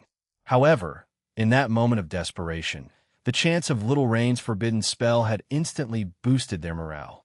All that was weak and weary had summoned their last strength to defend through the last fight before the forbidden spell striked. Change of plans. It's full-on defensive now. Prioritize using disabling skills over damaging. Lower the enemy's combat efficiency. Reduce the death rate of our own. It's all about survival now. Leave the killing to Little Rain, said Billy Boy in the party chat channel. Sir. Yes, sir, cried everyone in unison. Spells turn around. Instead of exploding shrapnel and piercing icicles, instant debuff spells were used over and over. The magicians and rangers were typically excelled in this field. Poison, slow, silent, freeze, and many other types of debuffs were cast out to significantly lower the opponent's attack. Even though by doing it, they had reduced their kill rate down to almost zero, the death rate of Imperial Dragon had dropped from more than 10 players per second to 1 player or even less per second. The death rate dropped by such a large margin because of the weakened enemies. Tanks were able to hold on for much longer since most of the opponent attacks could not even penetrate their defense. When little to no damage was taken, the healers were having a better time coordinating their healing. Spending less mana allowed them to last longer before needing to be replaced. Where is that magician? We can't even reach behind the tanks. There's no way we can find the caster. Trash. You lots are nothing but trash. Must I do everything myself? One by one, guild masters of the light faction side grew frustrated at their slow rate of progression. Even so, there was nothing that they could do. No one in their small guild had the capabilities to stop Little Rain. Unlike Imperial Dragon, they do not have anyone with super long sniping skills or forbidden spells of their own. If they could not break past the first obstacle that was the tanks in the front, only death awaited them. 5 minutes later, Little Rain's chant stopped.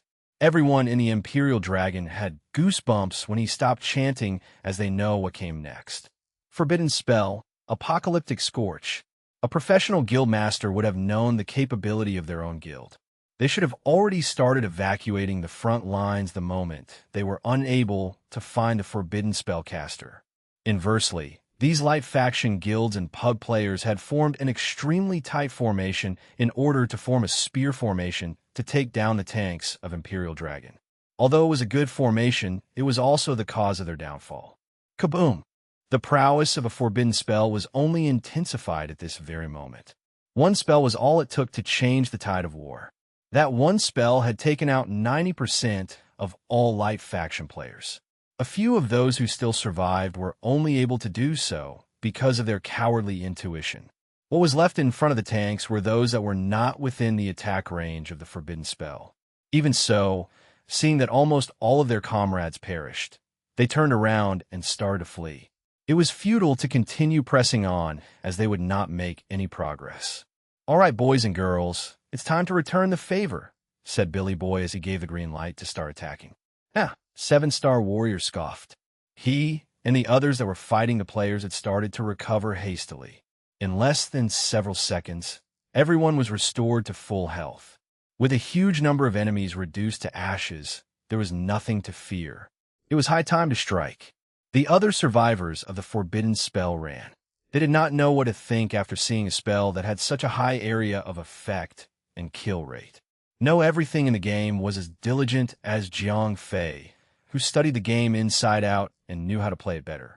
Most of the small guilds had members that played the game just for the fun of it. How could they have seen a forbidden spell at that magnitude in their entire career? At most, they had only heard or read about in passing.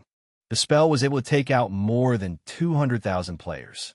Just that fact alone had made Imperial Dragon a dangerous entity, like a country with a measurable nuclear strike force. The truth was Little Rain's forbidden spell was not all that powerful. It was only the nature of a forbidden spell, and it was not all that powerful to begin with. All the small guilds had just been living under a rock. It was only natural for someone who had never seen the prowess of a forbidden spell to not know how it worked. That was why everyone had packed like sardines in a can. Even when Little Rain had started chanting the spell, they did not even think of dispersing the players to reduce the death count. When it was time to attack, Billy Boy had turned from a defensive turtle to a lion. All the escapees that were still alive were hunted down one by one. Those that were killed by the forbidden spell had no idea what had hit them. They revived in their origin city and was still spellbound by what had happened to them. Is that all of them? All right, back to formation, guys. Remember our objective. Protect the convoy. Supporters and DPS must help pick up the equipment of our fallen brothers, said Billy Boy in the party chat channel. Good one, guys. I'm so very proud of everyone. When this is over, talk to Miss Rosette Rose and claim your rewards, said Jiang Fei. His speech had instantly sent a wave of cheer to all Imperial Dragon members that were present in the quest. Oh, yeah. Praise the greatest guild master. We're so lucky to have someone like him as our guild master. This is awesome. Hard work comes with a good reward. I like it. The fact that they had defeated an enemy with an army 6 times their size had made everyone proud and happy. Jiang Fei's giving out rewards had made the members of Imperial Dragon grew even more happier. Darling, I'm summoning you, said Billy Boy as he used the skill that came with the wedding ring to summon Lady Casanova to his side. A wedding ring was an in-game item that came without attribute, but only one skill. Under certain conditions, any partner would be able to activate the ring to summon their partner to their side. Much like Jiang Fei and Ariel's contract of devotion skill. When Lady Casanova came, she had brought over many players' replacement equipment that was lost during the fight. Even though most of them were collected, there were still a few of them that were robbed by the light faction players. When a player died, all equipment that was being equipped will drop at a 100% rate. However, equipment in the item bag will only drop at a random rate. Hence, when the players were killed, their equipment that had been picked up by the opponents would be stored in the item bag. Killing them would not guarantee a drop, hence reclaiming their stolen equipment was improbable. Fortunately, Imperial Dragon was rich and wealthy. The guild storage had so many backup equipment that it could replenish the entire guild if needed. Once everyone had restocked their equipment and potions, Imperial Dragon regained their combat power, albeit not 100%. During the fight with the players, 2 waves of NPC soldiers had spawned and came to attack. Luckily for Imperial Dragon, they had not even noticed their presence, as the players of the Light faction were more troubling compared to NPCs. Gear up and get going. We are making slow progress, said Jiang Fei. Lady Casanova, have you gathered the players I have asked for? Said Jiang Fei. Yes, they will be arriving soon. That's great. At this moment, he noticed a small yellow blimp in his minimap. That yellow blimp was Jiang Fei's own personal soldiers. Based on their position in the map, Hua Mulan and the rest were about to arrive soon. Proceed on without me. I need eyes in the skies, said Jiang Fei as he took off with the sky lighting dragon. Chapter 722, 722. Time is of the essence. Translator. Endless Fantasy Translation Editor. Endless Fantasy Translation. Once Jiang Fei was in the air, he made sure that he was not followed before heading toward where Hua Mulan was. My lord, cried Hua Mulan when she saw him coming toward her. Darling, cried Sylphie as she wrapped her arms around Jiang Fei's hand. It's always nice to see you, said Jiang Fei with a smile. The feeling is mutual. When a kind adventurer had informed us about the trouble you are in, we rushed over immediately, said Nina. Well, I am in trouble, but it is something that I can still handle on my own. However, I appreciate if all of you could hide in the shadow for now. Please do not let yourself seen until I call for you, said Jiang Fei. Very well, said Nina as she pulled Sylphie away from Jiang Fei and directed the rest of Hua Mulan's soldiers away. Jiang Fei did not expect the girls to appear so soon. Fighting in a battle was a gamble on its own. Players can safely participate in any fights, as even if they died, they could always revive again. NPCs stayed dead. Even though Jiang Fei was close with the girls and did not develop any special feelings for them, he did not want the girls to just die by the hands of players. The worst ones were Hua Mulan's underlings. They were, at best, level 80 elite tier NPCs. Even with 100,000 of them, they would be easily killed. Just as easy as how Imperial Dragon had dealt with 40,000 NPC soldiers. Given time, even 1,000,000 of them would be easy. There was one more reason why Jiang Fei did not want the girls to show up in the fight just yet. After Jiang Fei had Hua Mulan and the rest of Jiang Fei's harem to stay put, he flew back to where the convoy was and hovered in the skies to have a better view of the surrounding. 20 minutes later, the convoy made it into a new terrain. The convoy was now amongst the highlands where the roads were narrow and steep. Although the hills were not too high, they were tall enough to become a perfect hiding spot. This was a valley where enemies were about to organize an ambush. If Jiang Fei was given a choice, he would have turned back and chosen a different route. Unfortunately, the route was fixed, and the NPCs would only stick to this given route. If I were the enemy, I would definitely set up an ambush in this entire highlands, said Billy Boy to Jiang Fei. Shush! Don't jinx it, said Lady Casanova before Jiang Fei could chime in. He's right. I'm going to the sky to check out the surroundings, said Jiang Fei. As he was flying around, he saw plains of hills and trees that grew tall and large. Oddly enough, there was no one in sight. Nothing but cool clouds and green flora. There's no one around. Guild Master? What's going on? Billy Boy asked. There's no one around. I'm heading out further to check, said Jiang Fei as he zoomed past the clouds and entered the highlands core. Something is not right. Why isn't there anyone here in the best ambush spot? Wondered Billy Boy. Perhaps they're dumb. Let's just hope that they're dumb. Things would be easier then, said Lady Casanova. Nothing is not right, said Jiang Fei as he reached a place where the road was empty. What's going on? Lady Casanova asked. I don't know. It's just, I have this feeling that something is not right. The road is too empty, said Jiang Fei. Could invisible enemies? Guessed Billy Boy. Jiang Fei was thrown. If there were enemies in stealth state, he would not be able to detect it. I don't think so. If bandits and assassins leave their main group, they would be glass cannons waiting to be killed by us, said Little Rain. I understand it now. I've figured it out, cried Billy Boy as he cried out loud. What now? Said Jiang Fei. I understood how the enemies are going to attack us. Damn, they are strong. Stop blabbering and explain, said lazy Casanova. We are now in the highlands. No matter where the enemies are attacking us from, we are completely at their mercy. What if the enemies are not in the hills, but in the flatlands behind us? Suggested Billy Boy. Are you saying they're trying to attack us from the back? Little Rain asked. If that's the case, I could just assign a few men behind to stop them there, said Seven-Star Warrior. No. What if there are really an army of invisible bandits and assassins waiting for us in the front? Would you still arrange a few men to be placed in the back? Said Billy Boy. So, what are we going to do about this? Asked Little Rain. I need to think. Billy Boy grunted. The enemies had planned this from the start. The measly 300,000 players that we had just defeated were merely pawns. We are now dealing with the generals. Arg, I really wish I knew who they are and have a nice chat with them, said Billy Boy. Stop putting up airs. How are we going to solve this problem? Said Lady Casanova as she slapped Billy Boy on his back. There's nothing we can do now. It's too late, as we have already sprung the trap. All we can do is to hope that the reinforcement has arrived in the flatlands before the enemy does. That way, we would have enough manpower to defeat them. However, if we are surrounded first, there's no telling how we could defeat them. We could fight them, but the cargo will be destroyed, said Billy Boy. How long until reinforcement arrives? Jiang Fei asked Lady Casanova. In 15 minutes, they will arrive in the flatlands behind us, said Lady Casanova. That's good.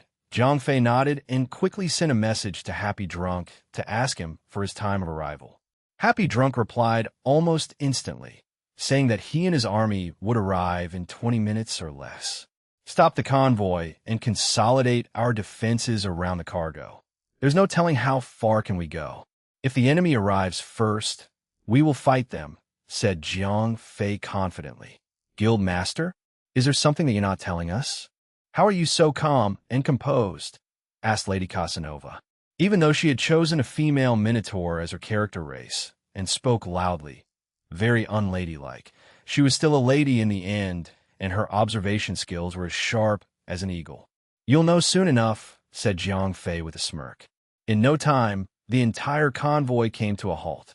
All 50,000 Imperial Dragon players formed a proper defensive formation around the convoy. After they had learned their lessons after being ambushed by stealth players, hunters and rangers had deployed plenty of traps around the area to prevent any invisible enemies from striking them unnoticed. Everyone was busy for a moment, and when all the preparation was done, Jiang Fei ordered everyone to sit down and wait quietly. Jiang Fei himself sat in the far back of the convoy. He sat there, quietly waiting for whoever to appear. If it was his own, the convoy should be fine. If it was the enemy, then there shall be bloodshed. Chapter 723, 723, Enemies Descend. Translator, Endless Fantasy Translation Editor. Endless Fantasy Translation, 10 minutes passed like an eternity when they were waiting for their enemies to arrive. In this case, the Imperial Dragon was waiting for the enemies as well as their allies. Here they come, cried the hunters and rangers who had the skill Eagle Eye. That skill allowed them to be able to detect any movement from far away. Everyone turned their heads in the direction where the hunters and rangers were pointing at and saw a cloud of dust. From that distance, only a large group of soldiers could create such a dust storm. The problem was that the distance was too far. No one could see if they were friend or foe. While everyone was breaking down in nervousness, Jiang Fei was calm and composed. It was as if he did not care whether the soldiers that were charging toward them were friend or foe. On the other hand, everyone could see that Lady Casanova was growing restless by the second. Jiang Fei noticed her sudden change of reaction and messaged her directly. I could see from your reaction that you know that those soldiers are not our reinforcement, said Jiang Fei. Sigh. That's right, said Lady Casanova as she sighed heavily. Even though she had joined the group, she was not part of the original 50,000 player party. She was part of the reinforcement party. Since she was part of the other party, she could easily see their position through the mini-map. Based on their position, it was impossible that the incoming soldiers were her party members. Jiang Fei nodded quietly and leaped to the front. Swords up. It's time to fight. Jiang Fei roared. Huh? What's going on? Are they the enemy? Everyone turned to stare at Lady Casanova for an answer. I'm not sure, but they are not members of Imperial Dragon. Lady Casanova answered. Battle formation, cried Billy Boy without wasting any more time. 2 lines. Warriors on the front, healers at the back. Everyone else, do the same thing we always do in a bottleneck formation. It was instant. Both Billy Boy and 7-Star Warrior got busy trying to organize their formation. Billy Boy took the rear, while 7-Star Warrior took the front. Billy Boy had formed a line defense with 40,000 members, while 7-Star Warrior took only 10,000 players to stand in front to guard the convoy against stealth players. Seconds pass, and the dust storm became wider and wider. In no time at all, everyone could see the emblem of the Light faction, adorned on the equipment of the enemy. How many of them? Asked Jiang Fei. Estimating about 1,700,000 players, said Billy Boy after he had consulted the rangers and hunters. And not bad. Seems to me that this time, we might have bigger trouble than the previous 300,000, said Jiang Fei with a smile. The fact that the total players in the Light faction were lesser than those in the Shadow faction had only made the Light faction slightly weaker than the Shadow faction. Even so, the total number of players in the Light faction accounted to over 8 million. There were too many pub players, small guilds, fewer mid-sized guilds, and even lesser large guilds. The first 300,000 players that Jiang Fei had faced were only weaker, new players. Strong, more competent players were in large guilds. A competent guild master would not just jump on the bandwagon when it came to completing an important quest. They would naturally have formed a strategy. To make things worse, they have close to 2 million soldiers now. Yet, the real threat lay in the minds of the guild masters. TSK. If I have 50,000 more players in my command, I am sure to defeat them, said Billy Boy. Yeah, there's no need to worry about that anymore. Even if you could defeat all 1,700,000 players, there will be more of them coming, said Lady Casanova. B*TCH, please. You spent all your time in dungeons fighting mindless monsters with predictable skills and attack moveset. You wouldn't know anything about PvP battles. Those pub players would never be as competent as us. Without a smart commander to steer the fight, they will lose to us even if they have 1 million players. All we need is something to boost our players' morale, and we can strike hard and fast. Those pub players don't have the guts to stay in a battlefield, said Billy Boy. Oh, so you're competent, huh? Well, I'll see you after this, said Lady Casanova, as she looked at him as if she was looking at trash. She was never the kind of girl that would shrink away from a man. When Billy Boy had only retorted a little, she would immediately snarled back. If they were in real life, she would have already charged at him for even trying to talk back to her. Jiang Fei chuckled at the two. He knew that they were not really at each other's throats.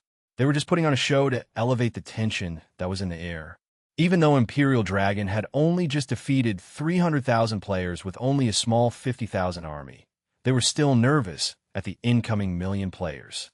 There was still one more unknown group of players waiting in front of them. Leave them be, and Imperial Dragon overall morale would drop to the extreme. Fortunately, due to Billy Boy and Lady Casanova's comical acts, everyone laughed and the atmosphere got less tense. While everyone had their laughs, they were calmed and composed. Concurrently, the enemy had already entered the highlands and was close to them. 1,709,000 blokes. This might not be good. Jiang Fei scoffed. Guild Master, we only need to hold on for 5 minutes. Reinforcement will arrive in just 5 minutes, cried Lady Casanova. 5 minutes? That's great. Jiang Fei roared and gave her thumbs up. Boy, let me see that face of yours. I'd like to see the enemy who had forced me into desperation, said Billy Boy to himself while scanning every enemy's face to find the commander. Charge! As soon as they were in range, the enemies roared with vigor and launched their attack.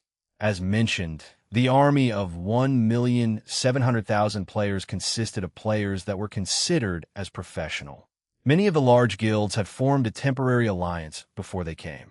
Their objective was different from what everyone had thought. They did not care about the cannons.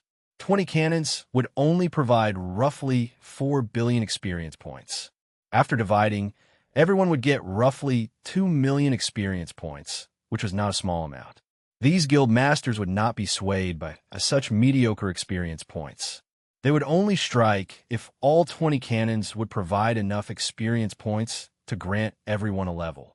Wasting their effort for just a measly 2 million experience points was never worth it. They had one goal, a long-term goal that would affect the future of the Light and Shadow faction. They needed to kill Jiang Fei. They wanted to kill him. Not just once, not twice, but as many times as they could. The name Verger Glider was imprinted in every player's memory in the Shadow faction.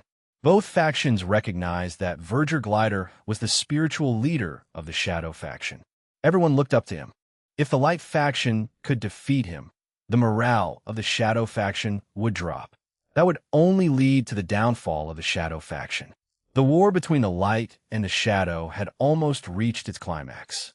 Many of the guild masters of the Light faction were efficient in gathering information. The one thing they knew would happen was the drop of the morale of the Shadow faction soldiers if Verger Glider, their great idol, was killed. There was one other reason. Jiang Fei had defeated Free Will and Broken Dreams and taken their cauldron of the ancient kingdom. Free Will was kind enough to keep quiet about the cauldrons, but Broken Dreams was not. After losing the Cauldron of Spirit, Broken Dream had sold the information for good money. Now, almost everyone, including the guild masters of the Light faction, knew about the cauldrons of the ancient kingdom. Everyone wanted that cauldron for themselves, and today was the only chance they could do so, as they knew that Jiang Fei could not leave the convoy. If they missed this chance, there was no telling when they could defeat Jiang Fei when he had a flying mount that could fly at breakneck speed. Chapter 724, Competent Commander. Translator, Endless Fantasy Translation Editor.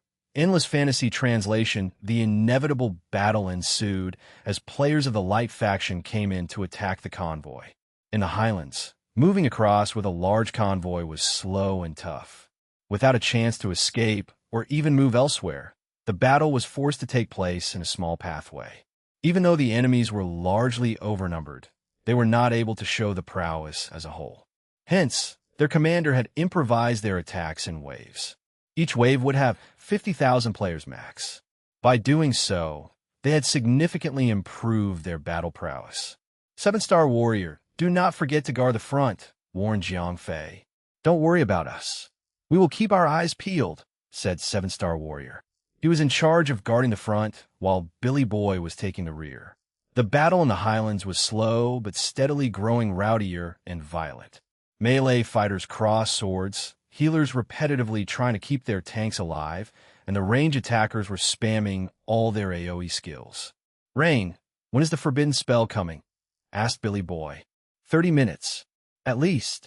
Little Rain had already expended his trump card, and had no other way to recover his mana but by madly consuming potions. Guildmaster, does your pet had any sort of forbidden spell? Asked Billy Boy. As he recalled, Jiang Fei's previous pet, Isabella, could change into a large black dragon and use her own forbidden spell to destroy the enemy. I'd never check, said Jiang Fei as he turned to Akit Series, only to see her shaking her head. Akit Series might be a high-tier Nephilim NPC, but she was considered to be one of the weaker ones in the Nephilim race. Being a succubus, their latent talents were all used in their beauty and appearance. Her battle prowess was not as strong as Isabella. Compared to a one-on-one fight, she would be extreme useless in a multi-target fight. We're doomed. Billy Boy was growing anxious by the second.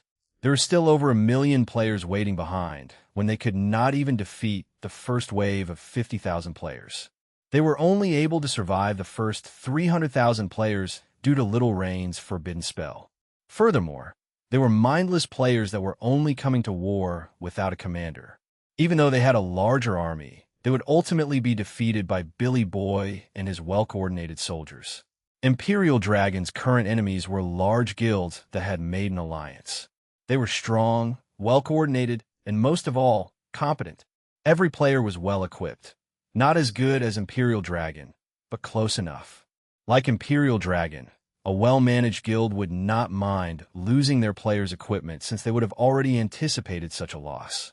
Compensation for equipment was already considered compulsory. Players themselves would not have to fear death, for their guild would have their backs. An army that did not fear death was an army that was scary. The threat to Imperial Dragon was real, especially since they had more than 30 times the player count on their side. Since the start of the fight, Imperial Dragon was being suppressed continuously. There was not even a split second of time to breath. Guild Master, please do something. If this goes on, we will lose, said Billy Boy anxiously. The enemies were too great. No matter how well-versed he was in the art of strategy, there was no way in getting out of this. I see. Continue defending. I shall go on the front and take all of them by myself, said Jiang Fei confidently. Lady Casanova had led the first charge to attack, but was completely suppressed due to the enemy's sheer number. Quickly, she rejoined the remaining survivors at the back of the defensive line. Time for me to show them what I can do, said Jiang Fei as he summoned the EVOL. Sky Lighting Dragon. As soon as he was in the skies, Jiang Fei unloaded a rain of arrows down at the enemies. Once Ruthless Barrage was stacked to the max, Jiang Fei's attack power had broken past 250,000. With level suppression in effect, Jiang Fei was able to kill every single player, regardless of their class, with a single shot. Even so, Jiang Fei was not able to make much of a difference. Having to kill 8 players per second was clearly fast, but not fast enough to save his convoy. Growl! Jiang Fei controlled the Sky Lighting Dragon and went lower and closer to the enemy. Flame Spit. Fire was spat out from the dragon's mouth, and it extended so far ahead that Jiang Fei was able to kill players in a large area in front of the tanks of Imperial Dragon. After evolving, the new EVOL, Sky Lighting Dragon attacks did not have a cooldown effect. As easy as moving down weeds, Jiang Fei had only needed to fly over the enemies and use Flame Spit on them to kill everyone that was in his path. Nice, cried Little Rain. Jiang Fei had first killed all the enemies that were fighting the tanks. Once the enemies were reduced to ashes, the tanks and warriors could finally breathe for a moment. The healers and tanks were incredibly grateful, for they could rest and recuperate even for only a few seconds. It was only a few seconds of leisure, as the void that was made was immediately filled up with enemies that were pushing forward. Alas, even with his insane attack speed and the Sky Lighting Dragon, he was still unable to provide a lasting defense against the enemy. Let's try one more time, said Jiang Fei to himself. He took off further behind and found a spot with the most densely packed players. As soon as he found it, he unsummoned the Sky Lighting Dragon and dropped amongst the enemies. Righteous Fury. 370,000 damage was dealt to every single player 10 meters around Jiang Fei. All of them were instantly killed by Jiang Fei's powerful AoE attack. One more. Luminous Judgment. Minus 93,888. Minus 93,888. Minus 93,888. It was an attack that covered a radius of 500 meters from Jiang Fei. The damage dealt was 50% of Jiang Fei's total health points and would continuously do so for 10 seconds. To be honest, Jiang Fei felt that it was a waste to use the skill right there and then. No one in the battlefield had more health points than Jiang Fei. Everyone within the 500-meter radius were killed in less than 2 seconds. The remaining 8 seconds of the skill were wasted. Jiang Fei's attack was still considered as effective as he had used it in a place where the enemies were closely packed together. The skill, Luminous Judgment, had taken out more than 30,000 players. There were still 10,000 to 20,000 players that had only managed to escape the range of the skill. No time to lose. Kill them all, cried Billy Boy as he directed his army to find and kill the remaining players. Time was of the essence, and right then, they clearly had the advantage. Before their number could replenish, it was best to seize the moment and take out the remaining 20,000 players. Lady Casanova led a large squadron of players in the front to take out the still dazed players.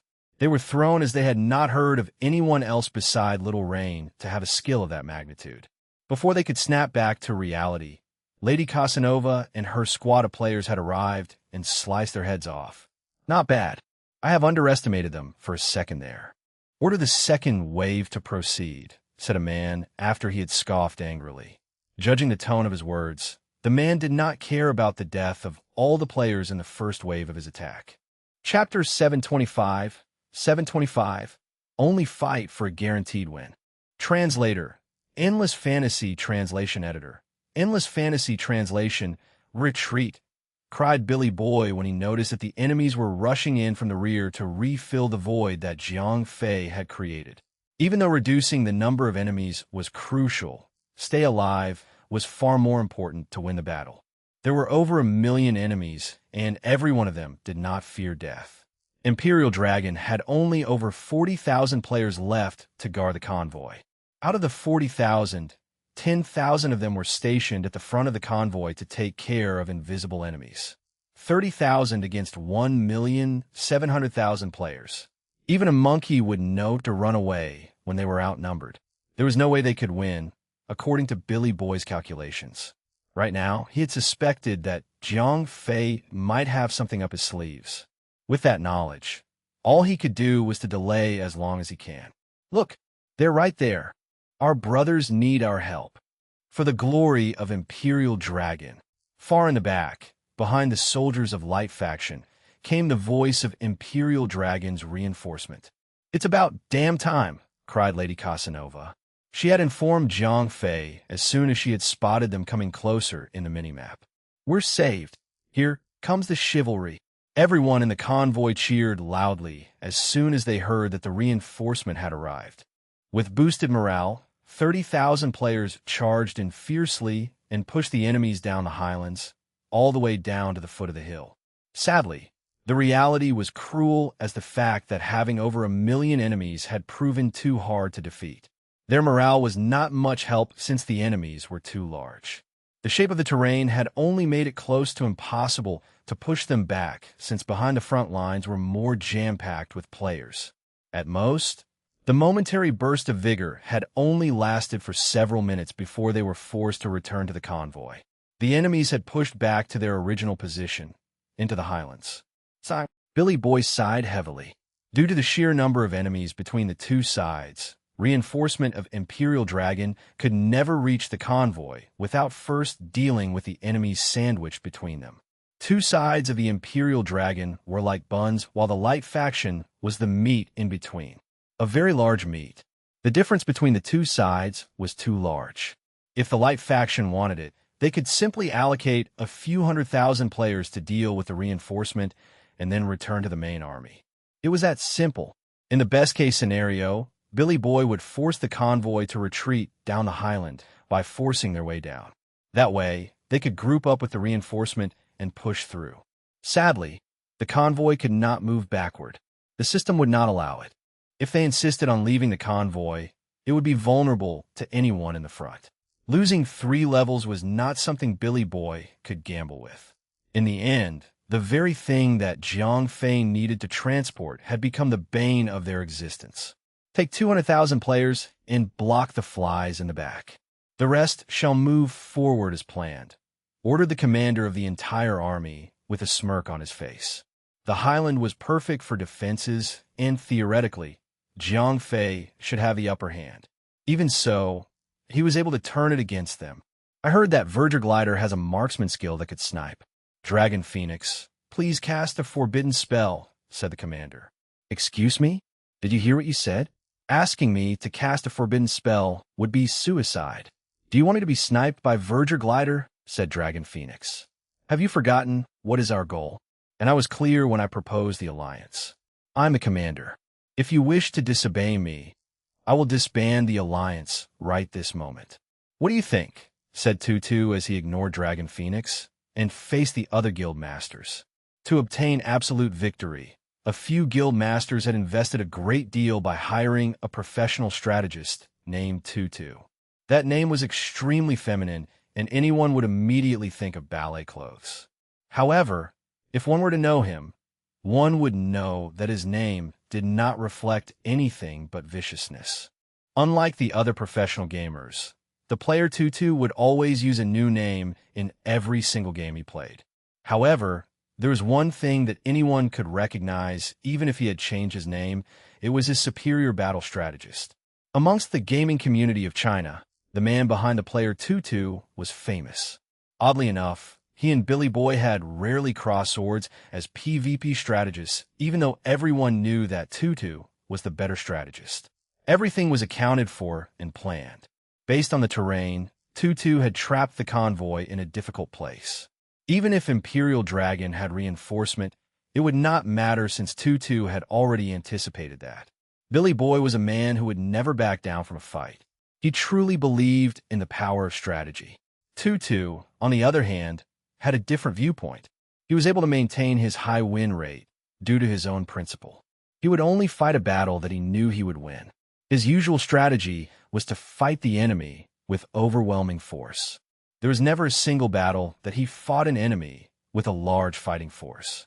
Before a fight, he would always plan everything down to the dot. He would always make sure that in any given situation of fight, he would have the upper hand. From the perspective of others, they were confident that with Tutu commanding the army, they would surely obtain victory. Little did they know that Tutu had already planned everything out. He knew that the light faction had a larger attacking force, and Zhang Fei was only limited to his own guild. Dragon Phoenix, listen to the commander, said Dragon Phoenix's guild master. When he saw that Tutu was not happy at his own guild member, the guild master quickly intervened and pestered him to obey Tutu's command. But he is asking me to die. Dragon Phoenix roared. You will do anything that Tutu asks you to do. If he wants you to jump, you jump, said the guild master. No matter what Dragon Phoenix says, the guild master would not change his mind. But, no buts. This is an order, the guild master roared angrily. There were so many guild masters present with them, and his member being disobedient to him was a display of shame. Phoenix, said Dragon Phoenix as he gave in. The forbidden spell was given to him by the guild, and with it, a very rigid contract. The words of the guild master were law. I'm truly sorry for you to have to experience this. Please do not mind him, said the guild master as he groveled at Tutu. The guild master was only so giving to Tutu because of future alliance. This war was only the beginning, as they would still want to hire him as the next commander during the War of the Light and the Shadow. Their enemies were the infamous Shadow faction with overwhelming player counts, the all-powerful Verger Glider, and the cunning Billy Boy. The Light faction was always at a disadvantage when it came to war with the Shadow faction. That was why they needed to have Tutu to lead the Light faction. If you're enjoying this story, don't forget to like the video and subscribe. It really helps this channel keep growing. All right, let's continue. Chapter 726, Like a Moth to Flame. Translator, Endless Fantasy Translation Editor. Endless Fantasy Translation under the command of his guild master. Dragon Phoenix obeyed Tutu and went away to make his preparations. He was asked to stand on top of the small hill to cast the forbidden spell. The hill was very small, so small that almost anyone could spot him easily. However, it did not matter as it was all by design.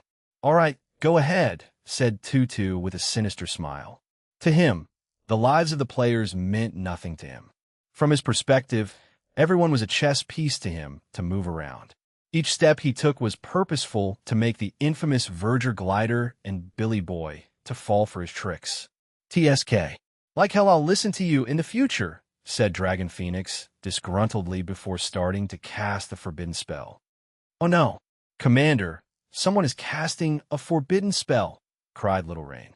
Just as Dragon Phoenix started chanting the first word in his spell, Little Rain was able to feel the magical aura in the air. Is that so? Asked Zhang Fei before turning to the surrounding hills. Zhang Fei had expected the enemy to have a forbidden spellcaster. The only thing that he was thinking then was why didn't they cast it earlier? Leave it to me. I'll make a hole in his head, said Zhang Fei before leaving the front lines and hiding amongst the crowd of players. I have spotted him, announced Zhang Fei as he lifted his bow and prepared to charge. Wait, Billy Boy cried. What's wrong? Don't shoot him. Shoot the guy in the golden helmet, said Billy Boy as he pointed somewhere far away. All right, I'll listen to you, Commander, said Zhang Fei as he charged his bow. Zhang Fei pulled the string of his bow, and the arrow that was knocked on the bow glowed with intense golden light. Pew! Jiang Fei released the bow, and a golden ray of light flashed across the hills. "Now," said Tutu, who had his eyes on Jiang Fei at all time. A knight that was hiding behind the hills emerged out and cast a spell on Dragon Phoenix. It was planned that when Dragon Phoenix cast the forbidden spell, Jiang Fei would then use his sniping skill to kill him. It was merely a trick to bait Jiang Fei to use his skill. The skill that the knight had used on Dragon Phoenix was an invulnerable spell. However, Billy Boy had seen through Tutu's plan. He had fallen for his scheme once and allowed the convoy to enter the highlands before checking it. It was a shame for him, and he would never allow himself to fall for his trickeries again. That was why when he noticed something odd when a forbidden spellcaster stood out openly without even trying to hide, the light ray blasted straight toward the light faction side. Unexpectedly, the arrow was not aimed at Dragon Phoenix, but at the gathering of the guild masters. Wham! It was an instant kill. The person who was killed was Omen Sky, the guild master of Radiant. F***CK. Tutu gasped. He had never expected Jiang Fei to aim at anyone else but Dragon Phoenix. There was nothing he could do about it. The arrow was flying at light speed. Even if he had noticed the draw of his bow, there was nothing he could do to stop it. Minus 1,640,211. Minus 1,641,254. Minus 1,642,624. The arrow did not stop there, as it traveled in a straight line and killed everyone in its way before hitting its final target. Although Jiang Fei's ruthless barrage effect had worn out, the skill Dusk's bow still had 20 times the attack power boost. The damage was so high, and anyone who was in the way of the arrow was killed instantly. Even though Omen Skies was the guild master of the strongest guild in the Light faction, adorned in equipment of the strongest tier, he did not have the Cauldron of Vitality. There was no one besides the holder of the Cauldron of Vitality who could withstand that attack from Jiang Fei. Once Omen Skies was defeated, everyone in the Light faction was shocked while Imperial Dragon cheered for Jiang Fei's kill shot. "Revive him, please. There's work to be done here," said Tutu as he laughed. Killing Omen Skies was nothing. Killing over 1,000 players instantly was nothing as well. That shot meant absolutely nothing. Omen Skies was instantly revived, and his equipment that was dropped to the ground were left untouched. Jiang Fei's shot meant absolutely, unequivocally, nothing. "Heh, so much for dying," said Tutu to Omen Skies as he returned to his feet. "Sheesh, what was that about? Is it just for the fun of it?" said Omen Skies as he brushed it off as nothing. Even though he said it that way, being killed without even knowing it was not a good feeling. "Never mind that. Your death meant a lot to me." He had only shown his hands. "And it is time for us to catch the mouse," said Tutu as he laughed maniacally. "Well then, let's get going," said Omen Skies. If there was a chance for him to kill Jiang Fei, he would gladly take up that offer. He would be willing to die and lose all his equipment 10 times over if it meant the death of Jiang Fei. Mobilize the special force. "It's time to hunt," said Tutu as he smiled. "Don't disappoint me, Verger Glider. I will take revenge for killing me," said Omen Skies to himself as he stared at Jiang Fei. "Guild Masters, it's all up to you now. You cannot let the magician finish his chance," said Billy Boy. Their current fighting force was left with 30,000 players. If that forbidden spell was cast, it was game over. "Leave it to me," said Jiang Fei as he summoned the EVOL, Skylighting Dragon. He had already used Dusk's bow once and would need to wait for 6 hours before he could use it again. He would need to fight in close proximity to stop that magician. In a moment of desperation, I am now the hero that will charge behind the enemy lines to take out their commander. "How cool is that?" said Jiang Fei with a laugh before flying off. "There he comes. Special Forces. Time to work for a living," cried Tutu when he spotted Jiang Fei getting on his dragon mount. Everyone was nervous as they knew from the way he spoke. Tutu was excited. To hunt and kill Verger Glider was the dream of every player in the Light faction. The name Verger Glider had long become infamous amongst the Light faction. To them, Jiang Fei was much like a boss himself, a boss who would drop luxurious rewards. On the other hand,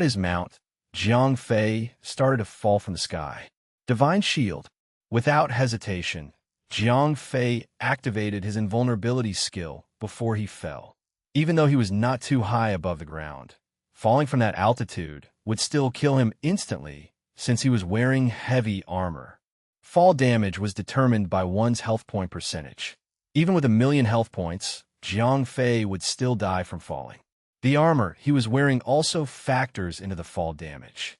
Cloth armor would suffer the least amount of damage, but only fatal if the player fell from an altitude higher than 25 meters. Plate armor player would die if they were higher than 15 meters. Jiang Fei's armor was chain armor, and he was at least 30 meters above ground level. Falling from that altitude would kill him. Puck. The barrier around Jiang Fei absorbed the fall damage the moment he hit the ground. Just as he thought he was out of danger, more than 5 purging skills were blasted at him, forcefully purging the invulnerability that he had cast. The enemy wanted to cast Purge when he was midair, but his falling speed was too fast to time it properly. They did not have time to practice this move, resulting in poor execution. Kill him. He's vulnerable now. Before Jiang Fei could even realize what was going on, swarms of players had charged at him from all directions. Big brother, this place is so dangerous. I'll take my leave. Bye-bye. The little girl giggled before she left the place. Sheesh. One can never trust even the sweetest-looking girl, said Jiang Fei to himself. He had never thought that he would even fall for such an obvious trap. Even though he had fallen to such a state, he had not forgotten his main task. He needed to kill that magician before he could finish chanting his forbidden spell. Right now, over 100 tank players had surrounded Dragon Phoenix to protect him. Without Dusk's bow penetration type skill, Jiang Fei would have to kill all the tanks standing in between before he could reach Dragon Phoenix. Charge! Now! Cried the leader of the Special Force Squad. Charge! Charge! Charge! All the tanks that were lined up against Jiang Fei used charge on him, stunning him for 1 second before another charge came to stun him again. Attack! While the tanks were tasked solely on stunning Jiang Fei, the other attacks behind the tanks started to attack. Unfortunately for them, Jiang Fei's immense defense stat made their attacks seem like small scratches. He's too strong. Debuffs! Cast debuffs! Cried Tutu from the top of the hill as he had expected Jiang Fei to be strong. Weaken. Defense break.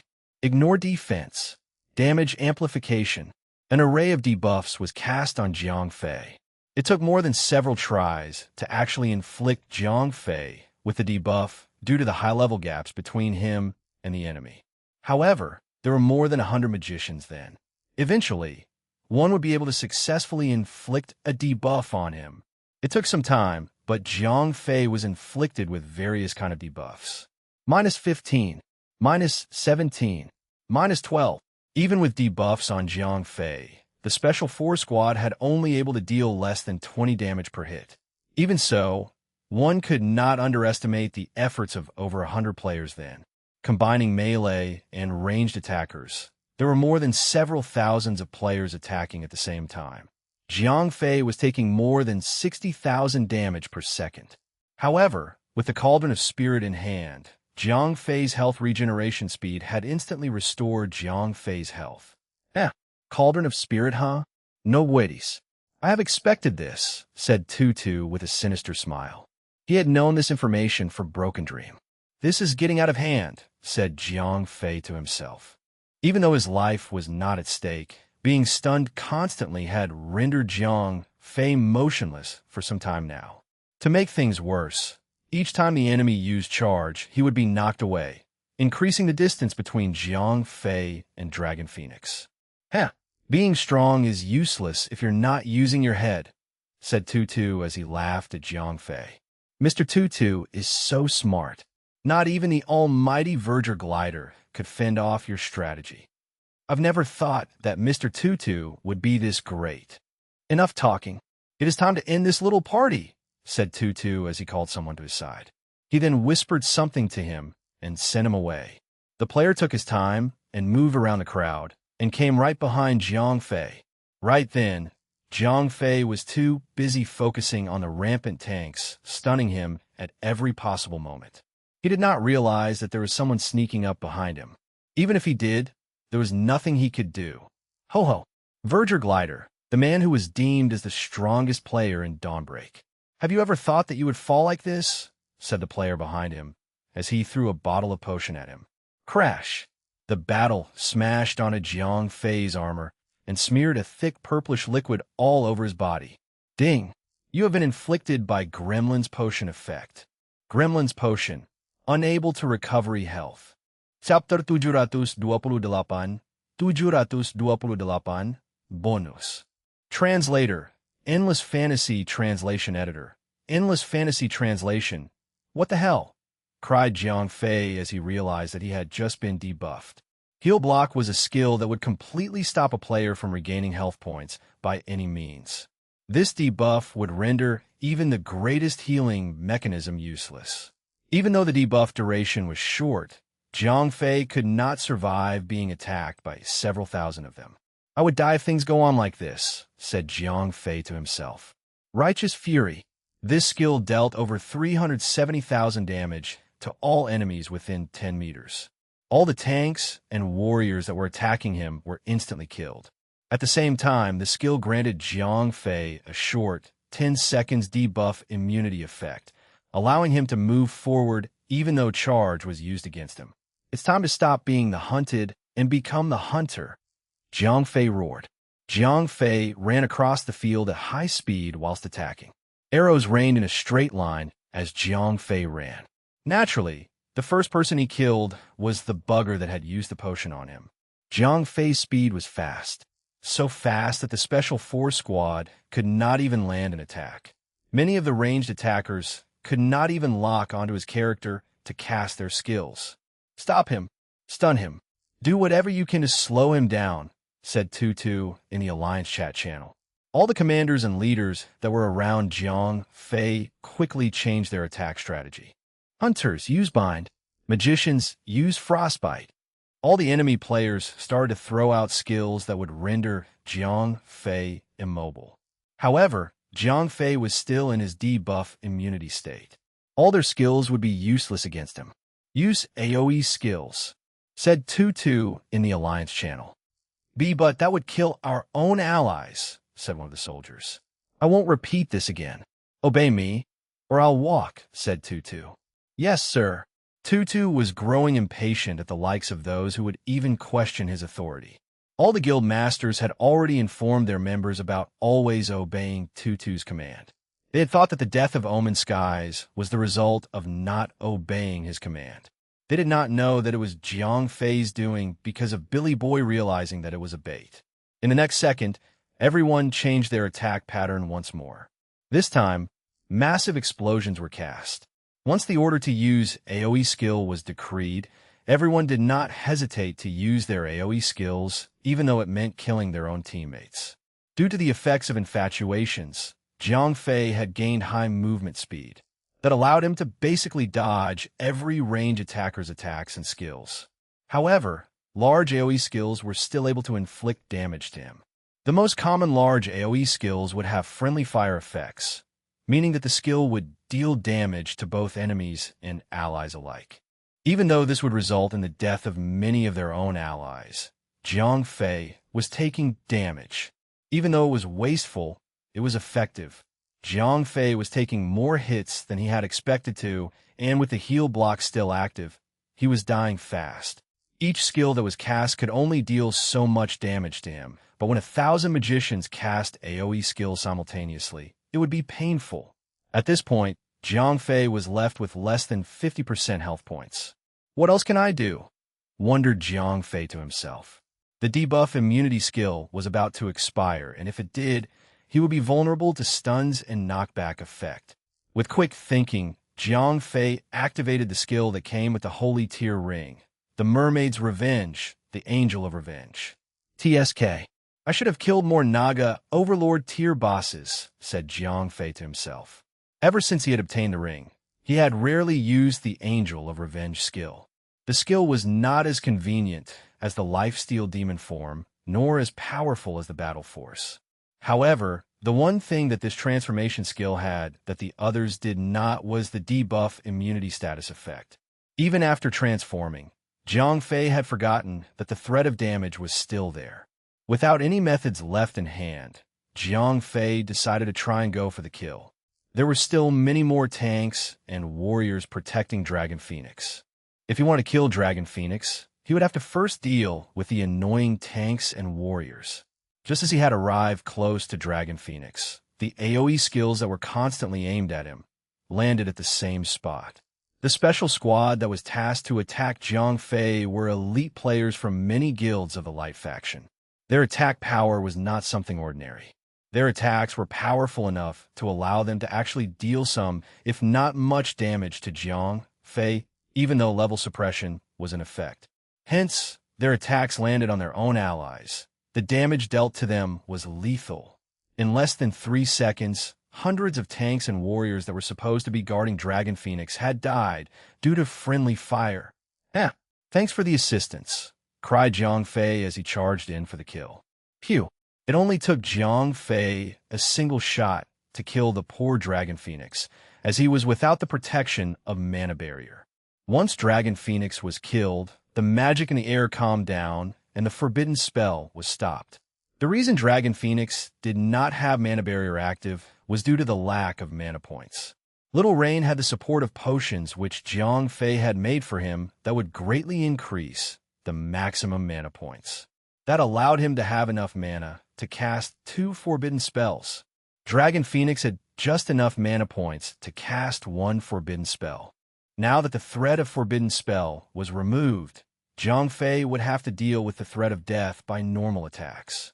He was still not able to heal, and the attacks were still fired at him relentlessly. Ignore Dragon Phoenix. Aim for Verger Glider, cried Tutu as he smiled. From his point of view, everything was according to plan. Jiang Fei would surely be killed in this war. It did not matter if Dragon Phoenix died, or even he had failed to destroy the cannons. All that mattered to him was to kill Jiang Fei. Mr. Tutu, scouts have found an army approaching, said one of the guild masters then. MHM, that should be reinforcement from the aristocrats. It's fine. Leave them be. This Highlands is perfect to stop them without us interfering. Continue as planned.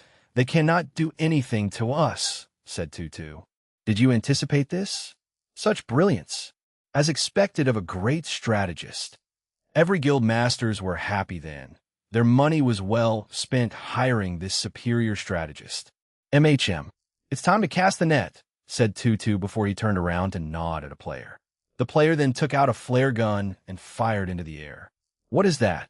Is it another plan of yours? Asked one of the guild masters. Everyone was stunned. They had never expected Tutu to have a plan of his own.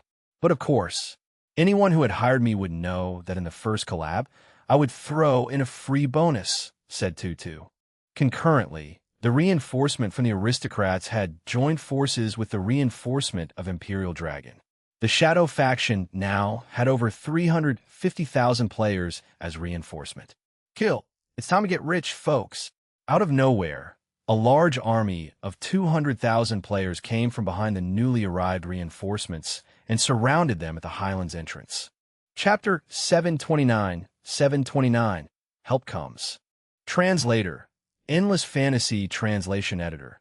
Endless Fantasy Translation. What is this? Asked the guild masters when they saw the sudden incoming 200,000 soldiers. A bonus. 18 groups of bandits of a neutral faction, said Tutu as he smirked.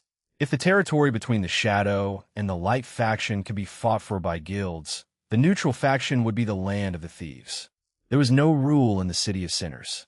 Morality was merely a word that brought no meaning to them. Even in the city itself, no one cared if someone was killed. It was truly the promised land of thieves and bandits.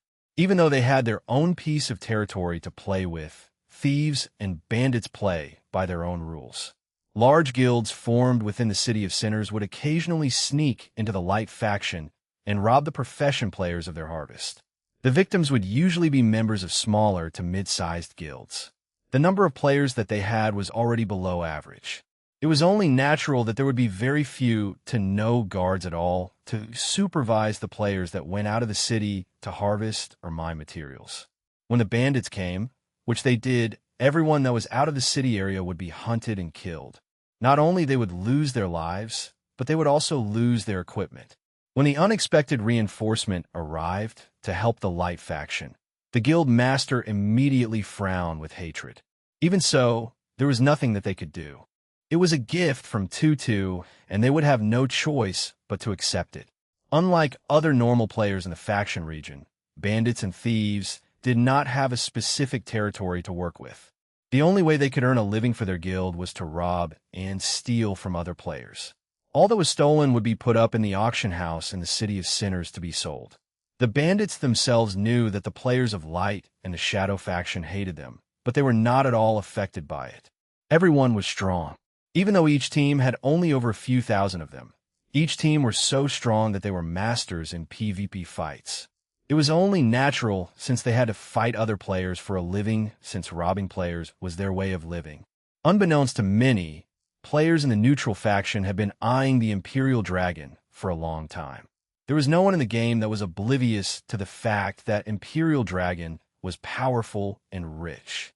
Not only did they possess a strategic fortress that was positioned close to many training grounds, but players also did not need to travel on foot to reach the main Shadow faction fortress. Their fortress and formation had only made the members of Imperial Dragon safe from attacks. No ordinary bandits would dare to attack them. Moreover, no bandits would willingly work with each other. Everyone was trying to get the best of each other. Cheating and betrayal were only natural for players of their nature. Tutu had only proven himself to stand above all when he had actually managed to gather 18 different groups of bandits to work together. You've done something that no one has ever done. Well done.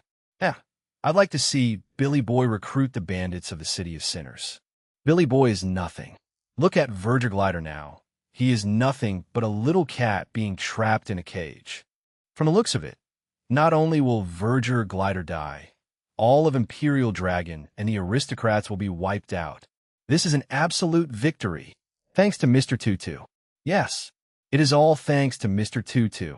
Everyone was already beyond jubilant. If there were champagnes nearby, those guild masters would have already started to celebrate their victory. Ah, said Tutu. Although he had only nodded, he had failed to hide the smugness on his face. At this point, Verger Glider had less than 25% of his health points left. It was only a matter of time before he was killed. Concurrently, the players that were defending the convoy were left with only less than 20,000. The reinforcement for the Imperial Dragon was trapped outside the canyon. From Tutu's point of view, victory was at hand. There was nothing that Jiang Fei could do to save himself and the convoy. It's time, Tutu roared. A player who was standing behind him sent out a message to a certain player. I see something. Hunters, use flash grenade, cried 7-star warrior when he noticed one of the traps that he had laid out in the ground earlier was sprung. Flash grenades were thrown out, and once they detonate, silhouettes of thieves and bandits could be seen clearly. At that point, even though 7-star warrior had 10,000 players stationed here to fend off bandits and thieves, he was stunned when he saw who he was up against. There were more than 50,000 bandits and thieves. Even though they did not have any healers or tanks to defend them, with sheer numbers alone, they would be able to defeat all 10,000 players that 7-star warrior were leading. I need backup right now, cried 7-star warrior to Billy Boy. *T. I need backup here too, Billy Boy replied. The pressure on Billy Boy was far greater than 7-star warrior. The number of players he had was down to only 20,000 players, yet he was forced to use those men and women to deal with over 700,000 enemies. This is game over, Little Rain said to himself. It was the same thought that almost all players of Imperial Dragon had. Guild Master, if you don't do something soon, we will all be killed, said Lady Casanova. As a woman, she had early detected something was off with Jiang Fei. Even when things seemed down, he was as calm as the sea, as if he had something in his sleeves. She had detected this odd calmness in Jiang Fei when the convoy had entered the highland. Even when bad news kept on coming in, Jiang Fei was still as cool as a cucumber. Billy Boy and 7-star warrior were unable to detect the subtle calmness of Jiang Fei, not even until the entire convoy was almost being destructed. Lady Casanova had finally had it. Jiang Fei smirked when Lady Casanova called out to him. I guess that's all you can do to stop me, said Jiang Fei to himself as he glared at Tutu from afar. Now that you have used all your cards, it is time for me to show you mine, said Jiang Fei as he shot a flare into the sky. What is that? What is he doing? Said Omen Skies when he saw Jiang Fei use the flare signal. Relax. Even if they have more reinforcement, it is useless for him since they will be blocked in the entrance of the highland, said Tutu. There were more than enough players to stop millions of players from coming into the highlands. Even if they could, it would take more than hours before they could reach the convoy. Out of a sudden, a golden pillar of light flashed in the sky next to Jiang Fei. To Tutu's surprise, the reinforcement that stepped out of the pillar of light was only a group of people. He had initially thought that the pillar of light was a skill that could summon an army. What appeared had disappointed him greatly, as only more than 10 people had come out of the light. Blessing, cried Nina as she cast a golden barrier to protect Jiang Fei. The barrier was a powerful barrier that granted Jiang Fei both damage and debuff immunity. Even with the Gremlin's potion still in effect, no one around him was able to deal any more damage. Not when the ex-Saint of the Light was protecting Jiang Fei. Insolent fools! How dare you attack my master? You shall experience death 1,000,000 times over. God of War's skill, Army Breaker. Hua Mulan had gained the status of intermediate overlord after absorbing all the light essence shard that Jiang Fei had obtained. At that level, Hua Mulan had gained 3 God of War skills. Army Breaker was not, but close to being a forbidden spell. Jiang Fei had not expected Hua Mulan to use such a powerful flashy skill as soon as she appeared in the fight. Chapter 730, a free forbidden spell. Translator, Endless Fantasy Translation Editor, Endless Fantasy Translation, Hua Mulan leaped forward and slammed her sword into the ground. Her sword cracked the earth with a powerful blast and exploded with a wide and powerful shockwave that was supposed to blast away enemies. But instead, all the Special Force squad players that were close to Jiang Fei were killed instantly. Not long after, another pillar of light flashed in. However, after the light dissipated, no one came out. What's going on? What was that? Isn't that some sort of powerful summoning skill? There's no one coming out of the light. They're NPC bosses. Group 57 to 66 get the warriors and tanks to hold down the boss. Tutu roared as everyone in the light faction was panicking. Even though Tutu had been focusing on PvP fights, that did not mean he was bad in boss fights. Even though he was not prepared for it, he was still able to come up with a strategy at the very last minute. Group 103-2. Before Tutu could finish his words, he dropped to the ground, as he had taken a large amount of damage. Minus 382,766. When it happened, a beautiful figure flashed behind Tutu's fallen body. She was Sylphie, the assassin of the church that Jiang Fei had rescued. With the light essence shard, Sylphie had upgraded from intermediate overlord to high overlord. Each step she took was silent. Her stealth skill was so powerful that no stealth detection skill could detect her presence. Once Tutu was killed, Sylphie turned to the rest of the guild masters and smiled before disappearing into nothingness, as if she was just a figment of imagination. This is bad. Bad. We have a boss on our tail. We're our members. Get someone to defend us. Thanks. Healers, come and resurrect Tutu.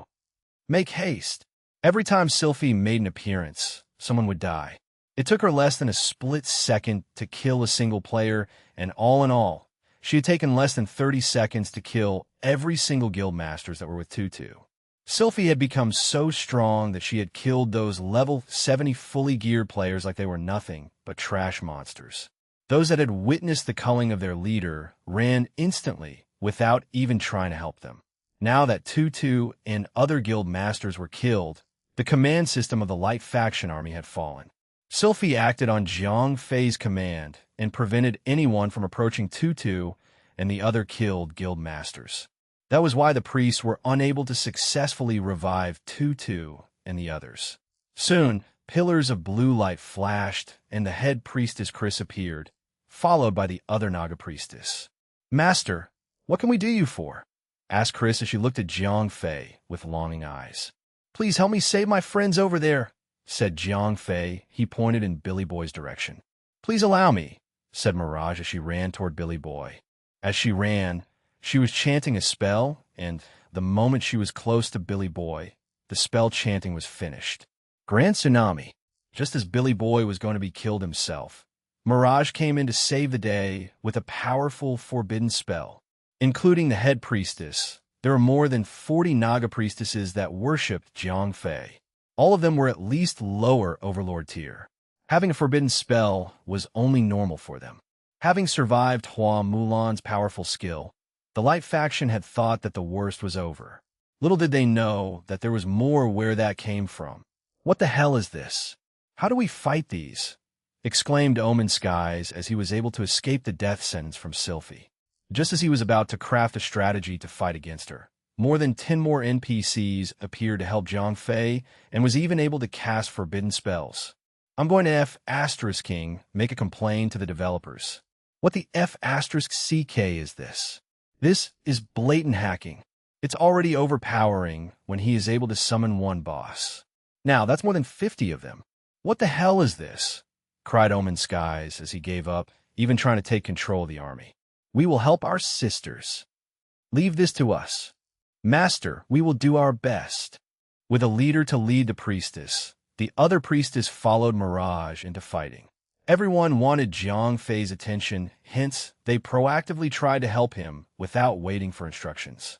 Grand Tsunami, Flash Flood, Earth Submission, more and more forbidden spells were cast around the entrance of the Highlands. The spells were targeting not only the Light Faction players, but also the bandits from the neutral faction. They were all trying their best to attract Jiang Fei's attention by simply killing all that they deemed as enemies. Divine Forbidden Spell, the Great Flood, roared the head priestess.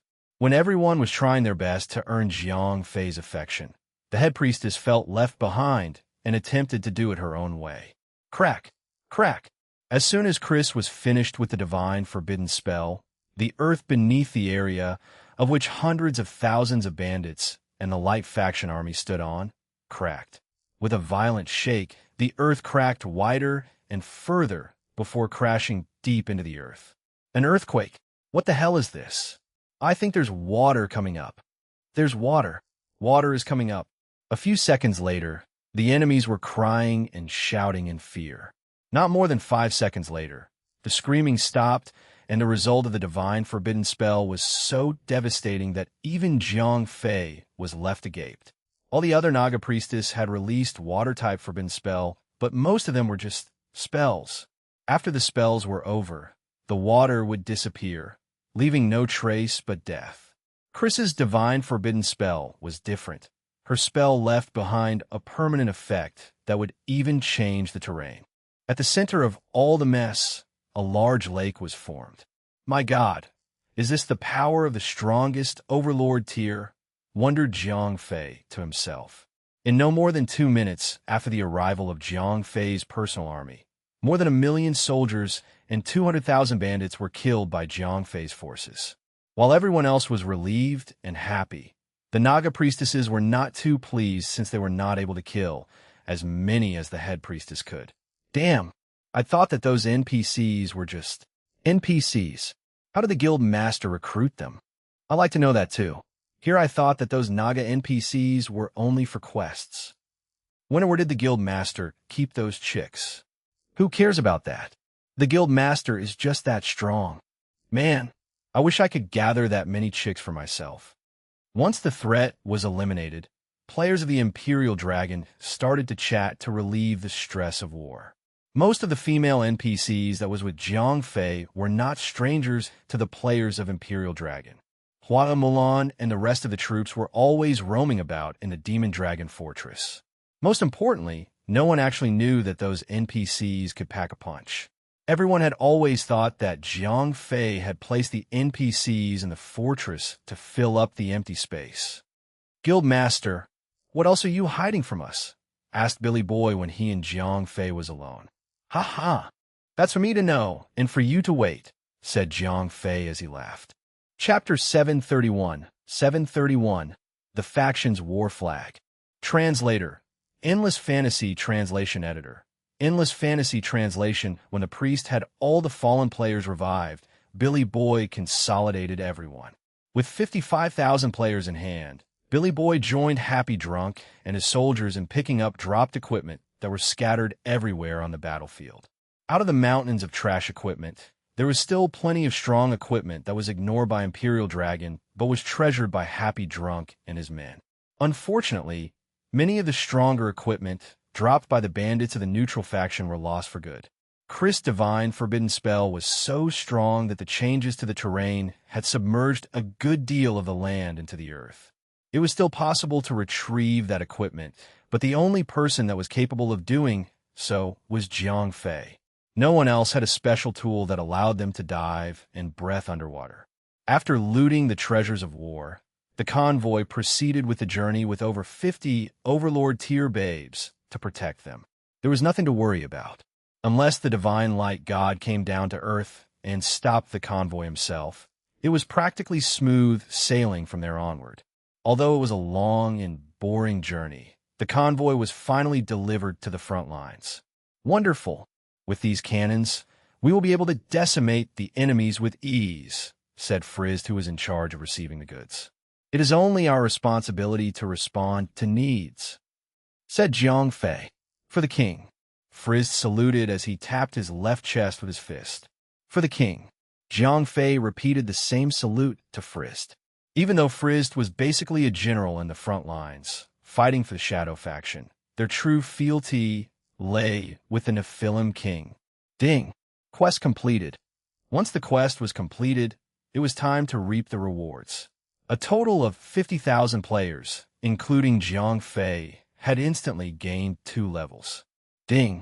Congratulations to player Verger Glider for reaching level 90. You are now qualified to take on the tier challenge.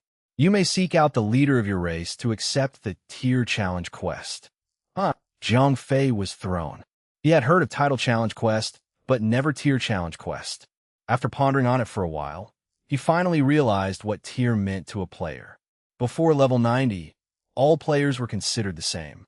It did not matter having more or less combat power.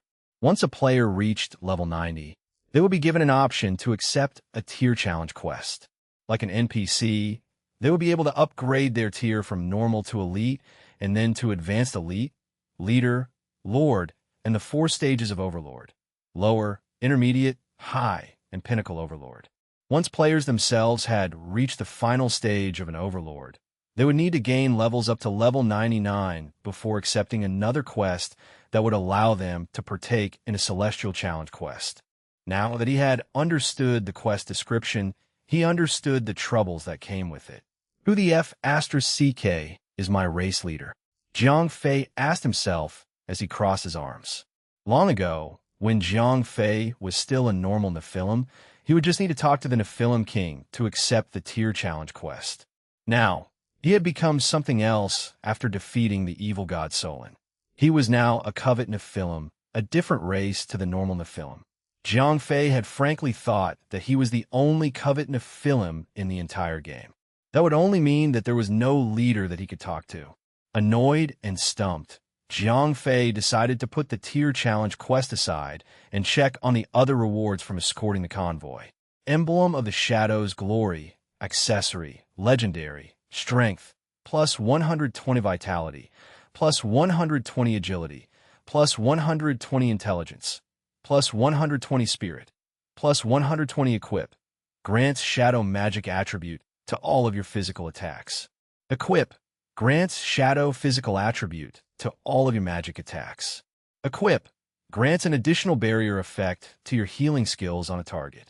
Barrier absorbs damage equal to 50% of healing amount.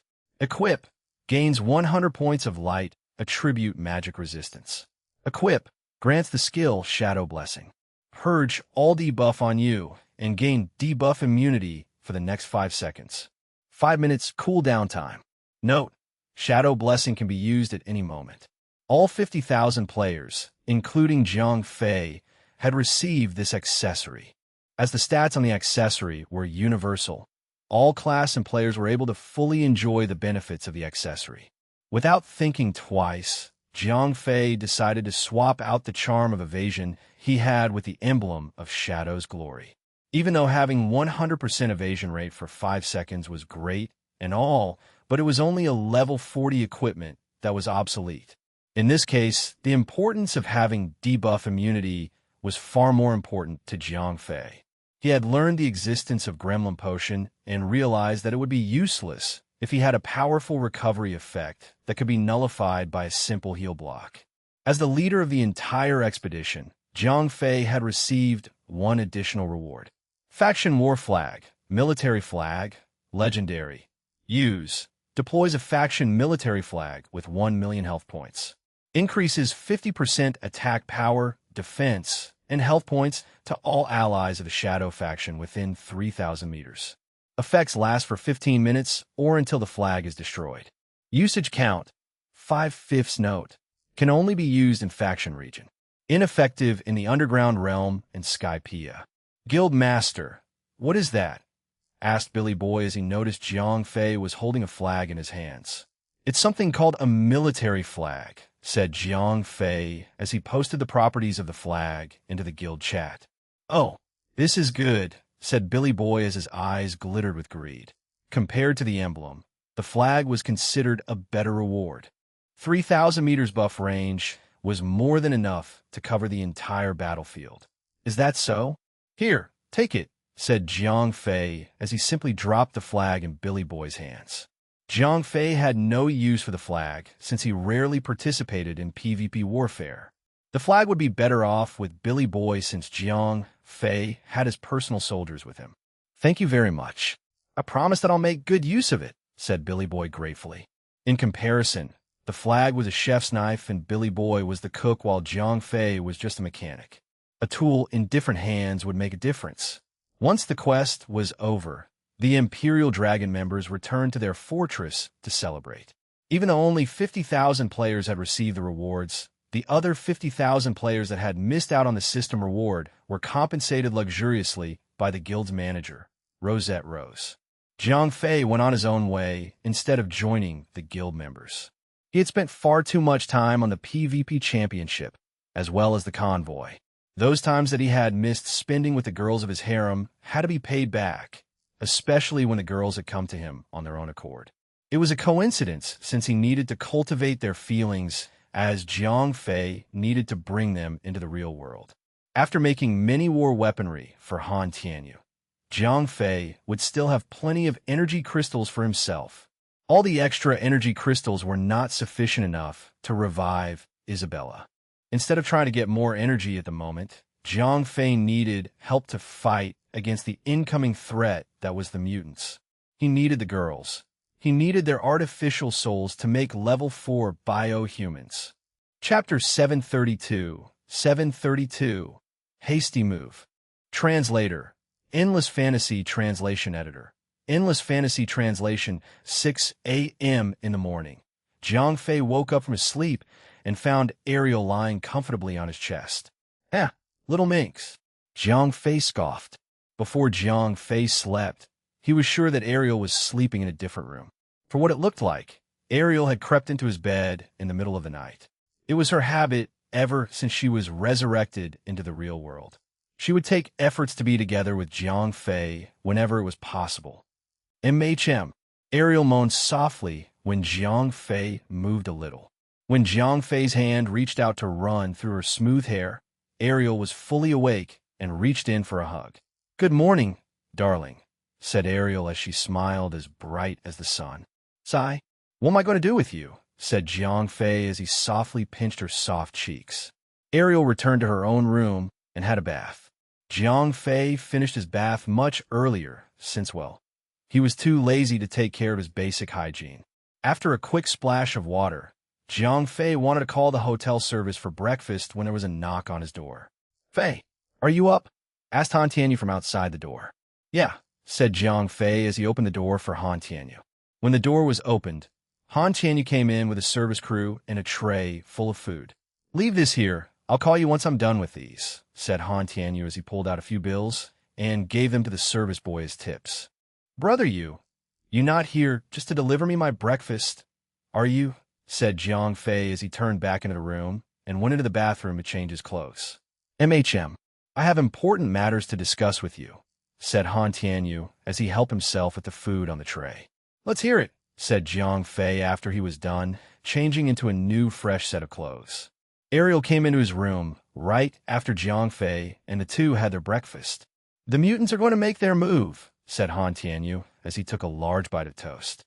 "What does that mean?" asked Jiang Fei as he placed the sandwich he was eating aside and paid full attention to Han Tianyu. "America's 3rd Fleet and 7th Fleet have already entered Japanese water. The 4th Fleet and the 6th Fleet had taken the Indian Ocean and are now surrounding us. Only the 10th Fleet is still in America," said Han Tianyu. "That means the American is going all out," exclaimed Jiang Fei in fear. 5 giant fleets of warships, and only one was left behind. This was a drastic move made by the Americans, and it was purposely done to stir up trouble. They wanted to take China in one clean, swift attack. It was all to maintain their position as the global dominator. Besides that, the Europeans have already made a fleet of themselves. Although it was a mix of different kinds of warships, their fleet is only on par with the Americans, said Han Tianyu. Having to have multiple types of warships meant that the fleet was only recently formed and formed in a hurry. That could only mean that the Europeans was only acting this way because the Americans were forcing them to. Either that or the Europeans were trying too hard to be on the good side of the Americans. Seems to me that the Europeans are going to make an enemy out of us, said Jiang Fei. It was only natural since they were both Western countries. Even though it was a surprise, it was expected of them. The situation doesn't look good for us. According to intel, The Americans have already obtained information about China's supreme android project through spies inside the government. That is why the mutants and the Americans are trying to make the first move. War is coming, and they will not allow us to make the first move, said Han Tianyu as he grew more agitated. Fisk, Jiang Fei clicked his tongue. China's government was only creating the androids as a countermeasure in case the martial artist in China decided to do a coup. That was why the project was kept as a tight secret from anyone in the Martial Artists Alliance. Unfortunately, their plans had backfired on them when the Americans had obtained information about the project. They thought that China was trying to one-up them. Technically speaking, the Martial Artists Alliance was somewhat connected to this. Mutants and the American government were only acting on the interests of American people, hence they were considered as the same entity. With a common goal, the mutant had revealed themselves to the government and was ready to work with and for them. Martial artists were different. Their connection to the national government was limited. In fact, only Han Tianyu was directly related to the government. That was the reason why the government had very little information about the alliance. There was no way that they could control them, even though they were basically the same people. With great power, yet no government supervision, that group could simply go against the government's will and interest and might even come in, unannounced, to take over China for themselves. "What are you trying to tell me?" said Jiang Fei. "I'm telling you that the military wants to have those weapons to be delivered ahead of time," said Han Tianyu. "How soon do they want them?" Jiang Fei asked. He had given them a specific date, 20 days, but the truth was Jiang Fei could finish the weapons in only 10 days if he wanted. "Today, if possible." "Tomorrow is fine too," said Han Tianyu with a straight face. "Get out," Jiang Fei gasped. Even though the alien tech he had was incredibly advanced, building fighter jets and aircraft carrier needed time. It was, after all, delicate technology, not magic. How could the government expect Jiang Fei to cough up so many weapons in a day? I understand what I'm asking for seems ridiculous. However, the situation calls for immediate action. Based on our current fighting force, we will be decimated, said Han Tianyu. He knew that his request might be rejected, but it was worth a shot. The situation in China was at a tipping point. Even though Jiang Fei had given Han Tianyu a good number of fighter jets and weapons, they would not work as intended. The culprit was none other than our own earthly technology. Planet Namex technology was so advanced that they were able to compress an unimaginable amount of energy into a hyperstable state. To cope with Earth's own technology, Jiang Fei had made modifications to the interceptors that they would still perform even without the alien power source. All Han Tianyu needed to do was to fit in a nuclear power source. Currently, the only entity with technology to do that was the Zhang family. Unfortunately, they were not miracle workers, as most of the nuclear power source there was had already been fitted into androids. When Han Tianyu came forward to ask for more, the Zhang would have to reject his request since there were no more left. Even with military forcing Zhang family to work for them, the Zhang would still need time to make more of the power source. Everything needed time, even Jiang Fei making superweapons. When the Americans attacked and deployed their weapons against China, it would not be a war, but a massacre. China was not armed for such an attack at this moment of time. If they tried to fend off the Americans, there was a slim chance that they would win, but it would cost the whole of China itself. That was why Chinese government had placed their hopes on Jiang Fei. Jiang Fei had promised them weapons and the power source to operate them. All the weapons that Jiang Fei promised Han Tianyu would work as intended, but not the weapons that Jiang Fei had given to Han Tianyu. "I need at least 10 days. "No less," said Jiang Fei. 10 days. Han Tianyu frovnid. 10 days was too much, especially since the Americans were practically sailing across the bay. "I have a plan. I think it will delay the war from happening," said Jiang Fei. "Try me," said Han Tianyu. He was desperate. If Jiang Fei had a plan, even if a stupid one, he would listen. "Let's try a scare tactic," said Jiang Fei with a smirk. "That's your idea?" said Han Tianyu. "Let me explain." Chapter 733, Taunt. Translator, Endless Fantasy Translation Editor.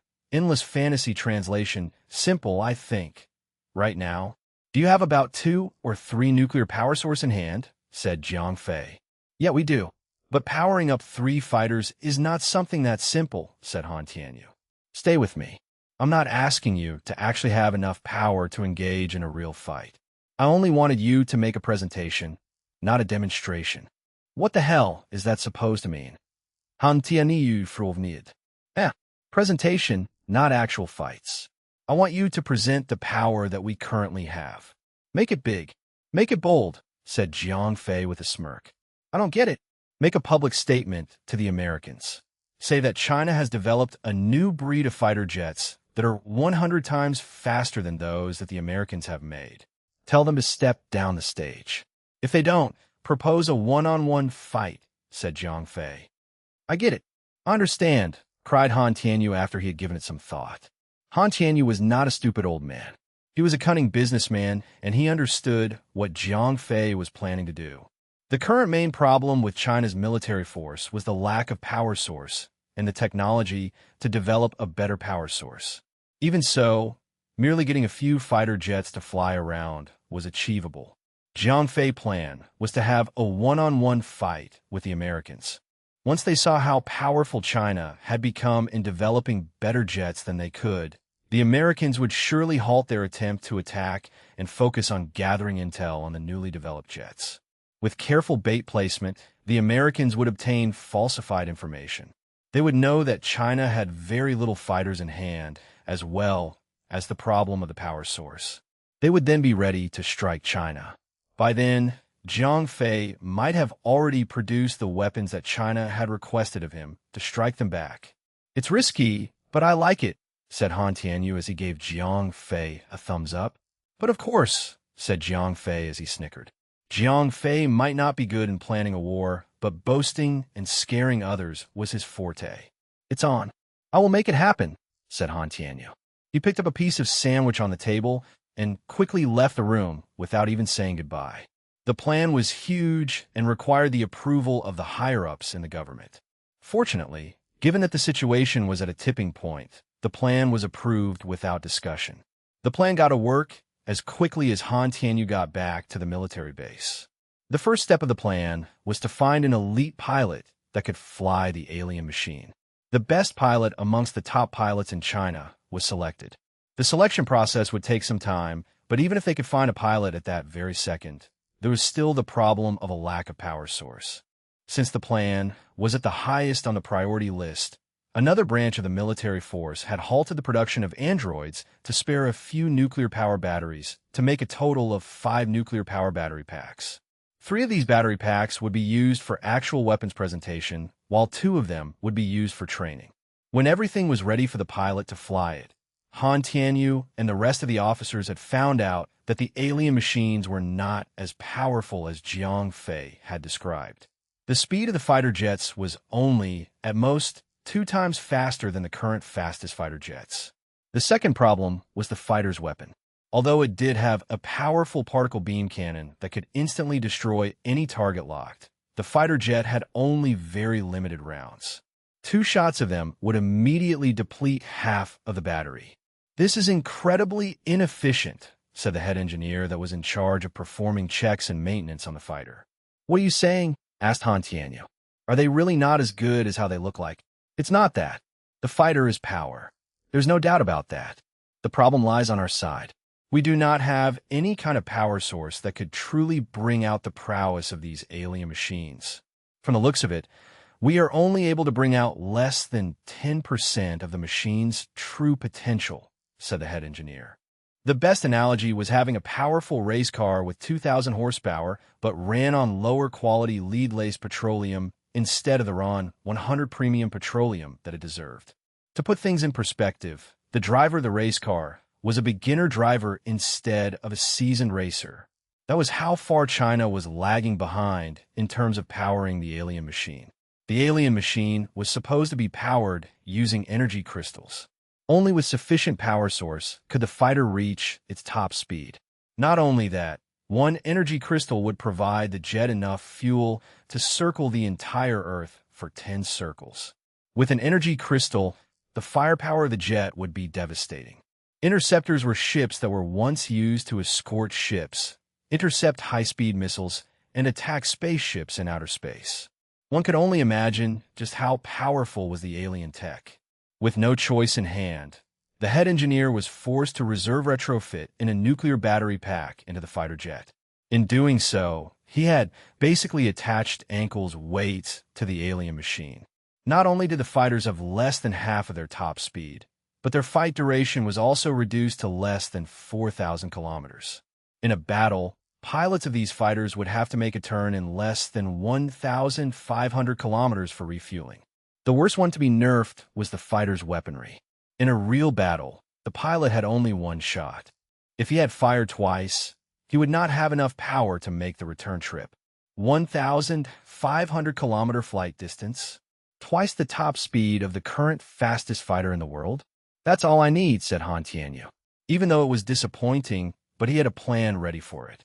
As Jiang Fei said, Han Tianyu only needed to make a presentation. In the worst-case scenario, he would only need to shoot down the opponent once and leave. He had only needed to make a statement to the Americans that China had the better fighter. There was no need to go for war anytime soon. It was a presentation to scare the Americans away from their waters. If it all went well, the Americans would retreat to focus on gathering intel on China's new tech, which would give China and Jiang Fei more than enough time to prepare a counterstrike. One could only pray that the Americans would call off the attack and go back to their lands instead of persisting on attacking. Once the fighters were ready, Han Tianyu used his influence in the media to make a taunting statement to the American. Han Tianyu had openly challenged the Americans for a standard one-on-one dogfight. Americans had always thought themselves as the big brother in the world. When someone dared to challenge them, they would surely be bringing in the rain with them. Excluding the new alien machines that Jiang Fei had given them, China was known to be one generation slower than the best countries in the world. It was the perfect taunt since the Americans were still oblivious to the alien fighter jets that were in China's hands. As soon as Han Tianyu made the declaration, the Americans responded 20 minutes later. Two sides met each other in China and discussed about the rules and conditions of the battle. In the first fight, both sides would send out one fighter jet and fight each other until either side conceded or got their fighter destroyed. No assistance could be given to the pilots. In the second fight, assistance from their base was allowed, but direct interference to pilots was not allowed. In the third and final fight, in case no side had won twice in a row, assistance from their base was allowed and interference using radar jamming and electronic interference were allowed. A direct assault on the enemy craft using any form of physical weapons was not allowed. Both sides agreed that this would only be a military exercise. Win or lose. Even in a scenario where the pilot did not survive, both countries must agree to not seek retribution that would lead to war. Even though the contract was made publicly, deep down, everyone knew that a war between China and American was unavoidable. The three-round match was basically an open field where both countries were able to observe each other's technology in an aerial combat. From America's point of view, they did not need to observe China for new technology. All they wanted to do was to give China a chance to fight on the same stage as them. In truth, they wanted to humiliate China. China, on the other hand, was merely trying to buy time. Having a dogfight was nothing more than a plan to delay their attacks. Chapter 734. 734. The Martial Art Alliance's Motive. Translator. Endless Fantasy Translation Editor. Endless Fantasy Translation. After Han Tianyu left, Jiang Fei decided not to stay in the capital. Firstly, Jiang Fei did not know anyone else here. Secondly, he had an inkling that people were spying on him all the time. Although the military did not assign anyone to spy on Jiang Fei directly so as not to upset him, they restaffed workers in the hotel that Jiang Fei was staying at. All of the members of staff were special agents. Although they did not spy on Jiang Fei very apparently, they paid attention to his every move. However, just as Jiang Fei was about to leave with Ariel, a guest had arrived. "You are very well informed," Jiang Fei said when he saw that his guest was by Zhong Wei, who had gone through some rough times with Jiang Fei. "Hee, how have you been, Senior Jiang?" Bai Zhongwei bowed at Jiang Fei respectfully. Although he was a few years older than Jiang Fei, he was much weaker than Jiang Fei. "Is there a reason why you have come?" Jiang Fei asked as he invited Bai Zhongwei into his room. "They would like to meet you." Bai Zhongwei pointed at the top of his head. It was clear that he was referring to the high-ranked individuals in the Martial Art Alliance. All right." Jiang Fei nodded. After all, he was not occupied with anything else. It was a good time to visit the Martial Art Alliance. Since the Great War was about to begin, he would need the Martial Art Alliance to cooperate, as they were the main force fighting against the mutants. "Thank you, Senior Jiang." Bai Zhongwei was very happy when he received Jiang Fei's positive response. "When do we begin our journey?" Jiang Fei asked. "If it is convenient for you, we can leave immediately." Bai Zhongwei answered. "All right." Jiang Fei nodded as he called out to Ariel in the bedroom. "Ariel, we are leaving now." "I'm coming." Ariel answered and very quickly came to Jiang Fei's side. Who is this?" Bai Zhongwei clearly did not know who Ariel was. "She's my junior." Jiang Fei laughed. Oh. Bai Zhongwei glanced at Jiang Fei. However, he did not ask any further. As Bai Zhongwei was also a young master in one of the bigger sects, he was very much aware of circumstances like this. In his opinion, it was normal for a capable man to be surrounded by multiple women. "Mr. Jiang, are you heading out?" the bellboy asked when Jiang Fei and the others left the hotel. "Yeah, tell Commander Fan that I have some matters to attend to and will be leaving now. Thank him for his hospitality on my behalf." Jiang Fei nodded. As these special agents did not purposefully hide their identity, Jiang Fei was able to pass his message on without any hindrance. "Senior Jiang, are you working with the military?" Bai Zhongwei asked when they got into the car. Bai Zhongwei seemed to be somewhat unhappy. "Yeah." Jiang Fei nodded. He could tell what went on in the minds of these martial artists. They think of themselves as superior to normal humans and therefore undermine the human government as well. Therefore, it was not a surprise that the government wanted to get rid of them. What good could come from working with those normal humans? Isn't it still up to martial artists like us to fight against the mutants? Bai Zhongwei did not seem to notice Jiang Fei's look of annoyance. Perhaps Bai Zhongwei had gotten used to belittling normal humans, and since he thought of Jiang Fei as one of the metahumans, he did not feel the need to hide his true feelings about the matter. "My parents are normal humans too," Jiang Fei exclaimed. He was getting increasingly annoyed with the arrogance of these martial artists. Although they were very respectful toward Jiang Fei, they did not realize that Jiang Fei still looked at himself as a normal human, as he had only acquired his abilities not too long ago. Therefore, Jiang Fei still got upset when the martial artist talked about normal humans negatively. "I'm sorry, Senior Jiang. I didn't mean to offend you intentionally." Bai Zhongwei apologized immediately when he realized Jiang Fei was angered by his words. In the world of metahumans, a person's capability carried the most weight. Jiang Fei had managed to acquire level 4 capabilities at a very young age and also had a very mysterious master, and therefore deserved a lot of respect. "Where are we heading to?" As Jiang Fei was in a bad mood, he went straight to the point. "Green Willow Heights in the Baiwan Mountain," Bai Zhongwei answered. Jiang Fei was no stranger to that place. This was where Han Tianyu's sect was located. As it was the closest place to the capital, the Martial Art Alliance's superiors decided that was the best location to meet Jiang Fei. After finding out that Jiang Fei had come to the capital, the Martial Art Alliance's superiors quickly rushed over to the Green Willow Heights. Now that the mutants were exerting a lot of pressure in the region, the Martial Art Alliance was also feeling very nervous. They all needed to expand their powers urgently. Therefore, they focused their attention on Jiang Fei and the level 5 experts supporting him so that they could gain some benefits from them. As the Baiwa Mountain was not very far away from the capital, Jiang Fei and the others arrived there in slightly over an hour. Although the place was not too far away from the hustle and bustle of the city, it was full of the peace and serenity of nature. Clearly, they had decided to establish Green Willow Heights there after very careful considerations. "We have arrived," Bai Zhongwei said as he got out of the car.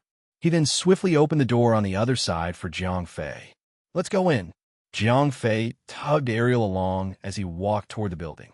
After entering the first courtyard, Jiang Fei could see a large number of martial artists waiting for him at the second gate. He knew quite a few of them. Jiang Fei, you have finally come. Grandmother Yuehua from Aquamoon Heavenly Palace laughed when she saw Jiang Fei. Yang Pe and Yang Qing stood behind her. However, the two of them did not look very happy when they saw that Jiang Fei had brought another chick along. Haha, little brother Jiang, you have come at last. We have been waiting for you since the morning. Bai Wanli from the Snow Mountain sect laughed along. Apart from Grandmother Yuehua and Bai Wanli, Jiang Fei could also see Ma Xiantong, who had a sour expression on his face. Although Jiang Fei had made peace with the Soaring Cloud sect, Ma Xiantong was still upset with Jiang Fei's decision to bring Shang Guanqi home. Other than these three, Jiang Fei had not met the leaders from the other bigger sections. However, Jiang Fei could recognize a few of the aides standing behind these leaders. For example, Jiang Fei had previously met people like Zhao Ganming and Mao Gongsui. Sorry to keep you all waiting. Jiang Fei cupped his fists at everyone. After all, the leaders of these bigger sects had all greeted him at the second gate, which was a great act of honor toward Jiang Fei. Jiang Fei did not want to take them for granted. Haha, it's nothing. Don't listen to old Bai. We had only just arrived. Someone chipped in. Come on, Jiang Fei. This is no place to talk. Let's discuss inside. Ding Tianqing invited Jiang Fei inside, as he was the host of the Green Willow Heights. After entering the hall, everyone sat down at their respective places. As Jiang Fei did not want to waste time bantering with these old folks, he went straight to the point. Everyone, I have very limited time. Be upfront and tell me what you want. Chapter 735, Jiang Fei's Inheritance Revealed. Translator, Endless Fantasy Translation Editor. Endless Fantasy Translation. Hee, Brother Jiang, you truly are blunt. Ding Tianqing laughed and continued speaking. To be honest, we have a very simple objective. We believe the mutants have ill intentions and would attack China very soon. We hope to work together to fight against these intruders. What do you think? I agree with that wholeheartedly. Jiang Fei laughed. Then, I wonder if you could let us know how much power do your master and your sect truly have? Bai Wanli asked. At the same time, everyone focused on Jiang Fei. After all, this was the question they were all concerned with the most. This is what you want to ask. Jiang Fei laughed as he looked around. Simultaneously, he was considering how to answer the question. Jiang Fei's so-called sect actually did not exist. However, he could not tell these people the truth. Without the backing of his fictitious sect, the Soaring Cloud sect would be the first to go after Jiang Fei's head. I'm not in a position to tell you the details. However, if need be, my master will send 50 experts above level 4 to participate in the war. Jiang Fei said after a moment of contemplation. He had given the answer based on 0541's calculated forecasts. According to 0541's plan, if Jiang Fei used all of the energy crystals from Han Tianyu to create level 4 biohumans, he would be able to create as many as 60 of them. However, Jiang Fei needed to spare a few in case of emergency. Therefore, 50 biohumans was a safe prediction. What? 50 level 4 experts? How is that possible? Is that a bluff? After Jiang Fei spoke, the entire hall became filled with chatter. Most of the audience present were martial artists from secondary sections. Everyone knew their own sect's capabilities very well. Even China's biggest sect, the Soaring Cloud sect, had less than 30 level 4 experts. However, Jiang Fei's mentioning of 50 of them made everyone wonder how many more of these experts were there in his sect. Moreover, Jiang Fei had left out the fact that these level 4 experts were all at the advanced tier and not the beginner tier. From 0541's point of view, creating beginner level 4 and advanced level 4 biohumans required the same amount of energy. The only difference would be the level 5 biosample used. However, now that Jiang Fei owned Doomsday like one of his poultry animals, he was not worried about lacking biosamples. Therefore, there was no reason for Jiang Fei to waste the same amount of energy to create beginner level 4 biohumans. If not for the fact that pinnacle level 4 biohumans required much more energy, Jiang Fei would have been willing to create all 50 of them as pinnacle level 4 biohumans. Brother Jiang, are you for real? Ding Tianqing asked. Of course. Jiang Fei nodded without hesitation. In that case, once we enter the final stage of the war, how many level 5 experts is your sect willing to offer? Will your master himself participate in the war? Grandmother Yuehua asked. That's difficult. Jiang Fei was caught off guard this time. If he could not find Braveheart's engine room, he would not even be able to resurrect Isabella, much less create other level 5 biohumans. Why is that? Is your master unwilling to fight for China? Maxuantong Chiptin. He was already unhappy with Jiang Fei. Now that he had a chance to put Jiang Fei in a difficult position, he naturally would not let it pass. Based on my master's personality, he would definitely not want to take part in the war. However, I may be able to convince a few of my seniors to take part. Jiang Fei rolled his eyes at Ma Xiantong. Naturally, Jiang Fei was aware that Ma Xiantong was trying to harm his relationship with the martial art alliance. A few seniors? Everyone present was sharp-minded. They were able to pick up an important message from what Jiang Fei said. Previously, the members of the Martial Art Alliance were already aware that Jiang Fei had a level 5 senior called Phoenix. Now that Jiang Fei mentioned a few other seniors, that meant he had more than one senior at level 5. How great is the power behind this young man? Maxuan Dong frowned. If Jiang Fei's supporting network was as strong as he mentioned, the Soaring Cloud sect would be a difficult position if they continued to go against Jiang Fei. Could the Zhuge Shanjin truly be a legendary level 6 expert? Bai Wanli thought to himself. After all, training a level 5 disciple was already an incredible achievement. If he was able to train a group of level 5 disciples, that must mean that this fellow had much higher capabilities than level 5. No way. I can't let this young man off the hook. I must make him my son-in-law in the Aquamoon Heavenly Palace. Grandmother Yuehua thought to herself as her eyes lit up. Although she had worked very hard to get the Yang sisters close to Jiang Fei's resistance had nearly caused her to give up completely. However, now that she realized Jiang Fei had such a strong background, Grandmother Yuehua was convinced she had to get Jiang Fei on her side. As she thought of this, Grandmother Yuehua could not stop herself from looking at her two disciples. Yang Po looked cold and distant without a trace of emotion, while Yang Qing seemed a little upset. Clearly, Yang Qing was very jealous that Jiang Fei appeared to be very close to another girl. I must plan this carefully. Grandmother Yuehua nodded. She knew that forceful methods would not work on Jiang Fei. After getting to know Jiang Fei's background, no other force would dare to behave inappropriately toward Jiang Fei. However, it was not an easy feat to make Jiang Fei accept her two disciples. Jiang Fei was unaware that his mindless words had actually caused such an impact in the hearts of the sect leaders.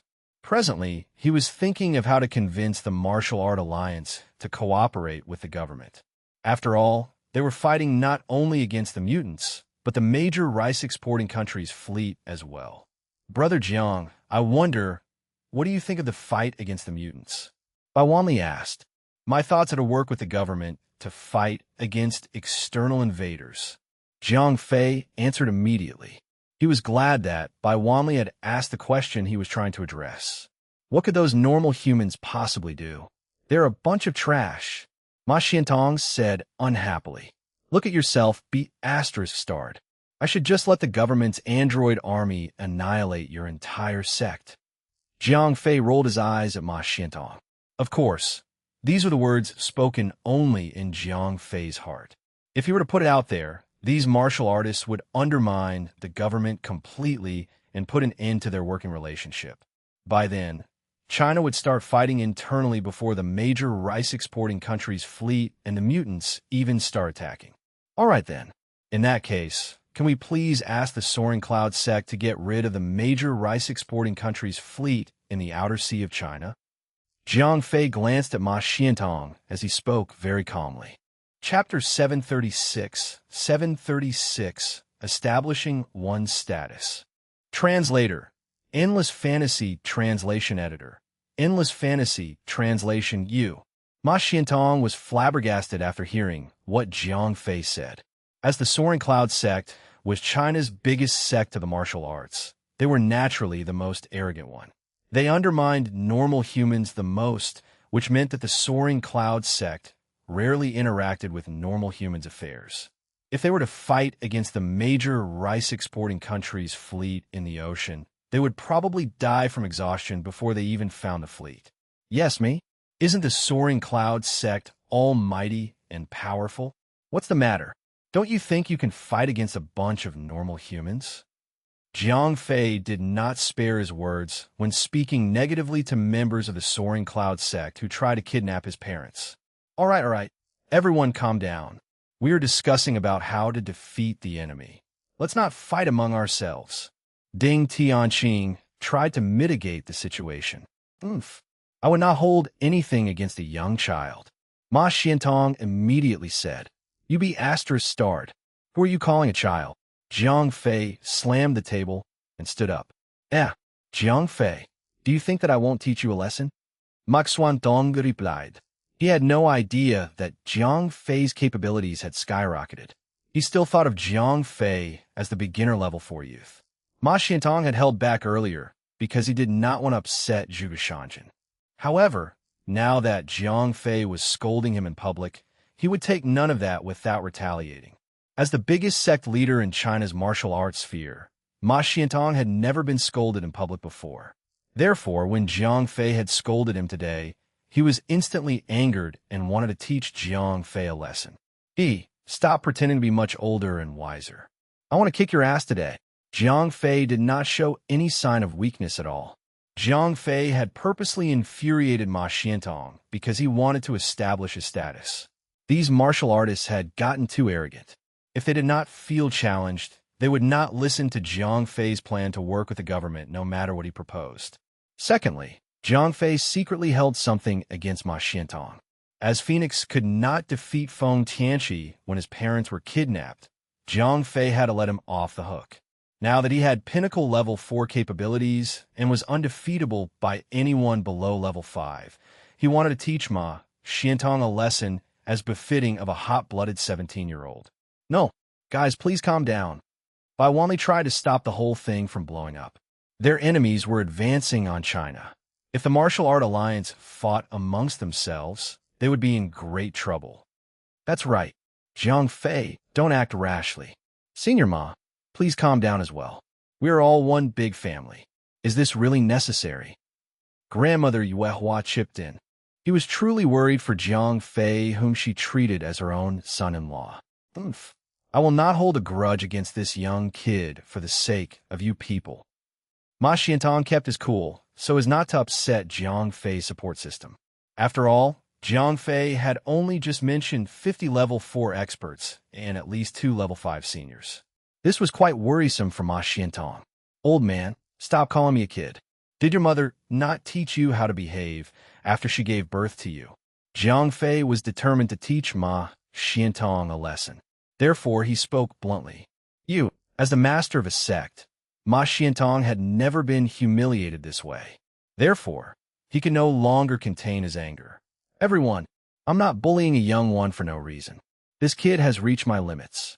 I will teach him a lesson on behalf of his master. Ma Xiantong was beyond angry at this point as he spoke with his brows raised. Stop! Bai Wanli and the others did not want Jiang Fei to fight with Ma Xiantong. Ma Xiantong seemed as if he would kill someone right now. In their minds, Jiang Fei was only a beginner level 4 expert. If Ma Xiantong really killed Jiang Fei's support system would no doubt destroy the Soaring Cloud sect to avenge him. By then, the Martial Art Alliance would be doomed. Ma Xiantong, get your ass out here. While Bai Wanli and Grandmother Yuehua tried to hold Ma Xiantong back, Jiang Fei had already walked out of the hall and into the courtyard. Everyone still believed that Ma Xiantong had the right to initiate. Although Green Willow Heights sounded like a beautiful place, it was still the grounds of a martial arts sect. Therefore, the courtyard was not decorated with pillars and pagodas. Instead, it was a large fighting arena. Everyone, let's not talk any further. I will teach this kid a lesson today. If you do not want to challenge the Soaring Cloud sect, get out of my way. Ma Xiantong shouted as he walked outside. Everyone was dumbfounded. They could no longer hold Ma Xiantong back. If they tried to stop him, it would be an open declaration of war against the Soaring Cloud sect. Young kid, you've gone too far. I will teach you a proper lesson today. Ma Xiantong's eyes were red with anger. Even members of the Martial Art Alliance treated him with respect. However, today a young kid had insulted him and his mother in public. This was a huge embarrassment to Ma Xiantong. We have yet to know who will teach him a lesson. Jiang Fei smiled as he looked at Ma Xiantong directly. Young kid, you go first. Ma Xiantong was close to losing his cool completely. However, he still had a rational mind. After all, he was close to 50 years old. Attacking Jiang Fei was already a fault to his name, as he would appear as a bully. If he attacked Jiang Fei first, he would be embarrassed regardless of whether he won or not.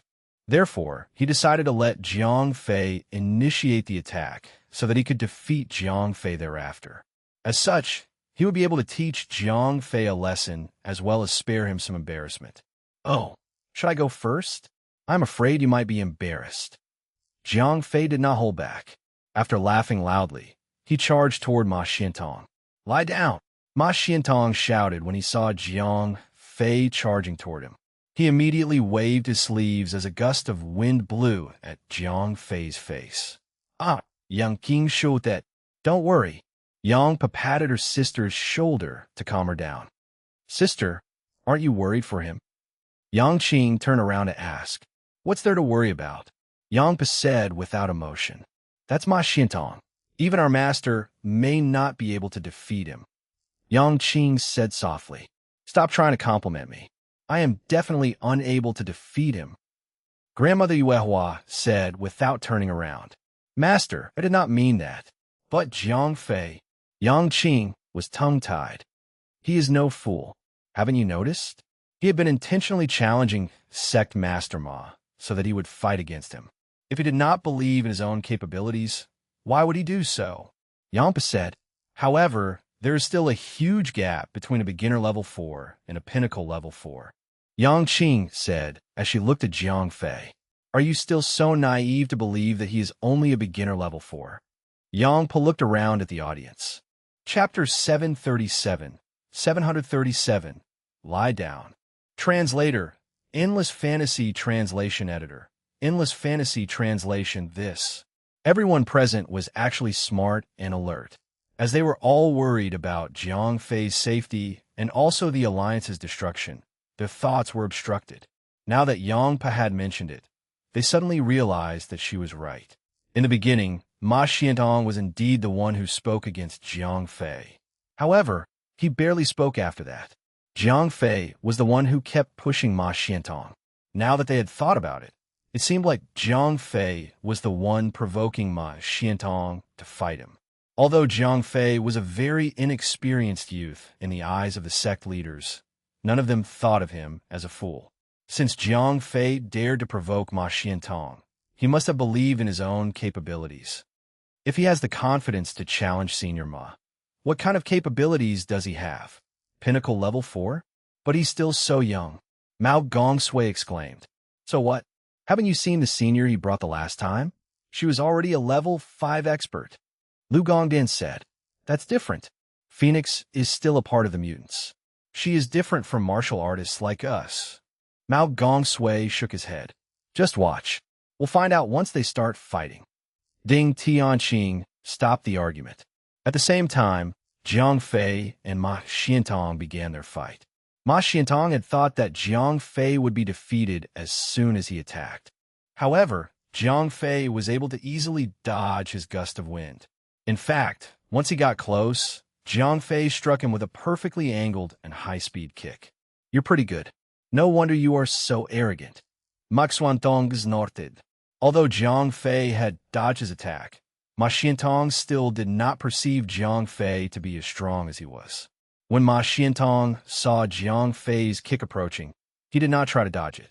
Instead, Ma Xiantong used his hand to grab Jiang Fei's leg with the intention of locking his movement. Dragon Claw. This was Ma Xuantong's famed technique. All his strength was concentrated in his hand and could be controlled at will. If he used less effort, he would be able to paralyze his opponent. If he used more effort, he would be able to break an expert's leg completely. Ma Xuantong's technique was pretty strong. If used against his own disciples or opponents much weaker than him, he would be able to defeat his opponent without hurting him. However, if Jiang Fei continued to speak rudely, he would not mind breaking Jiang Fei's leg. Although Ma Xuantong's plan sounded well in his head, he had underestimated Jiang Fei's capabilities. From the beginning, Ma Xuantong had treated Jiang Fei as a youth with lesser capabilities and not his true opponent. Therefore, when Ma Xuantong's Dragon Claw came into contact with Jiang Fei's Thunder Gale kick technique, which used 80% of Jiang Fei's strength, a bright light flashed from Jiang Fei's leg.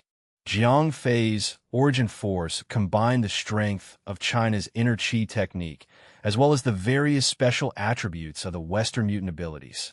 Right then, the origin force exerted by Jiang Fei was thunder-based. A strong electric current coursed through Ma Xuantong's arm, which suddenly felt paralyzed. Then, Jiang Fei's kick landed on Ma Xuantong's palm. Crack! As a soft sound was heard, minor cracks appeared on Ma Xuantong's palm and arm. Ma Xuantong's face turned red as he felt the intense pain in his body. You deserve to die. Ma Xuantong's eyes turned red as his right arm fell on his side. He held his left hand to Jiang Fei's throat like a sword. He was planning to kill Jiang Fei with a single blow. Ma Xuantong had changed from feeling embarrassed to feeling angry. Being defeated by a youngster in front of so many martial arts peers made Ma Xuantong feel extremely insulted. Although his reason for losing was mainly caused by his underestimation of his opponent, it was still a defeat. Rage and embarrassment filled Ma Xuantong's mind instantly and caused him to lose his rationality. Jiang Fei smiled when he saw Ma Xuantong's extended hand. Ma Xuantong had already lost his rationality. Therefore, his attacks were disoriented. Jiang Fei easily dodged Ma Xuantong's next attack by tilting his body to one side and then gripped Ma Xuantong's wrist with his right hand. "Oomph! Lie down!" Jiang Fei snorted. He repeated the exact words Ma Xuantong had spoken earlier. As Jiang Fei pulled backward, he stuck his leg out to trip Ma Xuantong, who then fell to the ground. Although Ma Xuantong was not hurt from the fall, he looked even more upset. Jiang Fei's first attack brought Ma Xuantong a lot of pain, while his second attack brought Ma Xuantong a lot of shame. "Young kid, I want you dead." Ma Xuantong jumped up from the ground immediately. A strong energy began emitting from his body. "Oh no, Ma Xuantong is going all out." People standing around were in a state of shock and fear. "Everyone get behind me." Ding Tianqing gathered his disciples behind him. With a pinnacle level 4 expert losing his temper, the Green Willow Heights was in grave danger of falling apart. Clang! Ma Xuantong drew his sword out from behind him. He also suppressed the injury on his arm with his inner chi ability. "Have you given up on your fists and legs? Are we fighting with swords now?" Jiang Fei laughed. "Die, young kid." Ma Xuantong lashed out with his sword, which emitted a 3 feet long beam of light. Clang! Jiang Fei also drew out his Chungying sword from behind him. After all, they were both at the same level. Jiang Fei did not dare to fight with his bare hands. Although Jiang Fei wanted to teach Ma Xuantong a lesson, he did not want to accidentally kill the Soaring Cloud sect's leader. Therefore, he merely retrieved his Chungying sword instead of the Zhanlu sword. After all, if Jiang Fei killed Ma Xuantong, the Soaring Cloud sect would go all out to fight against Jiang Fei. By then, China would be in a mess, and the mutants would benefit from the situation. Shuffles. Bam! As Ma Xuantong waved his sword around, beams of light were emitted. Some of them were blocked by Jiang Fei's Chungying sword. However, a few of them collided against the plants in the Green Willow Heights and caused major explosions. "What did I do to deserve this?" Ding Tianqing exclaimed bitterly. Jiang Fei and Ma Xuantong's fight was tearing his home apart. It was very bad luck indeed. Ding Tianqing was feeling very concerned. Not only was his house being torn apart, he would also have to occasionally block the beams of light from Ma Xuantong's sword on behalf of his disciples. Otherwise, he might lose more than just his house. Based on how the fight is going, Jiang Fei seems to really have pinnacle level 4 capabilities. By Wanli's side, Mao Gongsui and Lu Gongdan kept their mouths shut. Although both of them were in their late 40s, they had only achieved intermediate level 4. They had no right to judge Jiang Fei at all. Why do I feel that Senior Ma would lose? Grandmother Yuehua suddenly commented. Would Senior Ma lose? That's not possible, Bai Wanli exclaimed. Right then, Ma Xiantong was putting a lot of pressure on Jiang Fei. Although Jiang Fei had strong capabilities, his sword-wielding techniques could still not rival Ma Xuantong's. Chapter 738. Shocking Pace of Learning. Translator. Endless Fantasy Translation Editor. Endless Fantasy Translation. Pay attention to Jiang Fei's sword-wielding techniques. Grandmother Yuehua said cheerfully. She was becoming more and more pleased with her future son-in-law.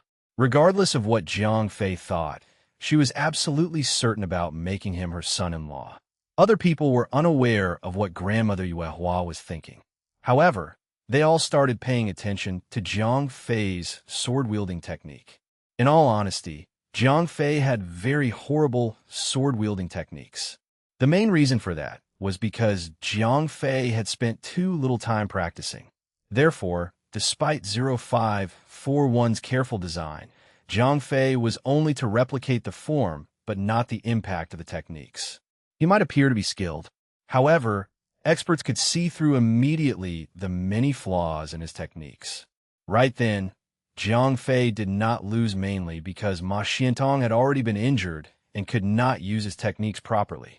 Moreover, Jiang Fei had much more energy than Ma Xiantong. On top of that, Jiang Fei also had support from 0541.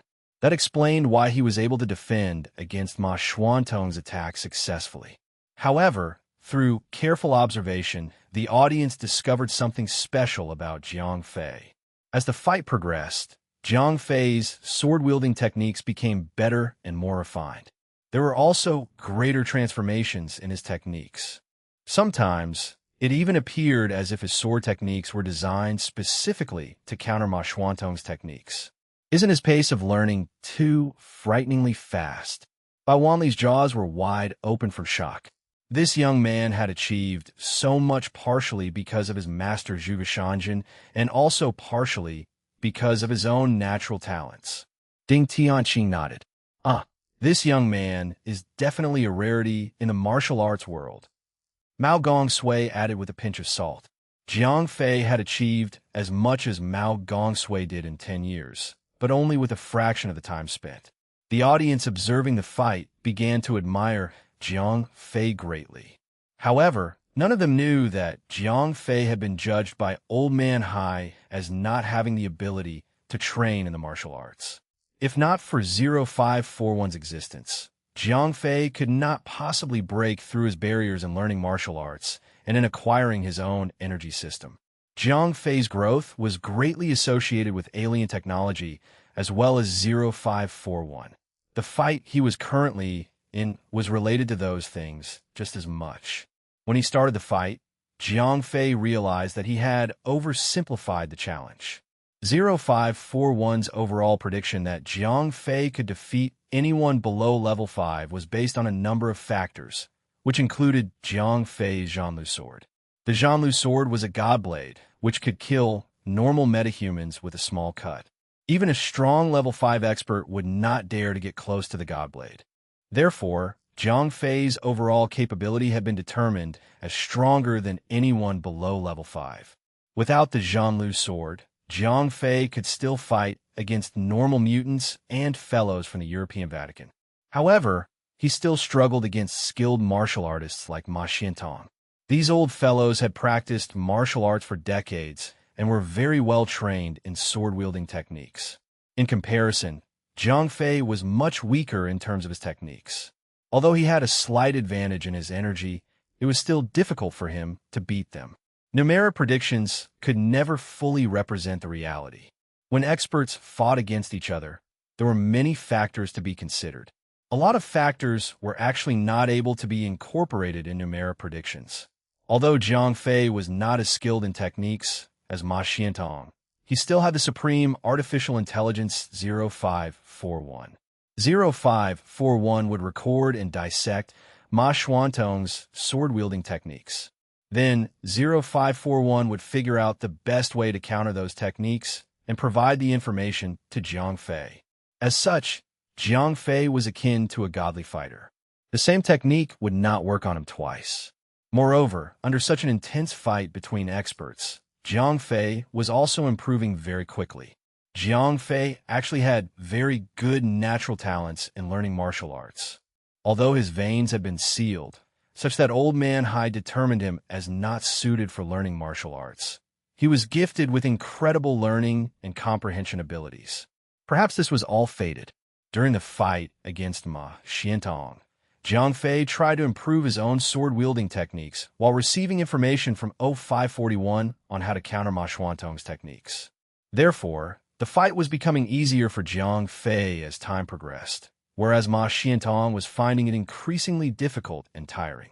With duress from Jiang Fei's continuous attacks, coupled with the intense pain from the injury on his arm, Ma Xiantong's sweat began to drip from his forehead. His sword-wielding techniques were beginning to appear disorientated. After approximately half an hour, Ma Xiantong and Jiang Fei seemed to be on equal terms. After around an hour, Ma Xiantong ended up being defeated by Jiang Fei in a corner of the Green Willow Heights. Clang!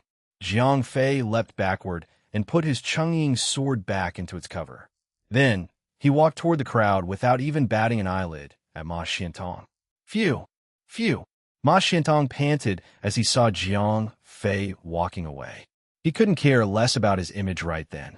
He even used his precious sword as a crutch to support himself. Members of the crowd glanced at each other as they were uncertain about how to face this young expert. Ma Xiantong was by no means weak. In fact, he was the strongest martial artist among the sect leaders. Yet, he was defeated by Jiang Fei. Although Jiang Fei discontinued the fight to save Ma Xiantong from complete embarrassment, it was clear to everyone present then that Jiang Fei had won the fight. Amazing! Brother Jiang, you are indeed a young hero. Yeah, you have achieved so much at such a young age. Us old fools could not possibly compare. After finding out about Jiang Fei's true capabilities, everyone treated Jiang Fei with even greater respect. A 17-year-old youth had actually defeated the famed pinnacle-level 4 martial art expert, Ma Xiantong. If these people had not witnessed it in person, nobody would believe that that had happened. How could Jiang Fei possess such capabilities? Apart from his incredible natural talents, his master must have contributed to his success greatly. Due to such thoughts, the martial artist present thought of Jiang Fei's non-existent master as even more powerful and mysterious. After the sect leaders had reported what they saw, the level 5 old fellows also started inquiring about Zhuge Shanjin. Unlike Bai Wanli and grandmother Yuehua, who now showered Jiang Fei with compliments, Ma Xiantong stood alone by the sidelines. He was unsure of whether to stay or to leave. If he chose to leave without a closure to the plan against the mutants, the Soaring Cloud sect would not be able to withstand the attack of the mutant army and their biotechnology without the help of the Martial Art Alliance. However, if he stayed, Ma Xiantong would have to bear the embarrassment. Although Jiang Fei spared him in the end, the results of the fight were very clear.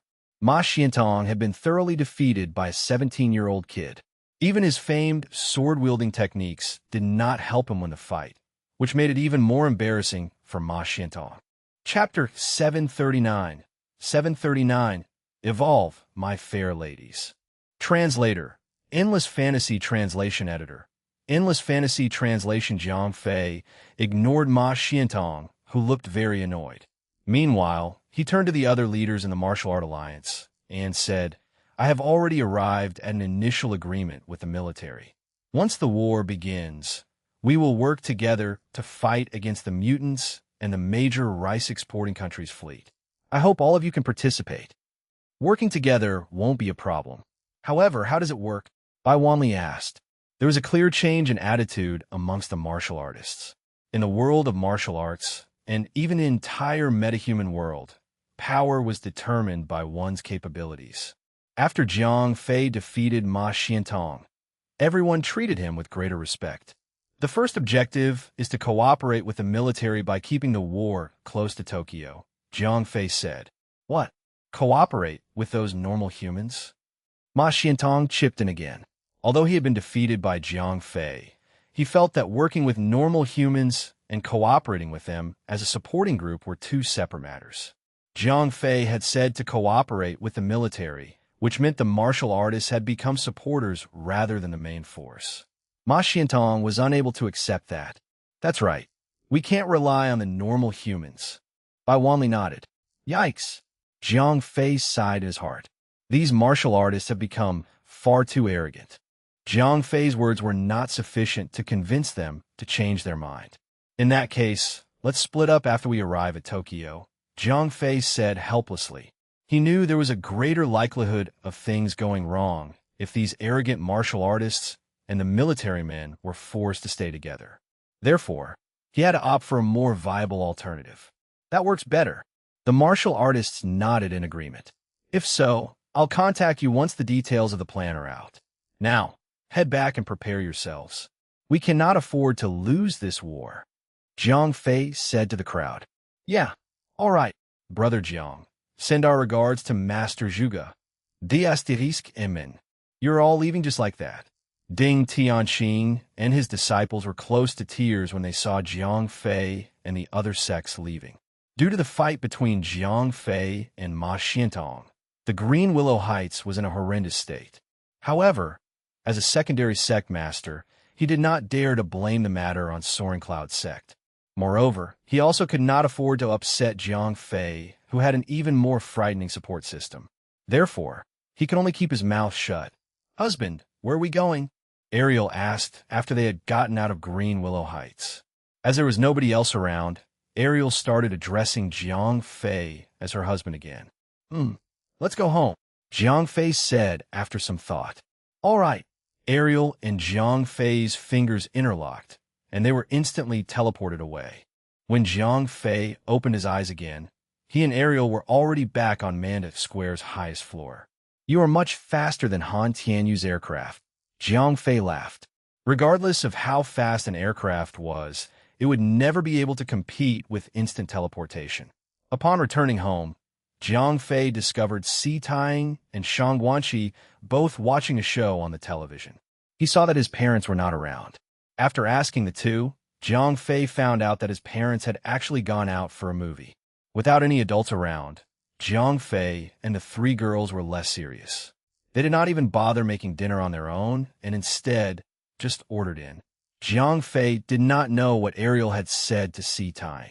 After spending some time together, Si Tang seemed to have completely accepted Ariel's presence. Although Si Tang was a little jealous that Jiang Fei had more than one girlfriend, she did not seem too bothered. Jerk, you must compensate me for what you have done.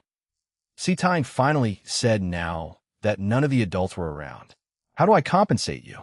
Does this work? Jiang Fei said as he gave Si Tang a kiss. He was already very close to Si Tang since before. Therefore, such an act had already become very common between the two of them. You guys continue messing around. I'm going back to my room to read. Shang Guanqi could not stand it anymore. She walked in her room with reddened cheeks. Husband, I want a kiss too. Ariel put her face close to Jiang Fei's. All right, tell me. What kind of compensation do you want? Jiang Fei asked after giving Ariel a kiss. I don't want to stay at home and worry about you. I want to go out there and face everything with you. Si Tang said while she stared at Jiang Fei's eyes. Ever since Si Tang found out about Jiang Fei's metahuman identity, as well as the dangers in the metahuman world, she was constantly worried about Jiang Fei every time he left home, just as his parents were. They were all concerned that Jiang Fei would be met with an accident in a battle and would never return home. Moreover, Si Tang was slightly affected by the fact that Ariel could accompany Jiang Fei wherever he went because of her special abilities. Therefore, Si Tang decided to tell Jiang Fei what she wanted now that his parents were not around. Have you thought this through? Jiang Fei asked in a serious tone as he stopped smiling and stared into Si Tang's eyes. In all honesty, Jiang Fei had thought of making Si Tang a metahuman when he brought Ariel home. He even had plans to make his parents metahumans in the beginning. However, after Jiang Fei's parents had rejected his suggestion, Jiang Fei felt that he should not ask Si Tang about it so soon. If the girl was truly ready for it, he would make her a metahuman. When Jiang Fei first acquired the bioexperimental laboratory, 0541 had mentioned that the biosamples within were sufficient to create 10 super potions, which could provide a person with the energy system and establish an energy recovery ability. Although Jiang Fei had used one set of those, there were 9 left. He was more than happy to give Si Tang one of the sets of potions. Thereafter, energy-strengthening potions would no longer be an issue. As Jiang Fei had Doomsday at his disposal, it was easy for him to acquire potions which enhance one's capabilities. All he needed to do was to let Si Tang consume the potions bit by bit to increase her capabilities. I have, Si Tang answered seriously. It's very painful to increase one's capabilities, Jiang Fei warned. He had personally experienced the intense pain after consuming the potions. I'll do it for you. Si Tang looked at Jiang Fei lovingly. All right, I will prepare everything you need. You'll have powers in 2 days. Jiang Fei nodded. If Si Tang could acquire powers, not only would it help Jiang Fei, it would also give her the ability to protect herself. Moreover, after becoming a metahuman, she would be able to converse on wider topics with Jiang Fei and Ariel rather than being an outsider who did not understand what was going on most of the time. Chapter 740, Duel in the Air. Translator, Endless Fantasy Translation Editor. Endless Fantasy Translation. It might sound easy to modify Si Tang's body, as if drinking the potions would solve everything. However, it was actually a complicated process.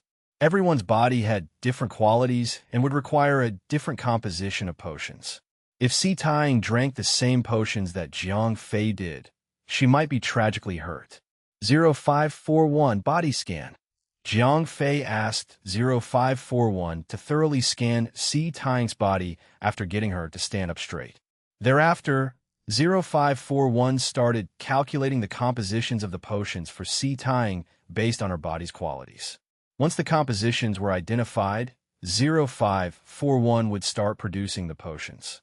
0541 needed time to calculate the compositions as well as produce the potions. However, none of that required Jiang Fei's involvement. Therefore, Jiang Fei proceeded to have dinner with the 3 girls. After a while, Jiang Fei's parents finally returned home. Jiang Fei went into his own room after chatting with them for a bit. Si Tang and Ariel were brought into Shang Guanqi's room again. After logging into the game, Jiang Fei realized there was not much for him to do. Although the gnome cannons had been shifted to the front lines, they still needed to be tested. So, the battle would not start immediately. Also, Jiang Fei did not know who to approach for more quests. Therefore, he was not occupied with anything. After fighting in one of the class competition battles, Jiang Fei continued to accompany his ladies. While Jiang Fei was having a leisurely time, Han Tianyu was nearly working himself to death. Ever since they had declared war against the major rice-exporting country's fleet, they entered a state of preparations for war. Moreover, in order to intimidate the major rice-exporting country's fleet and also to prevent the opponents from discovering the true strength of their battle aircraft, Han Tianyu had used the simplified blueprints from Jiang Fei to modify his aircraft. Jiang Fei had not given all of the blueprints to Han Tianyu mainly because planet Namex technology was far greater than Earth's.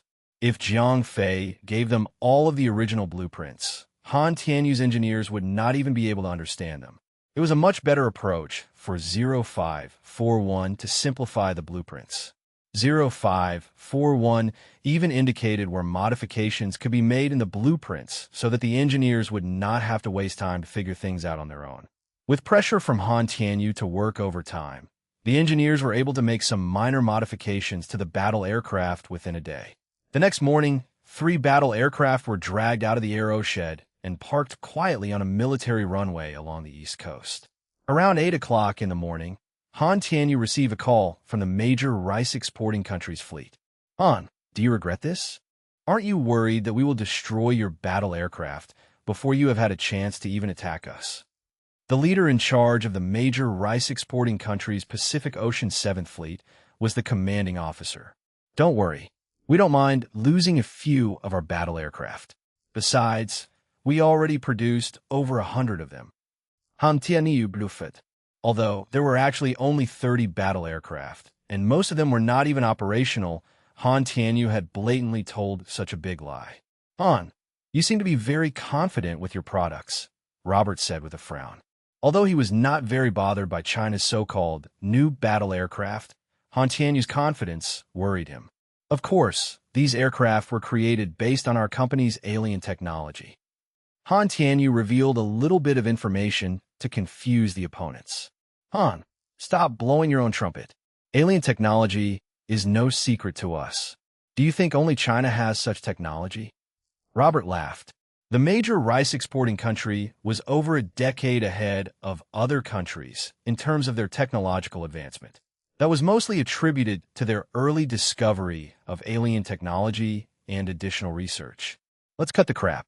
If you have no other objections, we can start the first duel. Han Tianyu lig hid. Sure, Robert nodded. He wanted to see how great China's new battle aircraft were.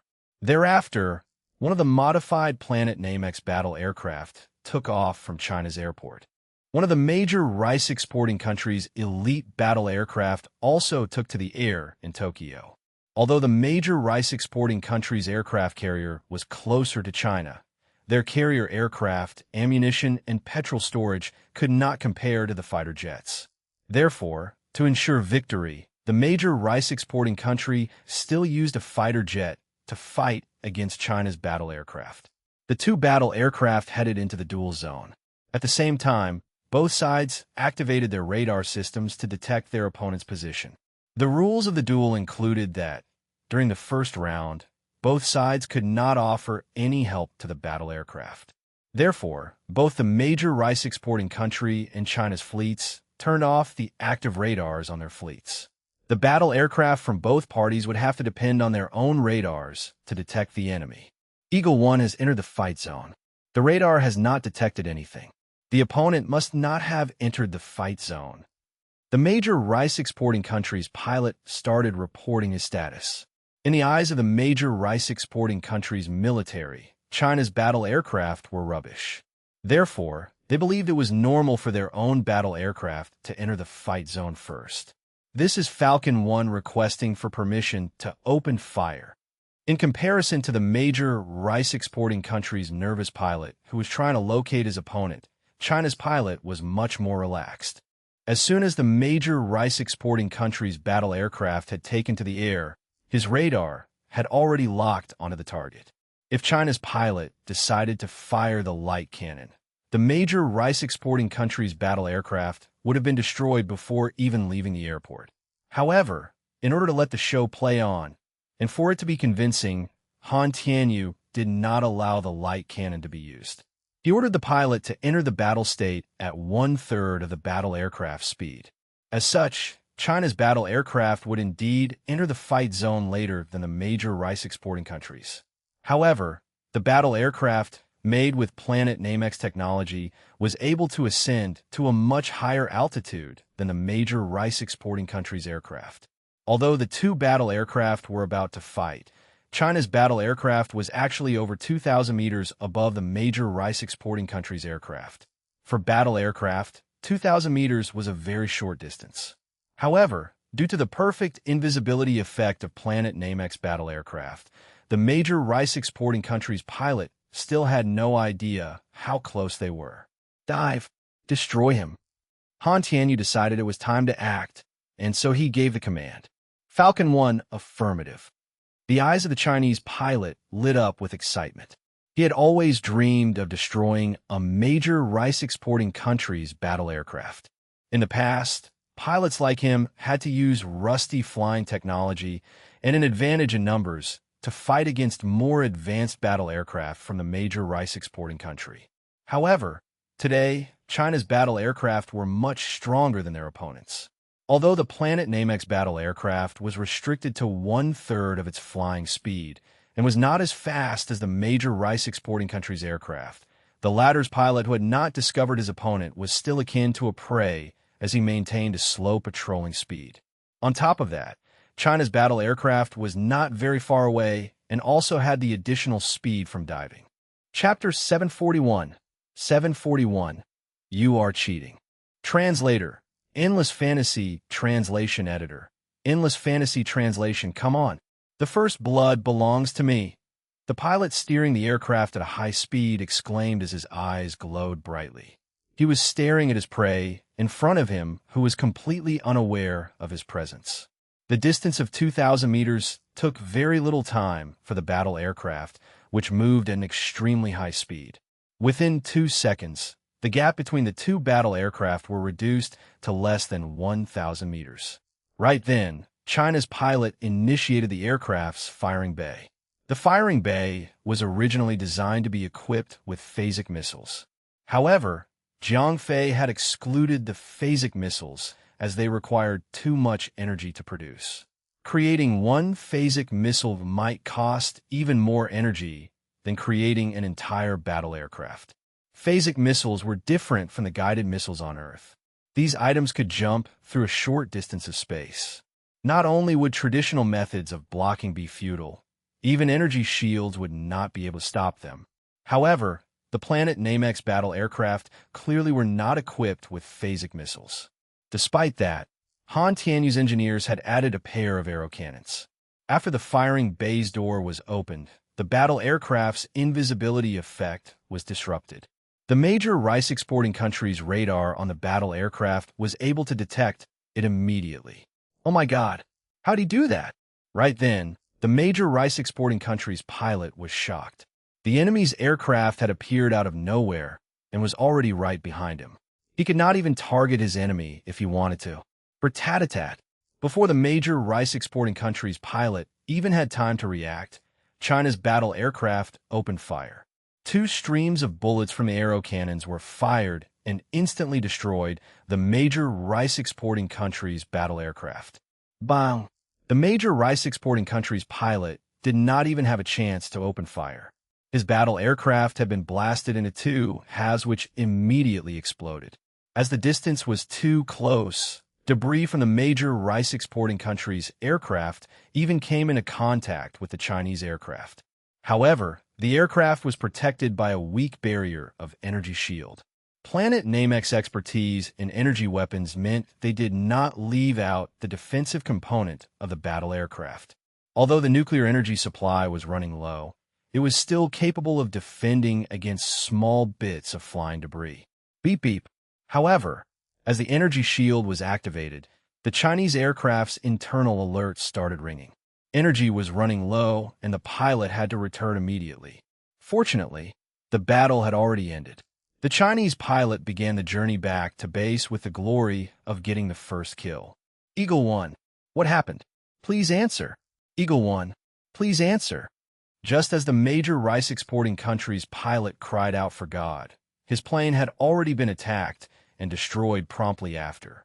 Therefore, regardless of how many times the fleet called for his response, he would not be able to reply to them. Robert, I have good news for you. We have won the first round. What?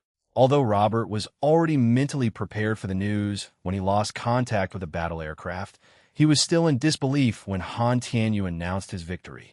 The powerful major rice-exporting country's battle aircraft had actually lost in a one-on-one duel.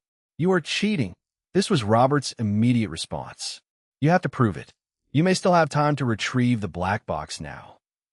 Han Tianyu smiled. I don't need you to tell me that. If the black box proves that you are cheating, we will see each other on the battlefield. Robert threatened. He then hung up disrespectfully. He's speaking as if we couldn't possibly win without cheating. Jiang Fei laughed. The war was unavoidable. The duel was only meant to buy them more time. Very soon, the major rice-exporting country was able to retrieve the black box. They were also able to witness what the pilot had gone through. An incredible invisibility effect. It was actually able to nullify our plane's radar. This is indeed a huge technological breakthrough. However, why did they use arrow cannons? Wouldn't it be safer to use guided missiles? I think their invisibility technique must have required them to get rid of all electromagnetic signals. As such, while we would face a challenge in locating them, they would also have to bear the cost of not using electromagnetic signals, which meant they are unable to use guided missiles. That explains why they gave up on guided missiles.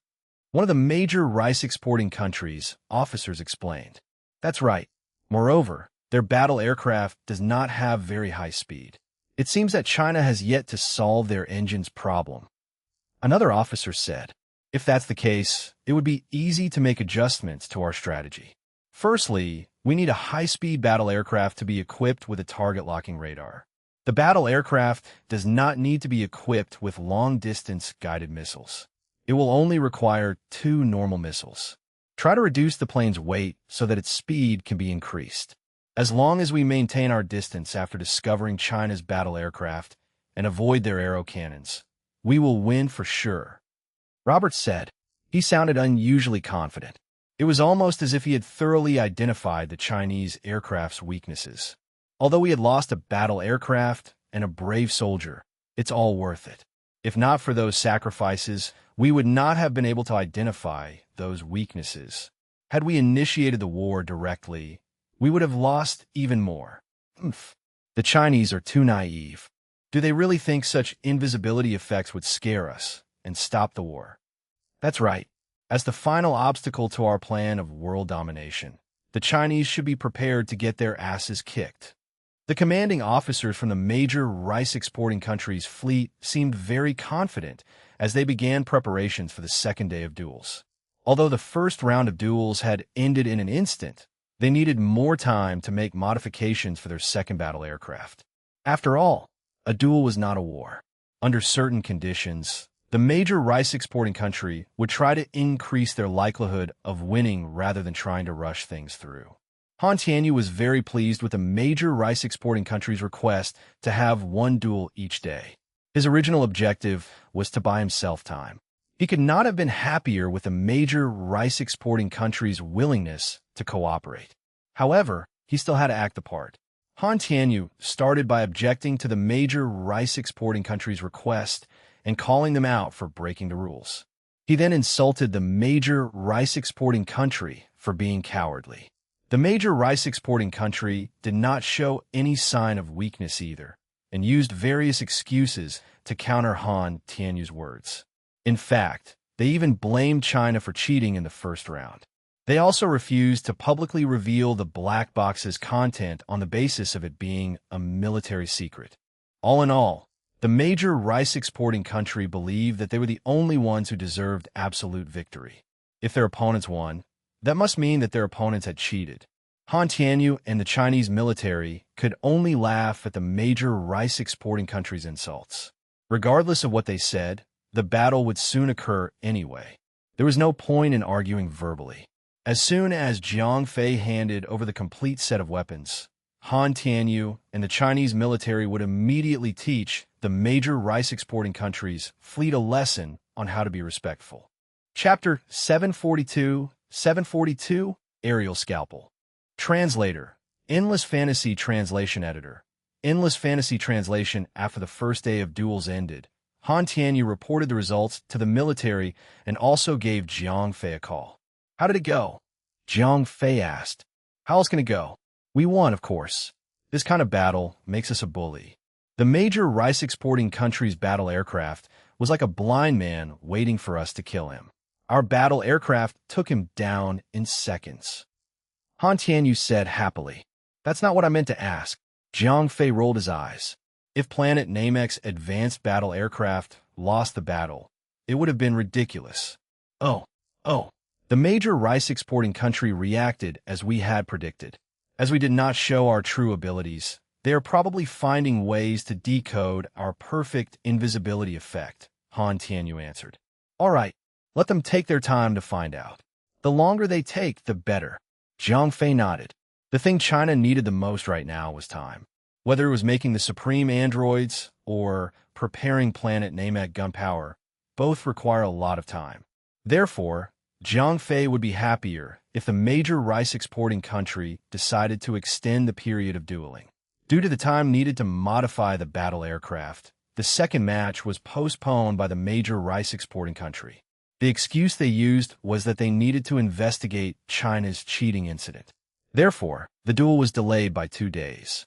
China's military was naturally against the request and even insulted the major rice-exporting country. On the other hand, Jiang Fei was very free over the next 2 days. During the day, he would spend time with sea tying and aerial.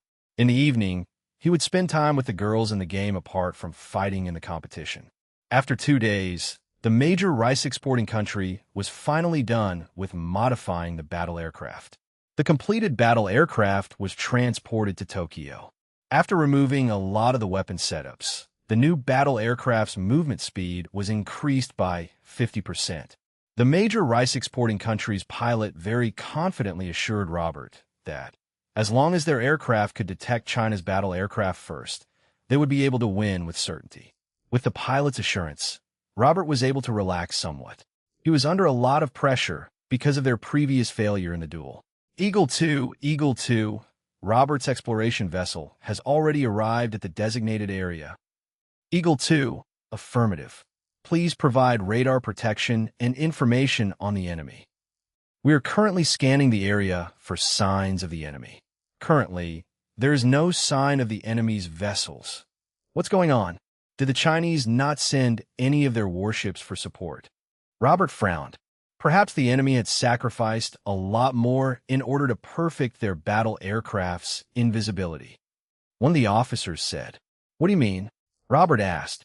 "I'm guessing that the Chinese battle aircraft is able to have such perfect invisibility because the aircraft absorbs all electromagnetic waves. Although this allows it to avoid radars completely, it also means that they lose all communication. Since their communication devices do not work at all, they naturally do not need supporting warships." The officer explained. Oh, Robert was still not convinced entirely. However, the officer's analysis was very reasonable. Unfortunately, they trust too much in the invisibility of their battle aircraft. The officer laughed. At the same time, China's battle aircraft was also communicating with the control center on the mainland. Falcon 2 has identified the target. Should I destroy it immediately? Falcon 2, proceed as planned. Yes, Falcon 2 understands. After receiving the command, China's battle aircraft tilted to one side and changed directions immediately. It went past the major rice-exporting country's aircraft. Due to the 3,000-meter difference in height and the amazing invisibility effect, the major rice-exporting country's battle aircraft and exploration vessel did not notice it at all. After getting behind the major rice-exporting country's battle aircraft, the Chinese aircraft made a 180-degree turn and started charging towards its enemy. In the blink of an eye, it arrived at the same altitude as the major rice-exporting country's battle aircraft.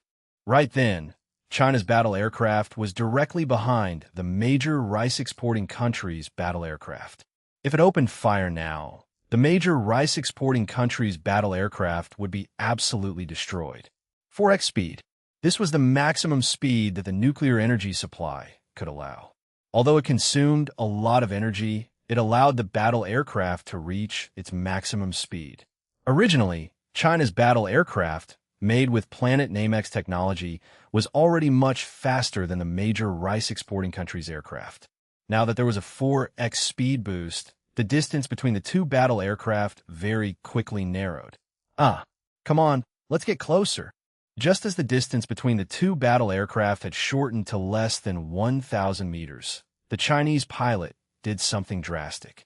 The Chinese battle aircraft lowered its altitude slightly and was positioned just below the major rice-exporting country's aircraft. The two battle aircraft were close enough to touch each other. The Chinese battle aircraft's sharp vertical stabilizer was pointed right at the center of the major rice-exporting country's battle aircraft. Darn Caucasian, open up. As the pilot shouted excitedly, his battle aircraft sliced through the major rice-exporting country's aircraft. The enemy's aircraft has been discovered. Where? The major rice-exporting country's pilot did not notice anything on his own radar. Behind you. No, right in front of you. Before the exploration vessel could transmit the message, an alarm had gone off in the major rice-exporting country's battle aircraft. Beep, beep. The engine has been damaged. The plane will lose all flight capabilities immediately. Lock onto the target. The major rice-exporting country's pilot tried to stabilize the aircraft whilst locking on to the Chinese battle aircraft in front of him. Radar system has been destroyed. Unable to lock on to target. Fire the missiles. The pilot pressed on a button.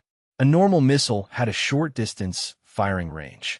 However, as it had its own infrared tracking system, it did not need to lock onto a target prior to being fired.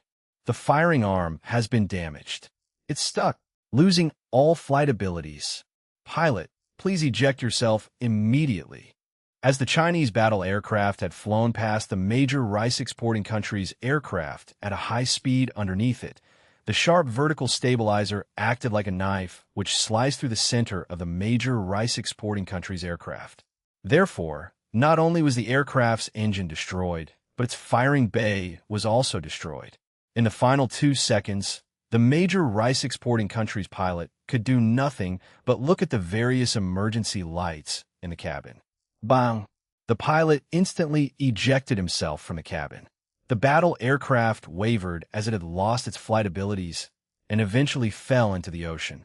At the same time, the Chinese pilot had already turned off the speed booster and was returning to his base at a speed which conserved the most amount of energy. Eagle 2. Eagle, please answer if you can hear us. The sudden termination in communication urged Robert to call out for the pilot. This is the exploration vessel. Eagle 2 has already been destroyed.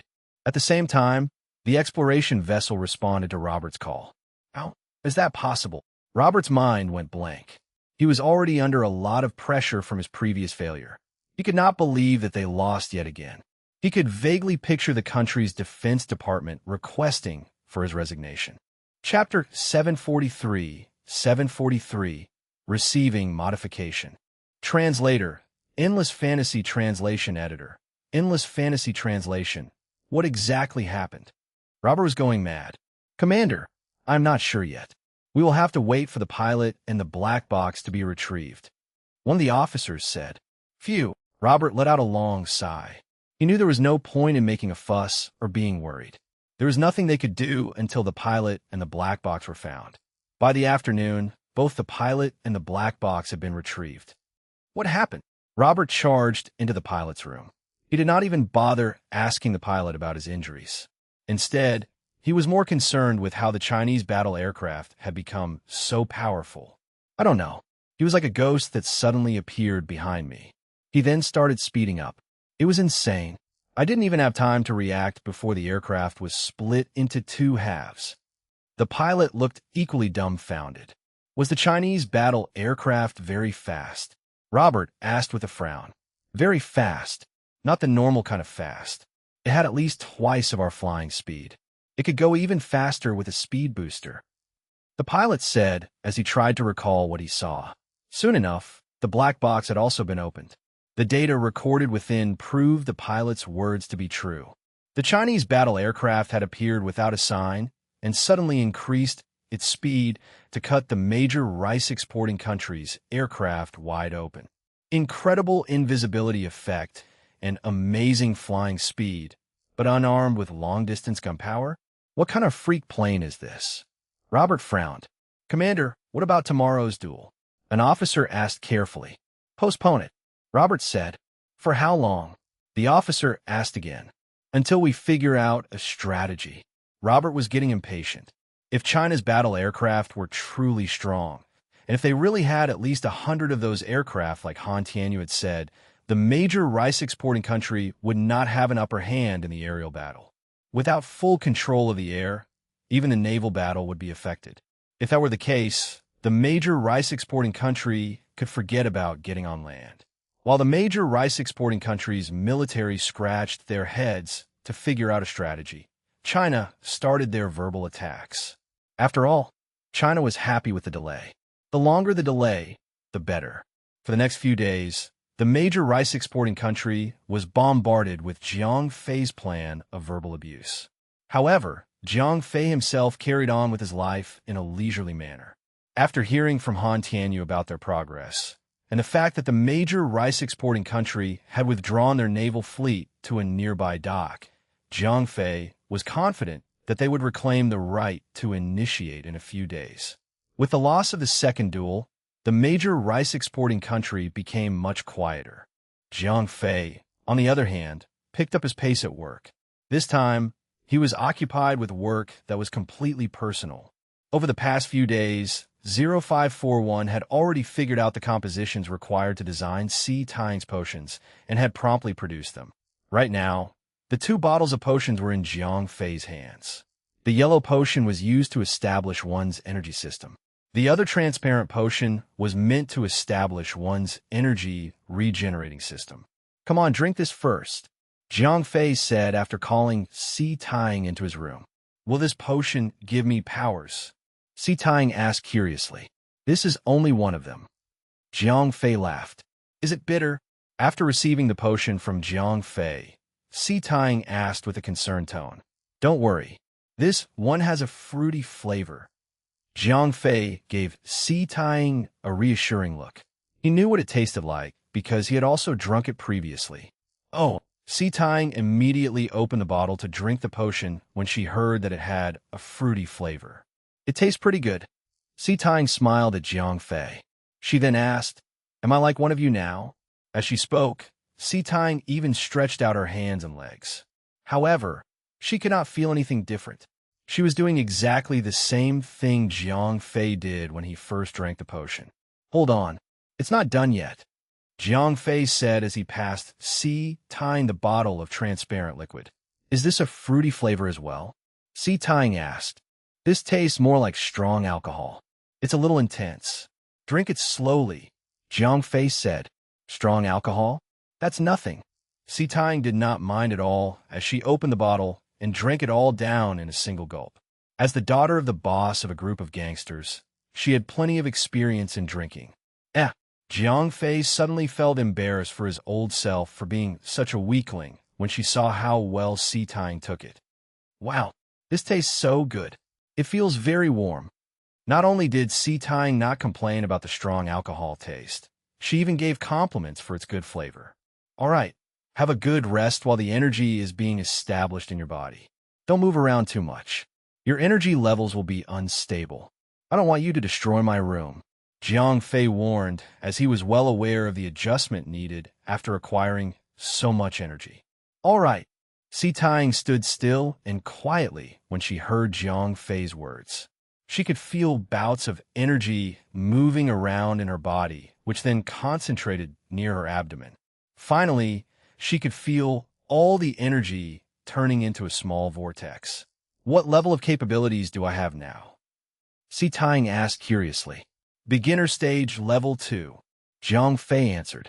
Si Tang's newly established energy gave her the same capabilities as what Jiang Fei had when he first drank the potion. Beginner stage level 2? Does that mean I can defeat 20 to 30 special soldiers? Si Tang's eyes lit up. She had heard about this from Shang Guanqi. Si Tang used to be weaker than even the special soldiers and could not possibly defeat one of them.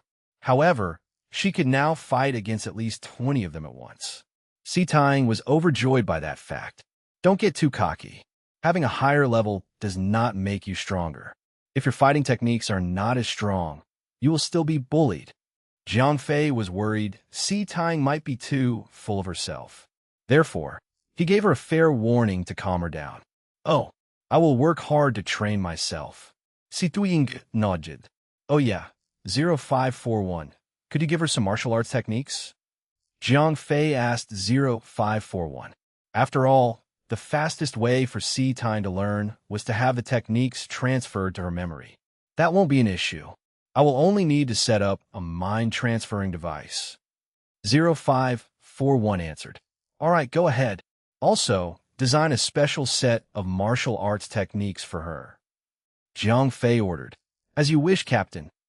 0541 immediately started designing martial arts techniques in the Spatial Rings Data Handling Center.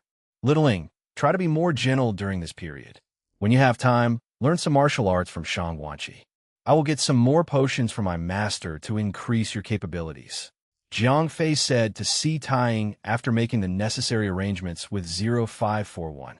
Chapter 744. Keeping Doomsday for its flesh. Translator. Endless Fantasy Translation Editor. Endless Fantasy Translation thereafter. Jiang Fei requested for Shangguanqi's help to look after Si Tying and also to protect his parents.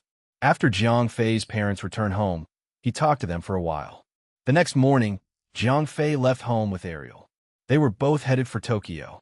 With Ariel's presence, Jiang Fei no longer needed to travel with a gigantic sword. With instant teleportation, the two appeared in Tokyo in the blink of an eye. However, by then, Tokyo was already a piece of barren land with nothing but torn-down buildings. Tokyo had been thoroughly destroyed by the major rice-exporting country's fleet. Tokyo was practically a non-existent city right now. The miserable citizens had all hid in rural areas. In order to survive, they needed to work for the major rice-exporting country's fleet in exchange for food and basic necessities.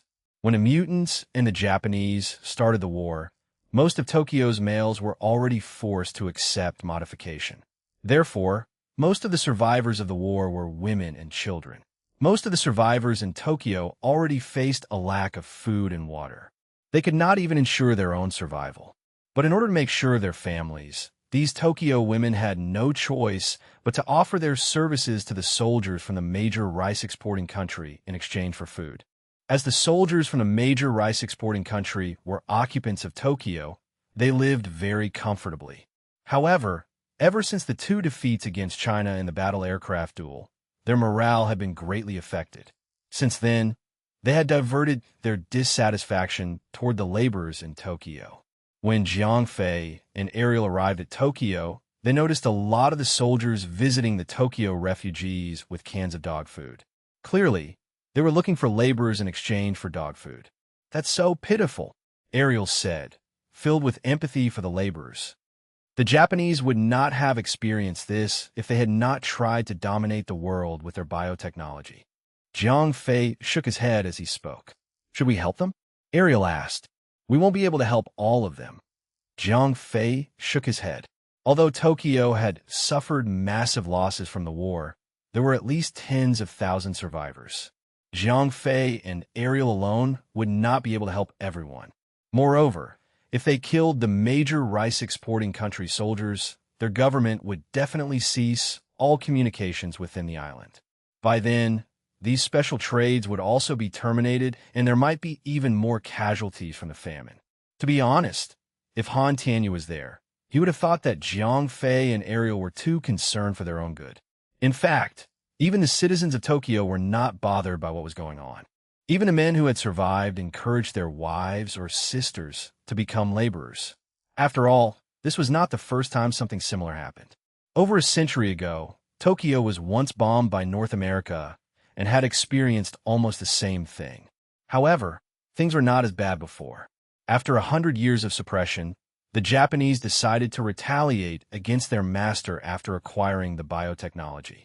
The consequences were undeniably saddening. After taking the biotechnology away, the major rice-exporting country bombed Tokyo yet again and even took over their land completely. Now, the citizens of Tokyo would have to suffer their fate as slaves yet again. "Let's go. We're not here to fight." Jiang Fei pulled Ariel along and headed toward Apple Hill, where Doomsday was located. As 0541 had a very precise locator, Jiang Fei and Ariel very easily found the entrance which Jiang Fei had destroyed previously. After entering the volcano, Jiang Fei found somewhere sheltered to retrieve his earth mover. The two of them stepped into it and started digging toward Doomsday.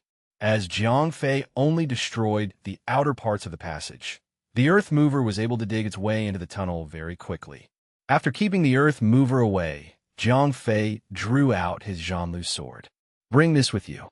If it tries anything funny, hit him with this." Jiang Fei handed the Zhanlu sword over to Ariel. "All right, I know what to do." Ariel nodded. "Be careful. Don't hurt yourself," Jiang Fei said. Don't worry. Ariel smiled sweetly at Jiang Fei. Okay, go ahead. Just get one of its tentacles. I'll be waiting for you here. Jiang Fei did not plan to accompany Ariel into where Doomsday hid itself. Although Doomsday had entered a state of hibernation, it would definitely wake up when Ariel cut its flesh. Despite Ariel being much stronger, its spirit attack would still affect Jiang Fei. Even if 0541 could protect Jiang Fei, it would cost Jiang Fei energy, which he was not willing to spare. Okay, Ariel answered as she walked down the tunnel with the Zhanlu sword. Although the temperature was very high as they were very close to the Earth's core, it did not affect Ariel, who had level 5 capabilities. After walking approximately 20 minutes, Ariel finally saw Doomsday. That's gross. Ariel covered her mouth as she stared at Doomsday with a disgusted expression. Although some time had passed, Doomsday's flesh still looked the same as before. Its pink flesh was still visible, and its entire body looked like a giant piece of rotten meat. Most men would feel goosebumps from just looking at it, let alone women. Hey, if you continue to pretend like you're sleeping, I'm going to kill you. Ariel shouted at Doomsday. Although they did not share a common language, Ariel was able to communicate with it through her spirit energy. Have you come to kill me? Doomsday asked in a frightened tone. It had initially planned to pretend as if it was sleeping so that it could fight back once Ariel got close enough. However, it did not expect Ariel to have the ability to communicate with her spirit energy. Since she had already seen through its pretense, it had no choice but to respond. I'm too lazy to do that. Give me one of your tentacles. Ariel did not even want to get close to the disgusting fellow. What are you trying to do? Doomsday was stunned. It could tell that Ariel was also level 5. However, it did not know why Ariel had come. If she was here to kill it, it would of course not diminish its own power by harming itself. Cut the crap. I don't like staying here. Ariel stared at Doomsday as she started transferring energy into the Zhanlu sword. Buzz. The Zhanlu sword started ringing as odd energy waves emitted from it. God blade. Doomsday was nearly in tears. It was too heavily injured to move. An expert at the equal level was already sufficient to end its life. Now that Ariel even had the Zhanlu sword, it basically had zero chance of survival. I only want one of your tentacles. Will you get it to me? Ariel asked as she waved the Zhanlu sword. Yes. Doomsday answered immediately. As a level 5 expert could not be killed, it technically still had the right to bargain with Ariel. The worst that could happen was that it would get beaten up by Ariel. However, now that Ariel held the Zhanlu sword in her hand, it was actually possible for Doomsday as a level 5 expert to be killed. Therefore, with its life on the line, Doomsday had no choice but to surrender. Chapter 745 Rules of Level 5. Translator, Endless Fantasy Translation Editor, Endless Fantasy Translation Wham. Without needing Ariel to make a move, Doomsday chopped off one of its own tentacles and carefully used its spirit energy to carry it toward Ariel. That's so gross. If not for my husband, I would not even touch such a disgusting thing. Ariel said as she looked at the tentacle in disdain. Although it was only one tentacle, it was 2 meters long and was as thick as a human's thigh. Moreover, it was one of the thinnest tentacles on Doomsday. Despite that, it was sufficient for Jiang Fei to use for a long while. All right, go back to sleep. I will look for you if I need anything else. Ariel said as she turned around and walked away. She carried the tentacle with her soul energy as she did so. Right then, Doomsday was close to tears. It had come to the Earth's core to absorb energy in order to heal itself. However, it had barely recovered enough energy for a single tentacle, and it had lost it just like that. Therefore, when it heard that Ariel planned on returning, it had thoughts of killing itself. Clearly, these people were treating it like a poultry animal and would cut its meat off once in a while. However, it was still a beast that feared death. Therefore, it did not have the courage to kill itself. Despite that, it was also too heavily injured to move around. Therefore, it could only hope that Ariel would not come by in the near future. Once it recovered enough energy, it would run away. Ariel soon brought the tentacle back to Jiang Fei. Husband, is this enough? If it isn't, I could get some more. Ariel smiled sweetly at Jiang Fei. It's enough. Jiang Fei nodded. Doomsday was very precious to Jiang Fei. He did not want to accidentally kill it. After all, a living Doomsday would be Jiang Fei's never-ending source of biosample. After keeping Doomsday's tentacle in his spatial ring, Jiang Fei relaxed somewhat. The rest was up to 0541. With Doomsday's tentacle in possession, there would be more than enough biosample for the creation of level 4 biohumans on top of the biopotions Jiang Fei and Sitang needed. Here, I'm returning this to you. I don't like this stuff. Ariel handed the Zhanlu sword back to Jiang Fei. The aura of Valium it emitted was very appalling for her. Hee, you must be the only level 5 expert who dislikes the Godblade. Jiang Fei laughed as he kept the Zhanlu sword away in his spatial ring. Although the aura of Valium displeased metahumans in general, the Godblade was the most desired possession amongst all level 5 metahumans. As it was the only thing that could threaten the life of a level 5 expert, owning a Godblade would greatly increase one's chances of survival. The level 5 experts who did not own Godblades chose to live in hiding because they were either bored of living the common life or they were trying to avoid the Godblade. Moreover, the Godblades were all left behind on Earth after Braveheart's crash. As the Godblades were created based on Planet Namex technology, the designs were very odd and inappropriate for human usage. Therefore, they were not suitable to be used in battles. Normally, a level 5 expert would dominate another level 5 before he used the Godblade to execute his opponent. Very few would actually use the Godblade in a one-on-one battle. As the Godblades were not designed for battles on Earth, anyone who used them would potentially harm himself during a battle, which only made things worse. The only Godblade which was suitable to be used in battle was the one which Jiang Fei possessed. Therefore, that particular Godblade was virtually priceless. The fact that Ariel was willing to return it to Jiang Fei without hesitation proved how much she cared for him. After acquiring Doomsday's tentacle, Jiang Fei could leave Tokyo in peace. For the sake of secrecy, Jiang Fei decided to bury the entrance which his Earth Mover had dug. After all, Ariel had already traveled there. She would be able to teleport directly to where Doomsday was in the future. There was no point in keeping the passage intact. 0541. Can I reach level 5 if I drink another potion? Jiang Fei asked after he had acquired Doomsday's tentacle. He had already gotten used to the powers of Pinnacle level 4. Moreover, he had plenty of energy crystals to spare. Therefore, he naturally wanted to try breaking through to level 5. Captain, you think too much. It's not that easy to reach level 5. Firstly, we do not have a lot of energy left. It won't be enough for you to break through to level 5. Even if there was enough energy, I still would not recommend that you immediately break through to level 5. 0541 answered. Why not? Jiang Fei asked. Level 5 is a very special tier. It involved a set of rules that apply even to Ariel. If you do not comprehend the rules on your own, and instead forcefully reach level 5 through energy infusion, it will be difficult for you to progress further. 0541 explained. I see. Jiang Fei nodded. Ariel was in such a state whereby she could no longer increase her capabilities. As her body once belonged to Phoenix, who had been forcefully infused with energy to reach level 5, she did not comprehend the set of rules on her own. How can I comprehend the rules? Jiang Fei asked. I do not have related data for that. Level 5 experts are also a pinnacle existence in Planet Namek. Their related data would never be revealed to the public. 0541 said helplessly. Forget about it then. We'll plan as we go.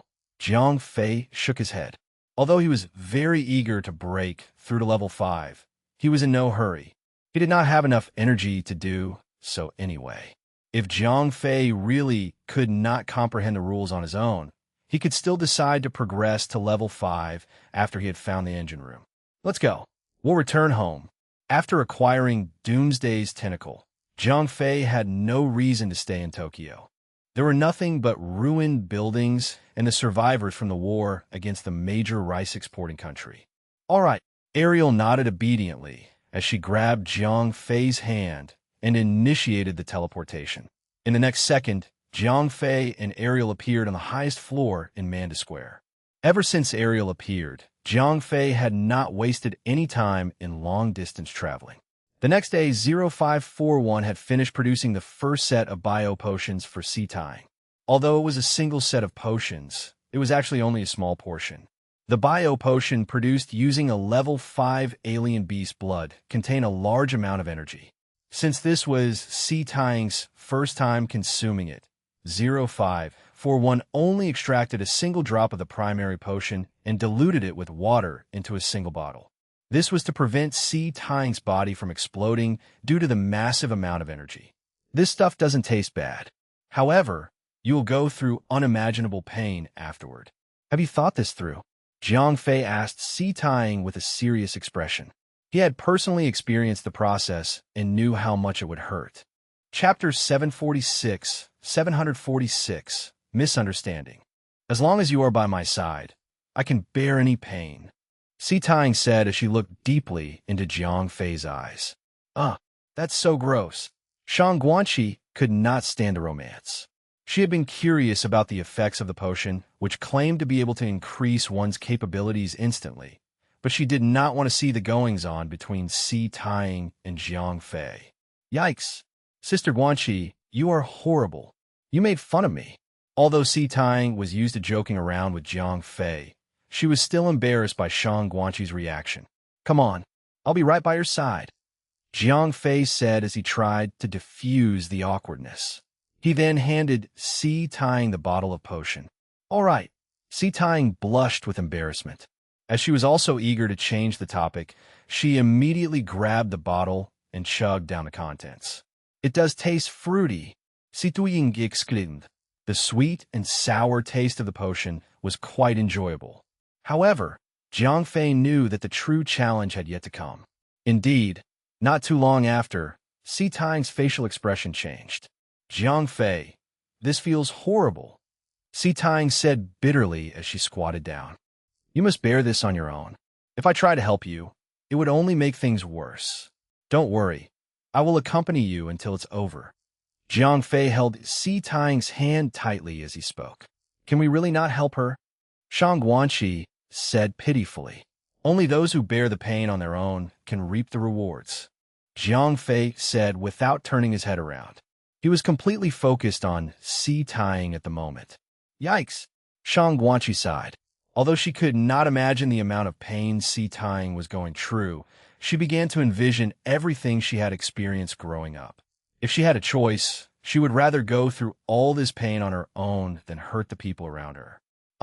Sea Tying finally shouted out loudly as she could no longer contain the pain within herself. Ariel, do something. Jiang Fei turned around to look at Ariel. All right. Ariel nodded as she created a seclusion to prevent Sea Tying's sound from being heard beyond Jiang Fei's room. Although Jiang Fei's parents were not home, he did not want to risk them worrying once they returned, as the painful process Sea Tying was going through would not end anytime soon. Just as Jiang Fei did in the past, Sea Tying would have to go through the pain. The pain was what strengthened her soul, so that both her soul and body could handle the change in her powers. After some time had passed, Jiang Fei's mother returned from grocery shopping. Shang Guanqi and Ariel left the room to help her out in the kitchen, while Jiang Fei continued to accompany Sea Tying in his room. After approximately an hour, Sea Tying's suffering finally ended. Jiang Fei, am I still alive? Sea Tying was soaked in her own sweat. Of course, you are alive and well. Jiang Fei brushed his hand against Sea Tying's pale face gently. He looked at her compassionately. Have I acquired new powers? Sea Tying felt very happy when she saw Jiang Fei's look of concern. However, she was much more concerned with something else. Of course, you have obtained level 3 powers, Jiang Fei said as he kissed Sea Tying's forehead. Really? Sea Tying was in a state of disbelief. Although the pain had nearly killed her, she had acquired such a tremendous amount of growth in a short span of time. It was all worth it. Absolutely. Once you recover your strength, you will be able to feel it. Jiang Fei hugged Sea Tying as he said, Jiang Fei, Could you ask Shangguanqi to come over? I would like to take a shower. Si Tang said with a blush. Due to the pain she felt earlier, Si Tang had rolled around the floor and was drenched in sweat. She was in terrible pain from a huge amount of energy channeled into her body. More importantly, she did not want to show Jiang Fei her terrible state. That was why she was keen to take a shower right away. However, her body was exhausted from going through all the pain. She could not even sit up on her own, let alone take a shower. Therefore, she could only ask for Shangguanqi's help. All right, I'll go immediately. Jiang Fei nodded. He then walked out from his room and called for Shangguanqi in the kitchen. Fei, don't worry. I'll be able to fight with you in battles very soon. Si Tang thought to herself as she looked at Jiang Fei from behind. How's Liling doing? Shangguanqi asked softly when she saw Jiang Fei quietly sneaking around. She's fine. The test of the potion is already over. She is completely exhausted now and would need your help to take a shower. Jiang Fei smiled. Has she really acquired a lot of power? Shangguanqi asked curiously. Definitely. Once she recovers tomorrow, the energy level in her body would reach beginner level 3. Jiang Fei answered. As Si Tang with girl, 0541 did not dare to give her as high a dosage as it had given Jiang Fei, which allowed him to reach beginner level 4 immediately. Jiang Fei's body quality was unique. Although he used to be a geek with a weak body, he had a shocking willpower which surpassed anyone else's. One might also say that he has strong soul energy, which was not apparent elsewhere except for when he had to accept a lot of pain. Basically, he was a tough nut to crack. That was why Jiang Fei was able to consume a large amount of potions to increase his capabilities swiftly. If Si Tang had been subject to equally high dosages, she might have fainted in the process. That was a dangerous aspect of consuming such potions. Once a person fainted in the process, there was a possibility that his or her soul might be destroyed. Could you give me a bottle of that as well? Shangguanqi asked all of a sudden. Jiang Fei was stunned. If I train with conventional methods, there is little chance that I would break through to advanced level 4 before the age of 30. Since you have a shortcut, I would like to try it out, Shangguanqi said as she stared into Jiang Fei's eyes. 0541. Can she use this potion? Jiang Fei did not immediately answer Shangguanqi. Instead, he sought for 0541's advice. Jiang Fei and Si Tang had both acquired energy through planet Namex potions. Therefore, Jiang Fei was not sure if the potions would be suitable for Shangguanqi. In theory, that is possible. However, as no tests have been done prior, I cannot confirm whether there would be any side effects. 0541 answered. That, Jiang Fei hesitated when he heard 0541's reply. He truly treated Shangguanqi as his older sister. Therefore, he would not want to experiment on her. If something went wrong, he would feel terribly guilty. What's the matter? If the potion is too precious, then forget it. Shangguanqi clearly misunderstood Jiang Fei's intention. Chapter 747. 747. An inexplicable situation. It's not a matter of whether the potion is precious or not. The key issue is that you're different from us. I can't guarantee that there won't be any side effects from drinking this potion. Jiang Fei knew Shangguanqi had misunderstood him and therefore tried to clarify the situation. Different. Shangguanqi was obviously still confused. I don't know if you have heard. Old Man Hai had previously checked my body and said that my veins have been sealed and would not be able to practice martial arts. However, my master used potions to create an energy recycling system in my body. That's how I am able to have energy like you. Jiang Fei said truthfully. I see. Shangguanqi nodded. Although she could not prove that everything he said was true, Si Tang was a living example before her. Therefore, Jiang Fei's explanation was very believable. Moreover, she had also spent a lot of time with Jiang Fei and knew that Jiang Fei was not a stingy person. He must have had concerns for her safety before deciding not to give her the potions. If that's the case, forget about it. Although Shangguanqi was a little disappointed, she was not too bothered. Her body quality was already pretty good. Although level 5 was far out of reach for her, she could still reach intermediate level 4 over time. Therefore, she did not want to face unknown risks out of her own sense of urgency. Could you please help Little Ink to take a shower? I will teach her a set of techniques in 2 days. However, I don't have time to practice with her. I'll need your help with that, Jiang Fei said to Shang Guanqi. As he already treated her as his own sister, he did not beat around the bush with his request. All right, go help Mother out in the kitchen. Shang Guanqi nodded. Be careful with her. She is completely exhausted. Jiang Fei reminded yet again. You're very annoying. Stop following me. Do you plan on taking a peek? Shang Guanqi rolled her eyes at Jiang Fei. Jiang Fei turned around speechlessly. He then shrugged and said in a soft voice, that wouldn't be a bad idea. Although Jiang Fei spoke very softly, Shang Guanqi was a level 4 expert, and the two were not very far apart. Therefore, Jiang Fei's words were clearly audible to her. You little bastard, Shang Guanqi mumbled as she walked into Jiang Fei's room to look after Si Tying. Husband, if you would like to see, I could sneak over at night.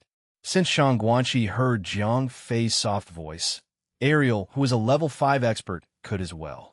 Therefore, when Jiang Fei's mother was not paying attention, Ariel quietly sneaked behind Jiang Fei and whispered into his ear. Oh darn, my image of being a gentleman is gone. Jiang Fei shuddered. He did not dare to respond to Ariel.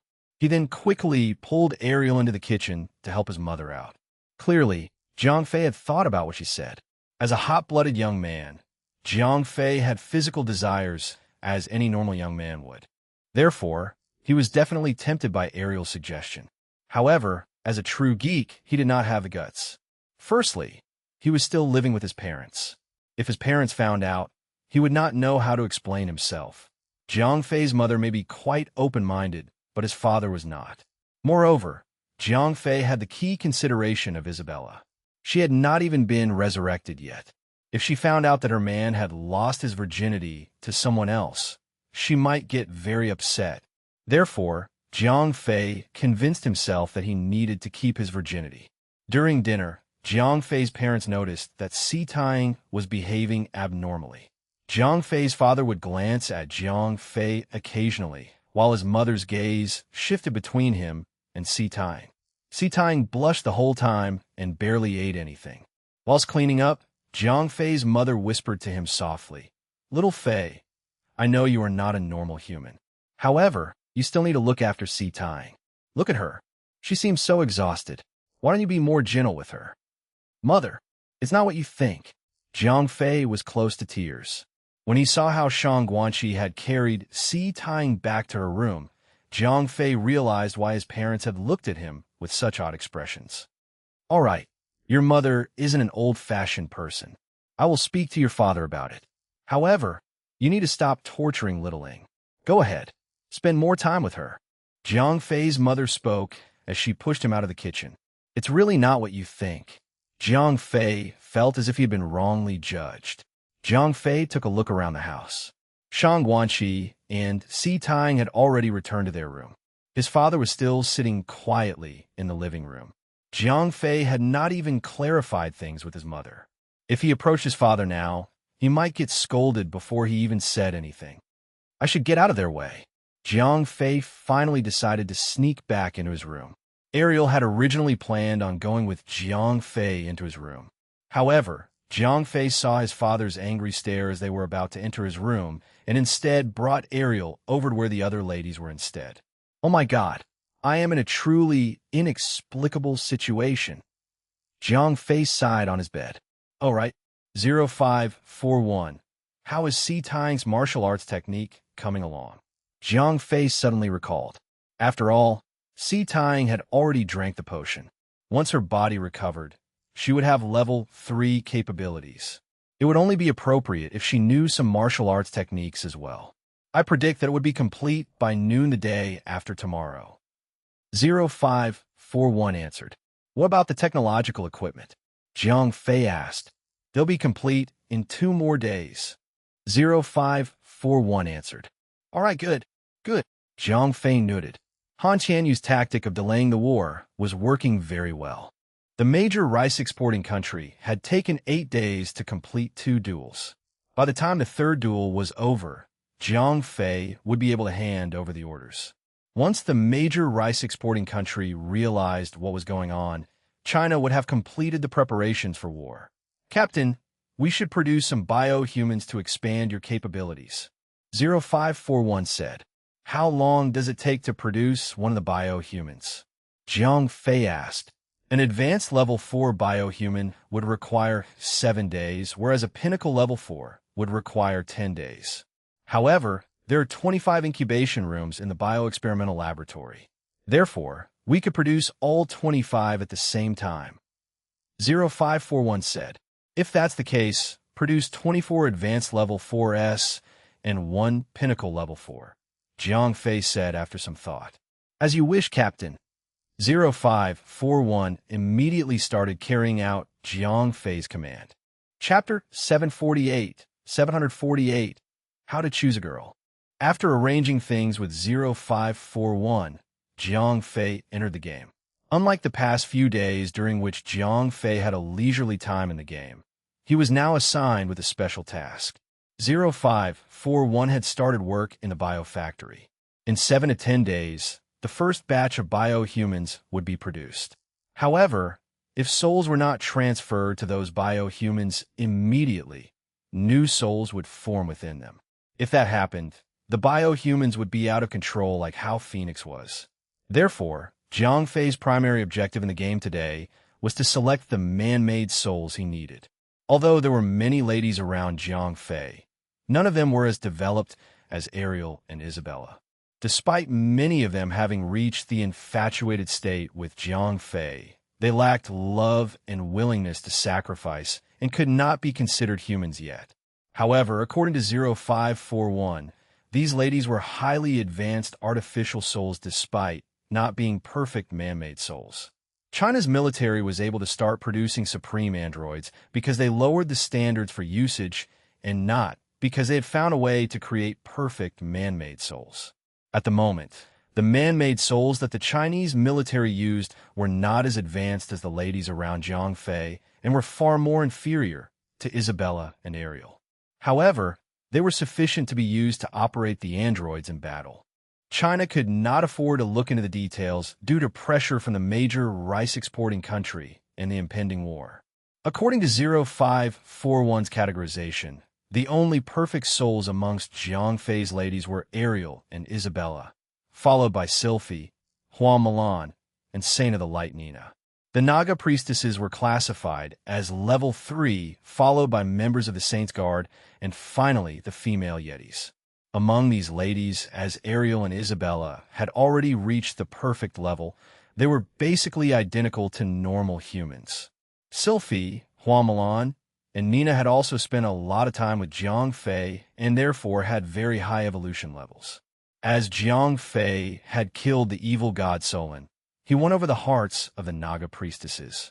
Although Jiang Fei spent the least amount of time with these female Nagas, they had evolved very quickly due to their infatuated and admired states toward Jiang Fei. Although the female Yetis had also reached the infatuated state with Jiang Fei, they were created with very little intelligence. So, despite the state they were in with Jiang Fei, they could not really think for themselves and therefore evolved the least. Hence, members of the Saints Guard were classified as having a higher level than the female Yetis despite only reaching the admired state with Jiang Fei. 0541. How should I select the first batch of souls? Jiang Fei was feeling conflicted. I suggest you choose some Naga priestesses as the first batch of souls. Of course, you could also choose from the Saints Guard. There would not be too much of a difference between these two options. 0541 answered. What's the reason for that? Jiang Fei asked, as 0541 had a completely different answer from himself, though they did agree that the female Yetis would be excluded due to their lack of intelligence. Despite that, 0541 had chosen the lowest-leveled females apart from the female Yetis, which differed from Jiang Fei's thoughts. Captain, I have given you the suggestion based on the best plan I could come up with. The reason being, 0541 started explaining. According to 0541, it was very difficult to achieve a perfect soul. Each soul that had a probability of developing into a perfect level was very precious. Based on current circumstances, Nina and Sylphie were most likely to evolve into perfect souls, followed by Hua Mulan. As for the rest of the ladies, they had very little chance of achieving perfection. Therefore, 0541 did not want Jiang Fei to bring the three of them to the real world immediately. If he did, their evolution would end prematurely. Moreover, Jiang Fei would need perfect souls to create level 5 biohumans in the future. If he were to use the three best options right now, he would not be able to create level 5 experts even if he found the engine room in the future. Based on 0541's opinion, evolving a perfect soul was even more difficult than finding the engine room. Jiang Fei was able to acquire Ariel and Isabella, who both had perfect souls entirely due to his luck. If that's the case, Jiang Fei nodded. Based on what 0541 said, he should not bring Hua Mulan and the rest out too soon, as it would harm both the women and himself. What about the Naga priestesses and the Saints Guard? Didn't you say that the Naga priestesses had a higher level? Jiang Fei asked. That's very hard to explain. I'll show you the data, 0541 said, as it displayed a table for Jiang Fei. According to the combined data, Ariel and Isabella each had 10,000 points, which meant full scores. Sylphie was next with 7,000 points, while Nina had 6,000 points, and Hua Mulan had close to 5,000 points. Hua Mulan had the least amount of points, as she was created to be a female commander. Therefore, her logical thoughts dominated her emotional ones, which explained why her level of evolution was the lowest. Apart from these three women who were at level 2, the first level 3 was Mirage, who had a score of 450 points. The High Priestess had 400 points, while a few of the other priestesses had around 200 points. The rest of them only had around 100 points, which differed greatly from the other level 2 females. That was why 0541 said these people were virtually hopeless in reaching perfection. As for the level 4 members of the Saints Guard, each of them had around 10 points. However, they were considered close to the level 3 females. According to 0541, if Jiang Fei spent time to develop relationships with them, their overall figures would surpass the other group of women. Chapter 749, Special Training. Translator, Endless Fantasy Translation Editor, Endless Fantasy Translation. Alright, in that case, let's do it this way. Jiang Fei decided in his heart after listening to 0541's explanation. Since you have decided, you should make use of the limited time to help these man-made souls evolve, 0541 suggested. Oh, right. Why did you not mention Akit series? Jiang Fei suddenly remembered he had another lady around. She's special. She's not suitable to be brought into the real world, 0541 said. Special? What's special about her? Jiang Fei asked, curious. Sorry, Captain. This has to do with Top Secret 7014. You do not have the right to ask about it at the moment, 0541 said blandly. Screw me. Again, Jiang Fei was stunned. 0541 had previously spoke about man-made souls in such a way. Jiang Fei had only acquired the rights to ask about Top Secret 093 after Isabella and Ariel had died and completed their evolution. I am sorry, Captain. I must follow the rules, 0541 said. Forget it. Jiang Fei shook his head. Although he was very curious about Akit series' secret, he did not want 0541 to go against the rules. Jiang Fei knew that 0541 could only be a good intelligent assistant system if it followed the rules. If 0541 could go against the rules, Jiang Fei should be worried. After all, 0541 was the only fellow who had access to all of Jiang Fei's secrets and weaknesses. As 0541 was regulated by the rules of Planet Namek's Intelligent Assistance System, its programming would be terminated immediately if it went against the rules. Therefore, it must fulfill all its responsibilities to support Jiang Fei, who was the captain. That was why Jiang Fei felt very secure about 0541. Seeing that he did not have any matches for the day, Jiang Fei went directly to the Demon Dragon Fortress after entering the game. At the Demon Dragon Fortress, The players from Imperial Dragon did not seem to be bothered by Jiang Fei's presence. They would simply greet him if they saw him. After all, Jiang Fei rarely participated in guild events despite being the guild master. The guild's operations were mostly regulated by a few of the executive vice guild masters. However, Jiang Fei would occasionally bring some of them along to complete quests which rewarded them greatly. That was also why the guild members loved and respected Jiang Fei so much. After returning to the Demon Dragon Fortress, Jiang Fei went to the back of the fortress. He had been meeting his women there for the past few days. "Husband, you have come." Sylphie ran over immediately. Where's Hua Mulan?" Jiang Fei asked. Husband, you are biased. All you think about is Mulan. You do not even miss me," Sylphie said as she tugged at Jiang Fei's arm. "Of course I miss you. Why else would I come over to you immediately?" Jiang Fei had become skilled at flirting with women after such a long period of training. "TSK, you are such a sweet talker," Sylphie exclaimed. However, she could not hide what she felt as her facial expression showed how happy she truly was. "Master, were you looking for me?" Hua Mulan came over to Jiang Fei's side. "Yeah, I have some stuff to discuss with you."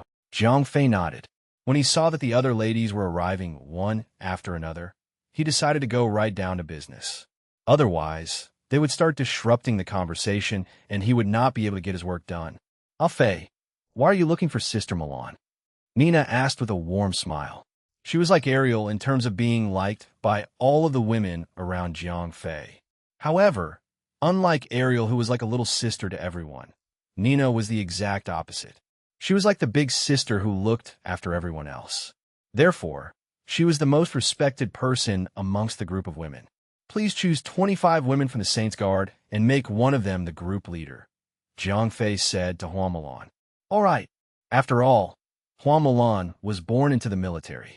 She immediately went to work after receiving Jiang Fei's command. "Husband, are you in trouble? Do you need our help?" Sylphie asked. "I intend to bring them to my world to help me out." Jiang Fei did not hide the truth from them. "What? I want to go too." Sylphie objected. "Master, bring us instead. We are much stronger than they are. We would be able to help you better." The High Priestess Chris chipped in.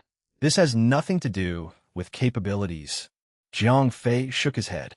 It did not matter how strong these ladies were in the game, as their powers had no effect in the real world. Jiang Fei had chosen the souls of the Saints Guard for a simple reason. The Naga priestesses were excluded because they were overlords and could therefore assist Jiang Fei in the game. However, the members of the Saints Guard were only level 80 elites who could easily be destroyed on the battlefield. Therefore, Jiang Fei decided to bring them into the real world. "Husband, we don't really understand what you mean," Sylphie said with a pout. "Let's put it this way. I have come to this world with my soul inhabiting this body. Likewise, you will also have to use your soul to inhabit another body in my world. Therefore, your strengths and weaknesses would not make a difference there. Moreover, once you go, you will never be able to return," Jiang Fei explained. "Oh, I see." Sylphie and the rest nodded. "That's why I would rather those of you who are strong to remain in this world to help me out." Jiang Fei laughed as he spoke. "All right, as long as we can help you." Sylphie nodded seriously. "Master, I have brought them over." Hua Mulan was very efficient. Right then, over 20 of the women stood before Jiang Fei. "All right." Jiang Fei nodded as he looked at the female soldiers of the Saints Guard. "Master, this is my Vice Commander Hongyu. I believe she is capable of leading the team," Hua Mulan said as she pointed at the first female soldier on her right. "Great. I will need you all to follow me to complete some quests. Now get ready. We will depart very soon," Jiang Fei said to the female soldiers. "Yes, Master." As these members of the Saints Guard had become Jiang Fei's private army, they were completely obedient toward him. "In order for them to get used to my world, I need to give them some additional training. I won't be able to accompany the rest of you for a few days," Jiang Fei said apologetically to Nina and the other ladies. "What kind of training is that? Can we come along?" Sylphie asked suspiciously. "No." Jiang Fei shook his head and said determinedly. As Jiang Fei's training was equivalent to deepening his relationship with these women, he could not possibly bring along the other group of women who would otherwise make things very complicated for him. Chapter 750 Completed Weapon. Translator. Endless Fantasy Translation Editor.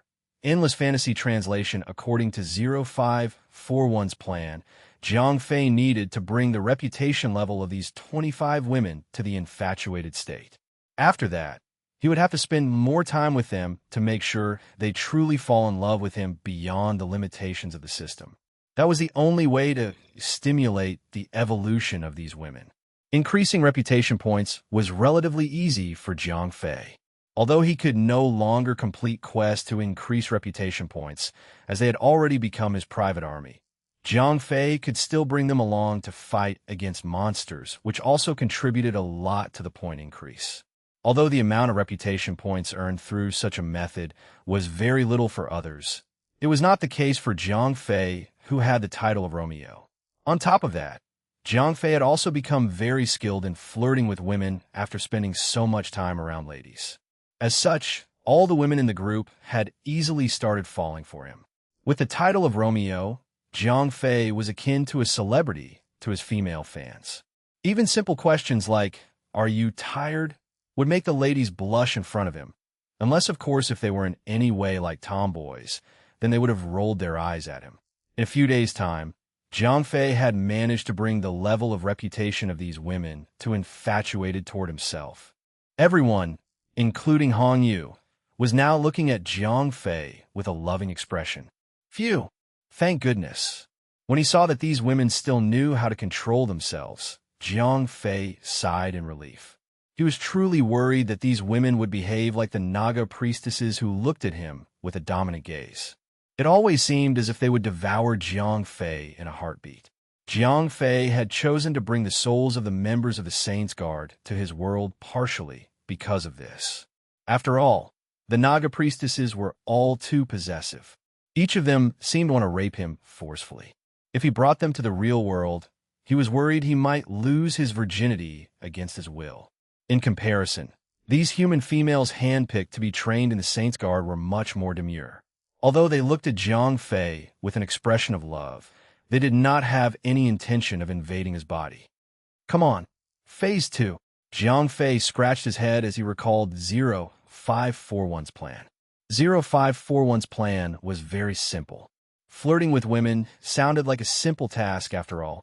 However, flirting with over 20 women at the same time was certainly no easy feat. Even a self-proclaimed womanizer like Han Tianyu might not be able to succeed at it. Over the next couple of days, apart from participating in matches, Jiang Fei worked on deepening his relationship with the 25 women. It seemed like Jiang Fei might actually have some talent in that area. They were falling more and more for Jiang Fei. Based on 0541's statistical analysis, the women's rate of evolution was much faster than initially expected. In just 2 days, their overall points had reached over 500 and were much higher than the Naga priestesses. Although Jiang Fei was having the time of his life in the game, he was much busier in the real world. Firstly, the batch of equipment he was meant to deliver to the Chinese military had already been completed. However, as the third aerial duel had not begun yet, Jiang Fei was in no hurry to hand the equipment over to the military. After all, he had told them it would take 20 days to produce. If he gave the equipment to them in only 10 days, the military might have stray thoughts about his capabilities. Since the major rice exporting countries' plans to go to war had already been delayed, Jiang Fei did not want to stir the pot further. Apart from the completion of the equipment, 0541 had also prepared the martial arts techniques specially designed for sea tying. Unlike Jiang Fei's harsh style of fighting, sea tying's martial arts techniques and skills were much more agile. Although the powers did not match Jiang Fei's origin force and thunder gale kick technique, they were much more agile, easily transformed, and therefore more appropriate for a lady. "Littling, come with me," Jiang Fei said as he brought Ariel along into his room. "Oh." Sea tying followed behind Jiang Fei. Shang Guanxi, on the other hand, walked into her own room. As a martial artist, Shang Guanxi knew that stealing techniques from others was a forbidden act. Although she was now Jiang Fei's sister, some rules still had to be adhered to. However, Shang Guanqi had clearly misunderstood Jiang Fei's intention. He had kept Shang Guanqi out of it mainly because he did not know how to explain the memory transfer technique to her. Within a few minutes, Si Tang would have had the techniques memorized thoroughly. Such advanced technology did not seem appropriate for martial artists. Although Jiang Fei had bared the truth about Braveheart to Han Tianyu, he was still not strong enough. Therefore, he did not want too many people to know about his secret. It was not that Jiang Fei did not trust Shang Guanqi. It was just too tough a secret to keep. The more people that knew about it, the harder it would be to keep it a secret. Adieu. After Si Tang had entered Jiang Fei's room, Jiang Fei glanced at Ariel. All right. Ariel nodded as she waved her hand to create a zone of seclusion in the room. Bastard, have you been up to no good with Ariel? Tell me honestly, how many girls have you sexually harassed by doing this? Si Tang pointed at Jiang Fei's chest as she spoke. If you keep spewing nonsense, I will sexually harass you. Jiang Fei threatened jokingly. You're evil. Sister Ariel, he is bullying me. Si Tang hid behind Ariel as she laughed. All right, stop fooling around. I have asked you to come in because I want to transfer martial arts techniques to you. Jiang Fei stopped smiling and said seriously. Oh, after playing around, Si Tang became serious again. After all, she treated the matter of capabilities with seriousness as well. Only after improving her capabilities would she be able to help Jiang Fei out. Otherwise, she would only be trapped at home with her worries and concerns. Relax your mind. No matter what happens, do not resist it. Jiang Fei said. What do you want to do? Si Tang suddenly stepped back, gripping her collars as if Jiang Fei was about to sexually harass her. Hey, can you be serious, please? Jiang Fei said. Si Tang noticed that Jiang Fei was getting annoyed and therefore stood quietly in front of him immediately.